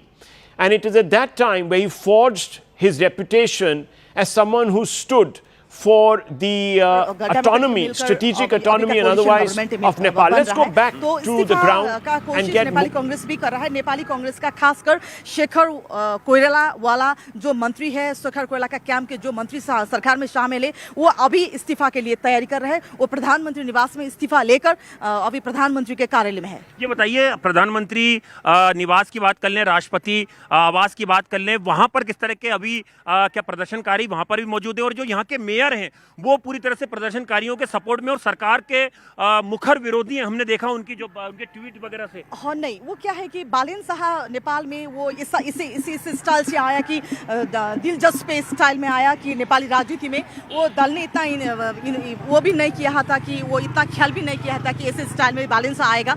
Balen Shah के youth का जो है ना, youth उसने इतना support कर रहा है कि उसको आगे बढ़ाने के लिए, आगे लाने के लिए उसको बहुत कोशिश कर रहा है। इसके लिए मेरे ख्याल में बालेन शाह को यूथ ही सपोर्ट कर रहा है। आगे आज राजनीति क्या हलचल रहने वाली है काठमांडू में, कैबिनेट की, सरकार की आगे क्या रणनीति रहेगी? देखिए, सोशल मीडिया पे जो बैन है उसको हटा लिया गया है, कर्फ्यू जो है वो अभी लगा हुआ है, लेकिन हम देख रहे हैं सड़कों पे अभी भी लोग अपने घरों के अंदर हैं, आम रोजगार बंद है, दुकानें बंद हैं, प्रदर्शनकारी अपनी मांगों को लेके हैं। सुना अस्पताल में भी कुछ पत्रकारों के साथ, कुछ लोगों के साथ मारपीट की गई।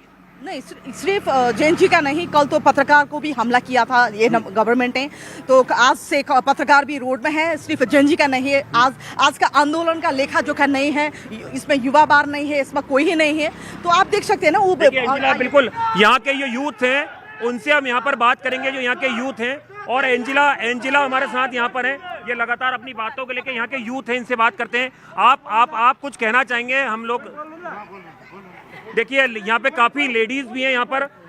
मैम, हाँ, हम लोग दिल्ली से हैं, नेशनल चैनल से हैं। आप अपनी बात रखना चाहेंगी? आप यंगस्टर हैं, आप लोग ही सड़कों पर हैं। आप लोग करेक्ट ब्रॉडकास्टिंग ही नहीं करते। मैम, आप अपनी बात रखिए। आप क्या कहना चाहते हैं? आप नेपाल के सिटीजन हैं। Okay, I will speak in Nepali. हाँ, तपाईहरु करेक्ट हेडलाइन नै राख्नु हुँदैन। यो प्रोटेस्ट खाली सोशल मिडियाको मात्र होइन, this is against corruption. all the Nepo babies who are leaving, unemployment, everything. So it is not limited to only social media ban, okay? तो मैम आगे आपकी स्ट्रेटेजी क्या रहेगी आप लोगों की? देखिए बिल्कुल एंजिला, हम देख रहे हैं प्रदर्शन जरूर कर रहे हैं, कैमरे पे शायद नहीं बोल पा रहे हैं लेकिन अपनी बातें, लेकिन अवाम तक, सरकार तक जरूर ये अपनी बात पहुंचाना चाह रहे हैं, इसलिए सड़कों पर हैं। नहीं, वो देख सकते हैं आप, वो 22 साल की उम्र के 18 साल की उम्र की बच्चा लोग आंदोलन में शामिल हो रहा है। इस देश में क्या है कि अभी भ्रष्टाचार सरकार को खिलाफ में जाकर भ्रष्टाचार सरकार को शट डाउन करके नई सरकार, नई संविधान निर्माण करके नेपाल को नई दिशा देना चाहिए। तो अभी का जो नेपाल कम्युनिस्ट पार्टी का प्रधानमंत्री केपी शर्मा ओली है, वो अभी भी जिद्दी कर रहे हैं, वो हट कर रहे हैं, वो त्याग नहीं कर रहे हैं, वो ये बात को नहीं मान रहे हैं। इसके लिए देश आग से जल रहे हैं, ये काठमांडू शहर नहीं। हमने देखा था कुछ टाइम पहले भी यहाँ पर ऐसा ही प्रदर्शन हुआ था, ऐसे ही लोग सड़कों पे थे। क्या ये उसकी दूसरी तस्वीर है? ये नहीं, इससे पहले आप देख सकते हैं, इससे पहले नेपाल में आंदोलन हुआ था 2-3 महीने पहले राजशाही की मांग लेकर।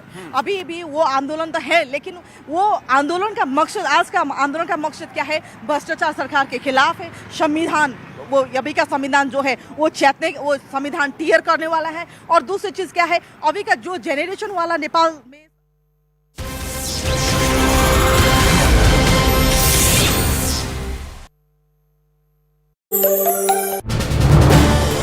This is News18 Network.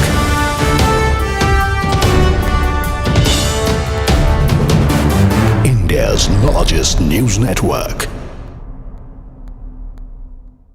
Informed, the cabinet meeting held on Monday decided to open social media platforms in the country.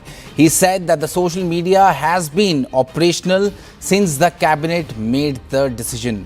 Now that is a big update that we are getting from Nepal, where the Nepalese government has lifted the ban on social media. As we know that massive protests were organized in Nepal by under the Gen Z banner, and we are joined by Siddhant Mishra on this broadcast. Siddhant, now that the Nepal government has lifted the ban on social media, does this mean that the government is under immense pressure? Well, government was under the immense pressure, and in fact, the scenes yesterday in Kathmandu perhaps has had put government in a lot of pressure. So initially, they said that there's going to be no revocation on the ban on the social media apps, but there was a cabinet meeting which was convened by Prime Minister Oli.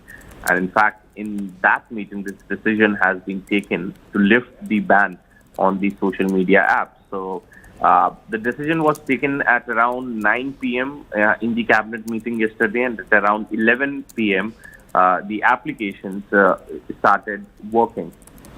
So the main point of contention, the main issue has been resolved by the Nepalese government. But Harsh, there are other issues also, which includes corruption, nepotism. Perhaps that was also those issues were also the reasons why these youngsters came to the road to protest. So situation still remains tense. The area around Parliament and the main areas in Kathmandu have been cleared by the authorities, but in the streets and in bylanes, the protest is still going on. So next 48 hours are going to be very, very crucial for Nepal, since a major decision has been made. The ban has been revoked on the social media applications. So whether the Gen Z group will end the protest, or they will continue with the protest, they are taking forward their other demands. So that would really be interesting to see. But 19 people have lost their lives, Harsh. More than 300.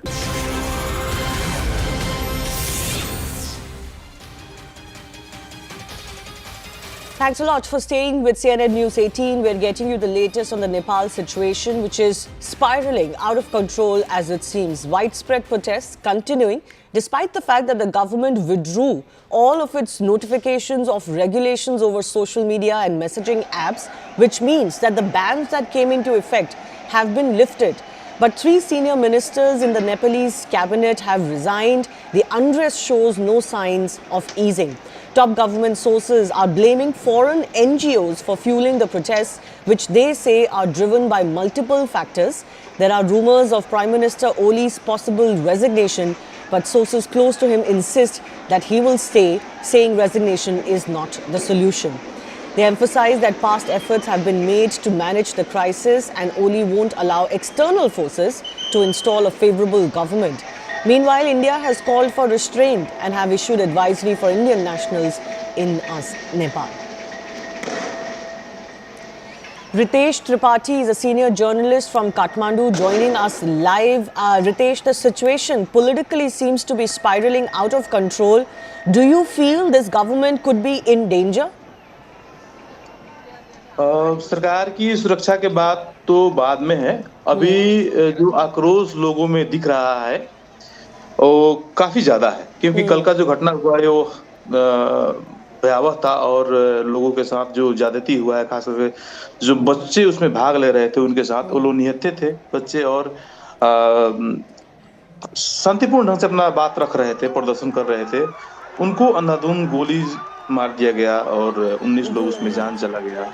इसको लेकर अब जो है ये आंदोलन Gen Z का नहीं रहा और एक तो विषय इसमें आ रहा है कि सोशल मीडिया को बैन कर लेके इसको एक प्रोटेस्ट शुरू, ऐसा नहीं है। नेपाल में जो है यहाँ के लोग रोजगारी नहीं होने की वजह से बाहर जाना पड़ता है काम करने के लिए और युवा का पलायन का एक बहुत बड़ा सिलसिला है। वैसे ही यहाँ पे भ्रष्टाचार काफी ज्यादा है। इस तरह के मुद्दों को लेके जो है लोगों में आक्रोश है, उसका यह प्रस्फुटन है। सोशल मीडिया तो एक तो इमीडिएट कॉज रहा, उसका कोई खास महत्व नहीं रखता। मुख्य विषय है कि सरकार जो है भ्रष्टाचार को बढ़ावा दे रही है, ऐसा लोगों का मानना है और मंत्री लोग जो है वो लोग अपने डिपार्टमेंटल जो उन लोग का सेक्टर है उसको हैंडल ठीक से नहीं कर पा रहे हैं और उसमें करप्शन का मात्रा बढ़ गया है, यह लोगों का मानना है। तो अगर ये करप्शन और गवर्नेंस इश्यूज ही रीजन है, सोशल मीडिया बैन एक तरह से ट्रिगर रहा है इस प्रोटेस्ट के लिए, तो ये पूछना भी लाजमी है कि ये अभी क्यों हो रहा है प्रोटेस्ट? करप्शन और गवर्नेंस इश्यूज का जो गुस्सा है वो अभी क्यों निकल रहा है? ऐसा क्या हुआ पिछले दिनों में कि इतने मैसिव प्रोटेस्ट प्लान हो रहे हैं? नहीं, ऐसा ये जो असंतोष है ये लोग किसी न किसी बैनर को लोग खोज रहे हैं। जैसे कि इससे पहले राजावादी का जो आंदोलन हुआ था उसमें भी आम लोग जुड़ गए थे, जिसको खास करके राजावादी दलों से कोई मतलब नहीं है, फिर भी लोग आ गए थे सड़क पे, क्योंकि लोगों के अंदर एक तो सस्टेनेबल रीजन है कि हाँ सरकार गलत कर रही है, सरकार हमारी सुनवाई नहीं कर रही है और देश को सही दिशा नहीं दे पा रही है। नेपाल जो है करीब करीब 2 दशक का सशस्त्र द्वंद्व से गुजरा हुआ है और द्वंद्व के बाद जो है उसका बाद का जो लगभग 7-8 वर्ष का पीरियड रहा वो कॉन्स्टिट्यूशन मेकिंग का रहा। तो अब तो कॉन्स्टिट्यूशन बन चुका, कॉन्स्टिट्यूशन बना हुआ भी 10 साल हो गया और 10 साल में जो स्टेबिलिटी आना चाहिए था, जो आर्थिक ग्रोथ होना चाहिए था, जो इम्प्लीमेंट बढ़ना चाहिए था, वो कुछ नहीं हो पाया है। सरकारें नहीं टिक पा रही है, सरकारें जो है आपका क्या कहते हैं संयुक्त सरकार बनता है और 1 साल भी पूरा नहीं कर पाता है, कभी यह अवस्था होता है। हालांकि पिछला सरकार तो 1 साल पूरा कर चुका है, इसका आयु है और बहुत सारा अननेचुरल पॉलिटिकल प्रैक्टिसेस हो रहे हैं नेपाल में। जैसे कि नेपाल का पहला दल जो सबसे बड़ा सदन का दल है वह और जो प्रमुख प्रतिपक्षी है, दोनों साथ में मिलकर गवर्नमेंट चला रहे हैं, ये कहीं नहीं होता है। तो इस तरह का जो अननेचुरल पॉलिटिकल प्रैक्टिसेस है उसके कारण लोगों में जो है गुस्सा है। ठीक है, आपने 2 बड़ा दल मिलकर भी बनाया हुआ है तो उसका नतीजा भी दिखना चाहिए, उसका नतीजा स्वरूप आपका आर्थिक ग्रोथ दिखना चाहिए, आपका यहाँ पे स्टेबिलिटी दिखना चाहिए और थोड़ा सा फिजिकल कंस्ट्रक्शन का काम वगैरह दिखना चाहिए। कुछ नहीं हो पा रहा है और टैक्सेशन इतना हाई है, आप मुझे लगता है साउथ एशिया में सबसे अधिक से टैक्स यहाँ पे नेपाल के लोग तीर रहे हैं, जबकि यहाँ का जीडीपी ग्रोथ कोई खास नहीं है, महंगाई बढ़ रही है, रोजमर्रा की चीजों के लिए लोग को ज्यादा पैसा देना पड़ रहा है। इन सब चीजों को लेकर काफी आक्रोश है। और लोग इस ये बीच भी में कह क्या रहे होता हैं, रितेश जी, लोग ये भी कह रहे हैं कि आप देखें क्रोनोलॉजी, तो पाकिस्तान में पहले इलेक्टेड गवर्नमेंट को गिराया गया, बांग्लादेश में हमने देखा है कि इलेक्टेड गवर्नमेंट के अगेंस्ट प्रोटेस्ट हुए, श्रीलंका में पहले उससे हुए हैं और अब नेपाल में हो रहे हैं। तो लोग कह रहे हैं कि ये एक ऑलमोस्ट पैटर्न बन रहा है इंडियन सब कॉन्टिनेंट में, तो उसको लेके भी क्या कोई कंसर्न्स है नेपाल में? जी, ऐसा विश्लेषण किया जा रहा है और इसे सतह पर देखने पे दिखता भी है, लेकिन इसके पीछे का कारण जो है वह सिर्फ वही नहीं हो सकता है, क्योंकि ग्राउंड रियलिटी यह है कि लोगों में असंतोष है। तो असंतोष रहेगी तभी तो लोग उसमें अपना दिमाग लगा पाएंगे, बाहरी तो या फिर कोई इसमें खेलने वाले लोग हो तो असंतोष तो है, असंतोष काफी स्तर पे है और बहुआयामिक है, जिसका यह उदाहरण है। आज का सिचुएशन यह है कि काठमांडू का हर एक चौराहा, हर एक गली में आज जो है प्रोटेस्ट हो रहा है, महिलाएं निकल पड़ी है, छोटे छोटे बच्चों को लेकर लोग महिलाएं निकल पड़ी है, और राजनीतिक दलों का जो छोटा छोटा इकाई कार्यालय है, बड़ा कार्यालय होता है और किसी पर्टिकुलर एरिया में एक कार्यालय है, वो सारा जला दिया गया है। नेकपा एमाले के जो अध्यक्ष हैं केपी शर्मा ओली और प्रधानमंत्री, उनके निवास के आगे अभी भी गोली चला है। जैसे कि मैं आपसे बात करने से पहले जुड़ रहा था, वहां पे प्रोटेस्ट हो रहा है। पूर्व प्रधानमंत्री शेर बहादुर देवा का निवास में आग लगा दिया गया है। इसके अलावा जो गृह मंत्री हैं यहाँ के, जो राजीनामा दे चुके हैं, उनके निवास में भी आगजनी हो चुका है। बड़ी दलों का पार्टी कार्यालय आंदोलनकारियों के कब्जा में है और संसद के लोग जो है, दूसरे दल के लोग राजीनामा देने शुरू कर दिए हैं। तो एक तो बहुत बड़ा हंगामा खड़ा हो गया है और इसका कारण ये नहीं लगता है कि अब जैसे कि पाकिस्तान में हुआ, फिर बांग्लादेश में हुआ और यहाँ भी हो रहा है। तो आप कैसे देखते हैं कि सरकार जो एलिगेशन लगा रही है कि इसमें बाहरी फोर्सेस का हाथ है, आप उस एलिगेशन को कैसे देखते हैं? नहीं, सरकार जो है, पहला उसका अपना क्लियरिफिकेशन ये रहा है कि हम लोग जो है पब्लिक एसेट्स को बचाने के लिए फोर्स का यूज किया, बल का प्रयोग किया, लेकिन वैसा नहीं है। क्या वो लोग नुकसान कर रहे थे? 4 कुर्सी टूट जाता उसमें ज्यादा नुकसान हुआ कि 19 लोग मरे गए उसमें ज्यादा नुकसान हुआ? तो ये जस्टिफाई नहीं हो पाया। तो अब नया बहाना फिर वो लोग नेक्स्ट ले आए कि इसमें घुसपैठिए आ गए, आंदोलन में अराजक तत्वों का प्रवेश हो गया, जिन्होंने आंदोलन को अराजकता की तरफ ले गए और यह माहौल बना बोल के सरकार दूसरा भाष्य यह सृजना करना चाह रही थी, वो भी नहीं स्टेबल हो पाया। तो अब कह रहे हैं कि बाहरी तत्वों का इसमें हाथ है। तो ये सारा का सारा अपना स्टेटमेंट पे लोग कायम भी नहीं रह पा रहे हैं। तो सरकार काफी कमजोर हो चुकी है और केपी शर्मा ओली का जो प्रवृत्ति है वो थोड़ा सा तानाशाही किस्म के है। इससे पहले भी लोगों का जो जीवन का मूल्य है उसका उपहास करते आए हैं वो। चाहे 72 आज से 10 साल पहले जब मधेश आंदोलन हुआ था तो उसमें लोग जब मारे जा रहे थे तो उन्होंने कहा था कि पेड़ से 2-4 आम गिरने से कोई फर्क नहीं पड़ता है।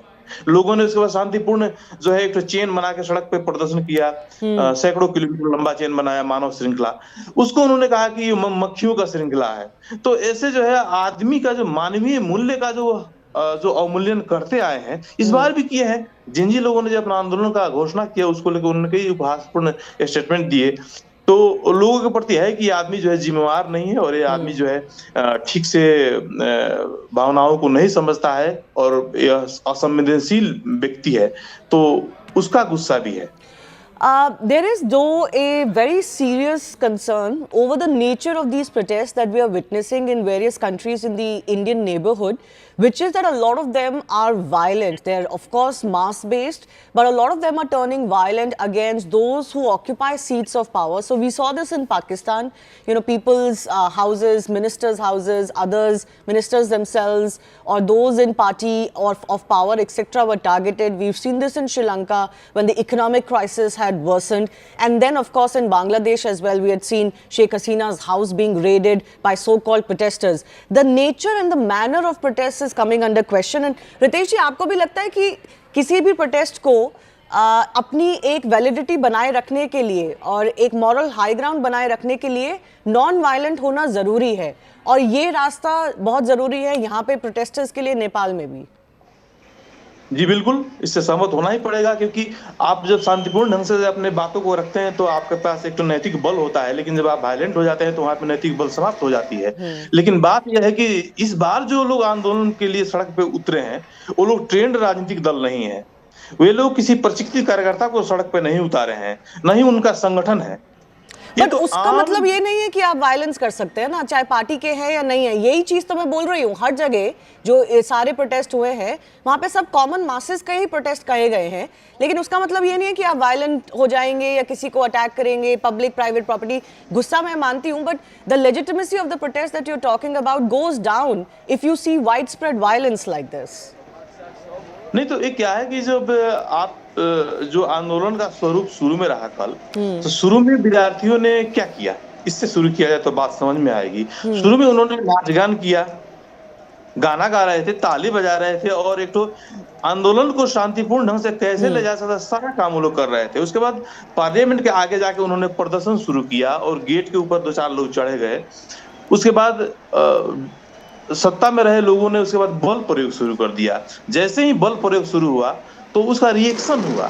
तो आंदोलनकारियों का जो आपको दिख रहा है कि उन्होंने पब्लिक प्रॉपर्टी को क्षति किया या फिर कुछ दिख रहा होगा, तो वह जो है रिएक्शन में हुआ है। ये नहीं कि पहले उन्होंने शुरू किया है, ये राज्य की तरफ से हुआ है। और राज्य जो है ट्रेंड है, उसका लॉ है, उसका एक तो सिस्टम है और विधि से उसको चलना है। लेकिन क्राउड के पास तो कोई विधि नहीं है, विधान नहीं है, उसको तो आपको ही गाइड करना है। आपके देश की जनता है तो आंदोलनकारियों की सुरक्षा की जिम्मेदारी भी राज्य की ही बनती है। तो ये जो प्रोटेस्ट है, इसको कहा जा रहा है कि ये जेनजी प्रोटेस्ट है, कि यूथ और युवा जो है वो इस प्रोटेस्ट में आगे बढ़कर आए हैं। क्या आपको क्या लगता है कि ये जेनजी प्रोटेस्ट है, यूथ लेड प्रोटेस्ट है, या ये अब कॉमन मासेस का प्रोटेस्ट हो गया है? कहाँ से शुरू हुआ और कहाँ पहुंच गया है? नहीं, हम यदि बात करें तो कल जिस तरह से आंदोलन शुरू हुआ विशुद्ध रूप से प्योरली जेनजी प्रोटेस्ट था। उसमें नवयुवा लोग ही उसका नेतृत्व कर रहे थे, वही लोग डिजाइन कर रहे थे, वही लोग मास को हैंडल कर रहे थे, वही सहभागी थे, वही सब कुछ थे। लेकिन जैसे ही लोगों का मरना शुरू हुआ है, जब 19 लाशें गिर चुकी, राजधानी की सड़क जब लाशों से बिछ गया, आज एक भी अस्पताल ऐसा नहीं जिसमें घायल लोग नहीं है, सैकड़ों लोग घायल हो चुके हैं। जो है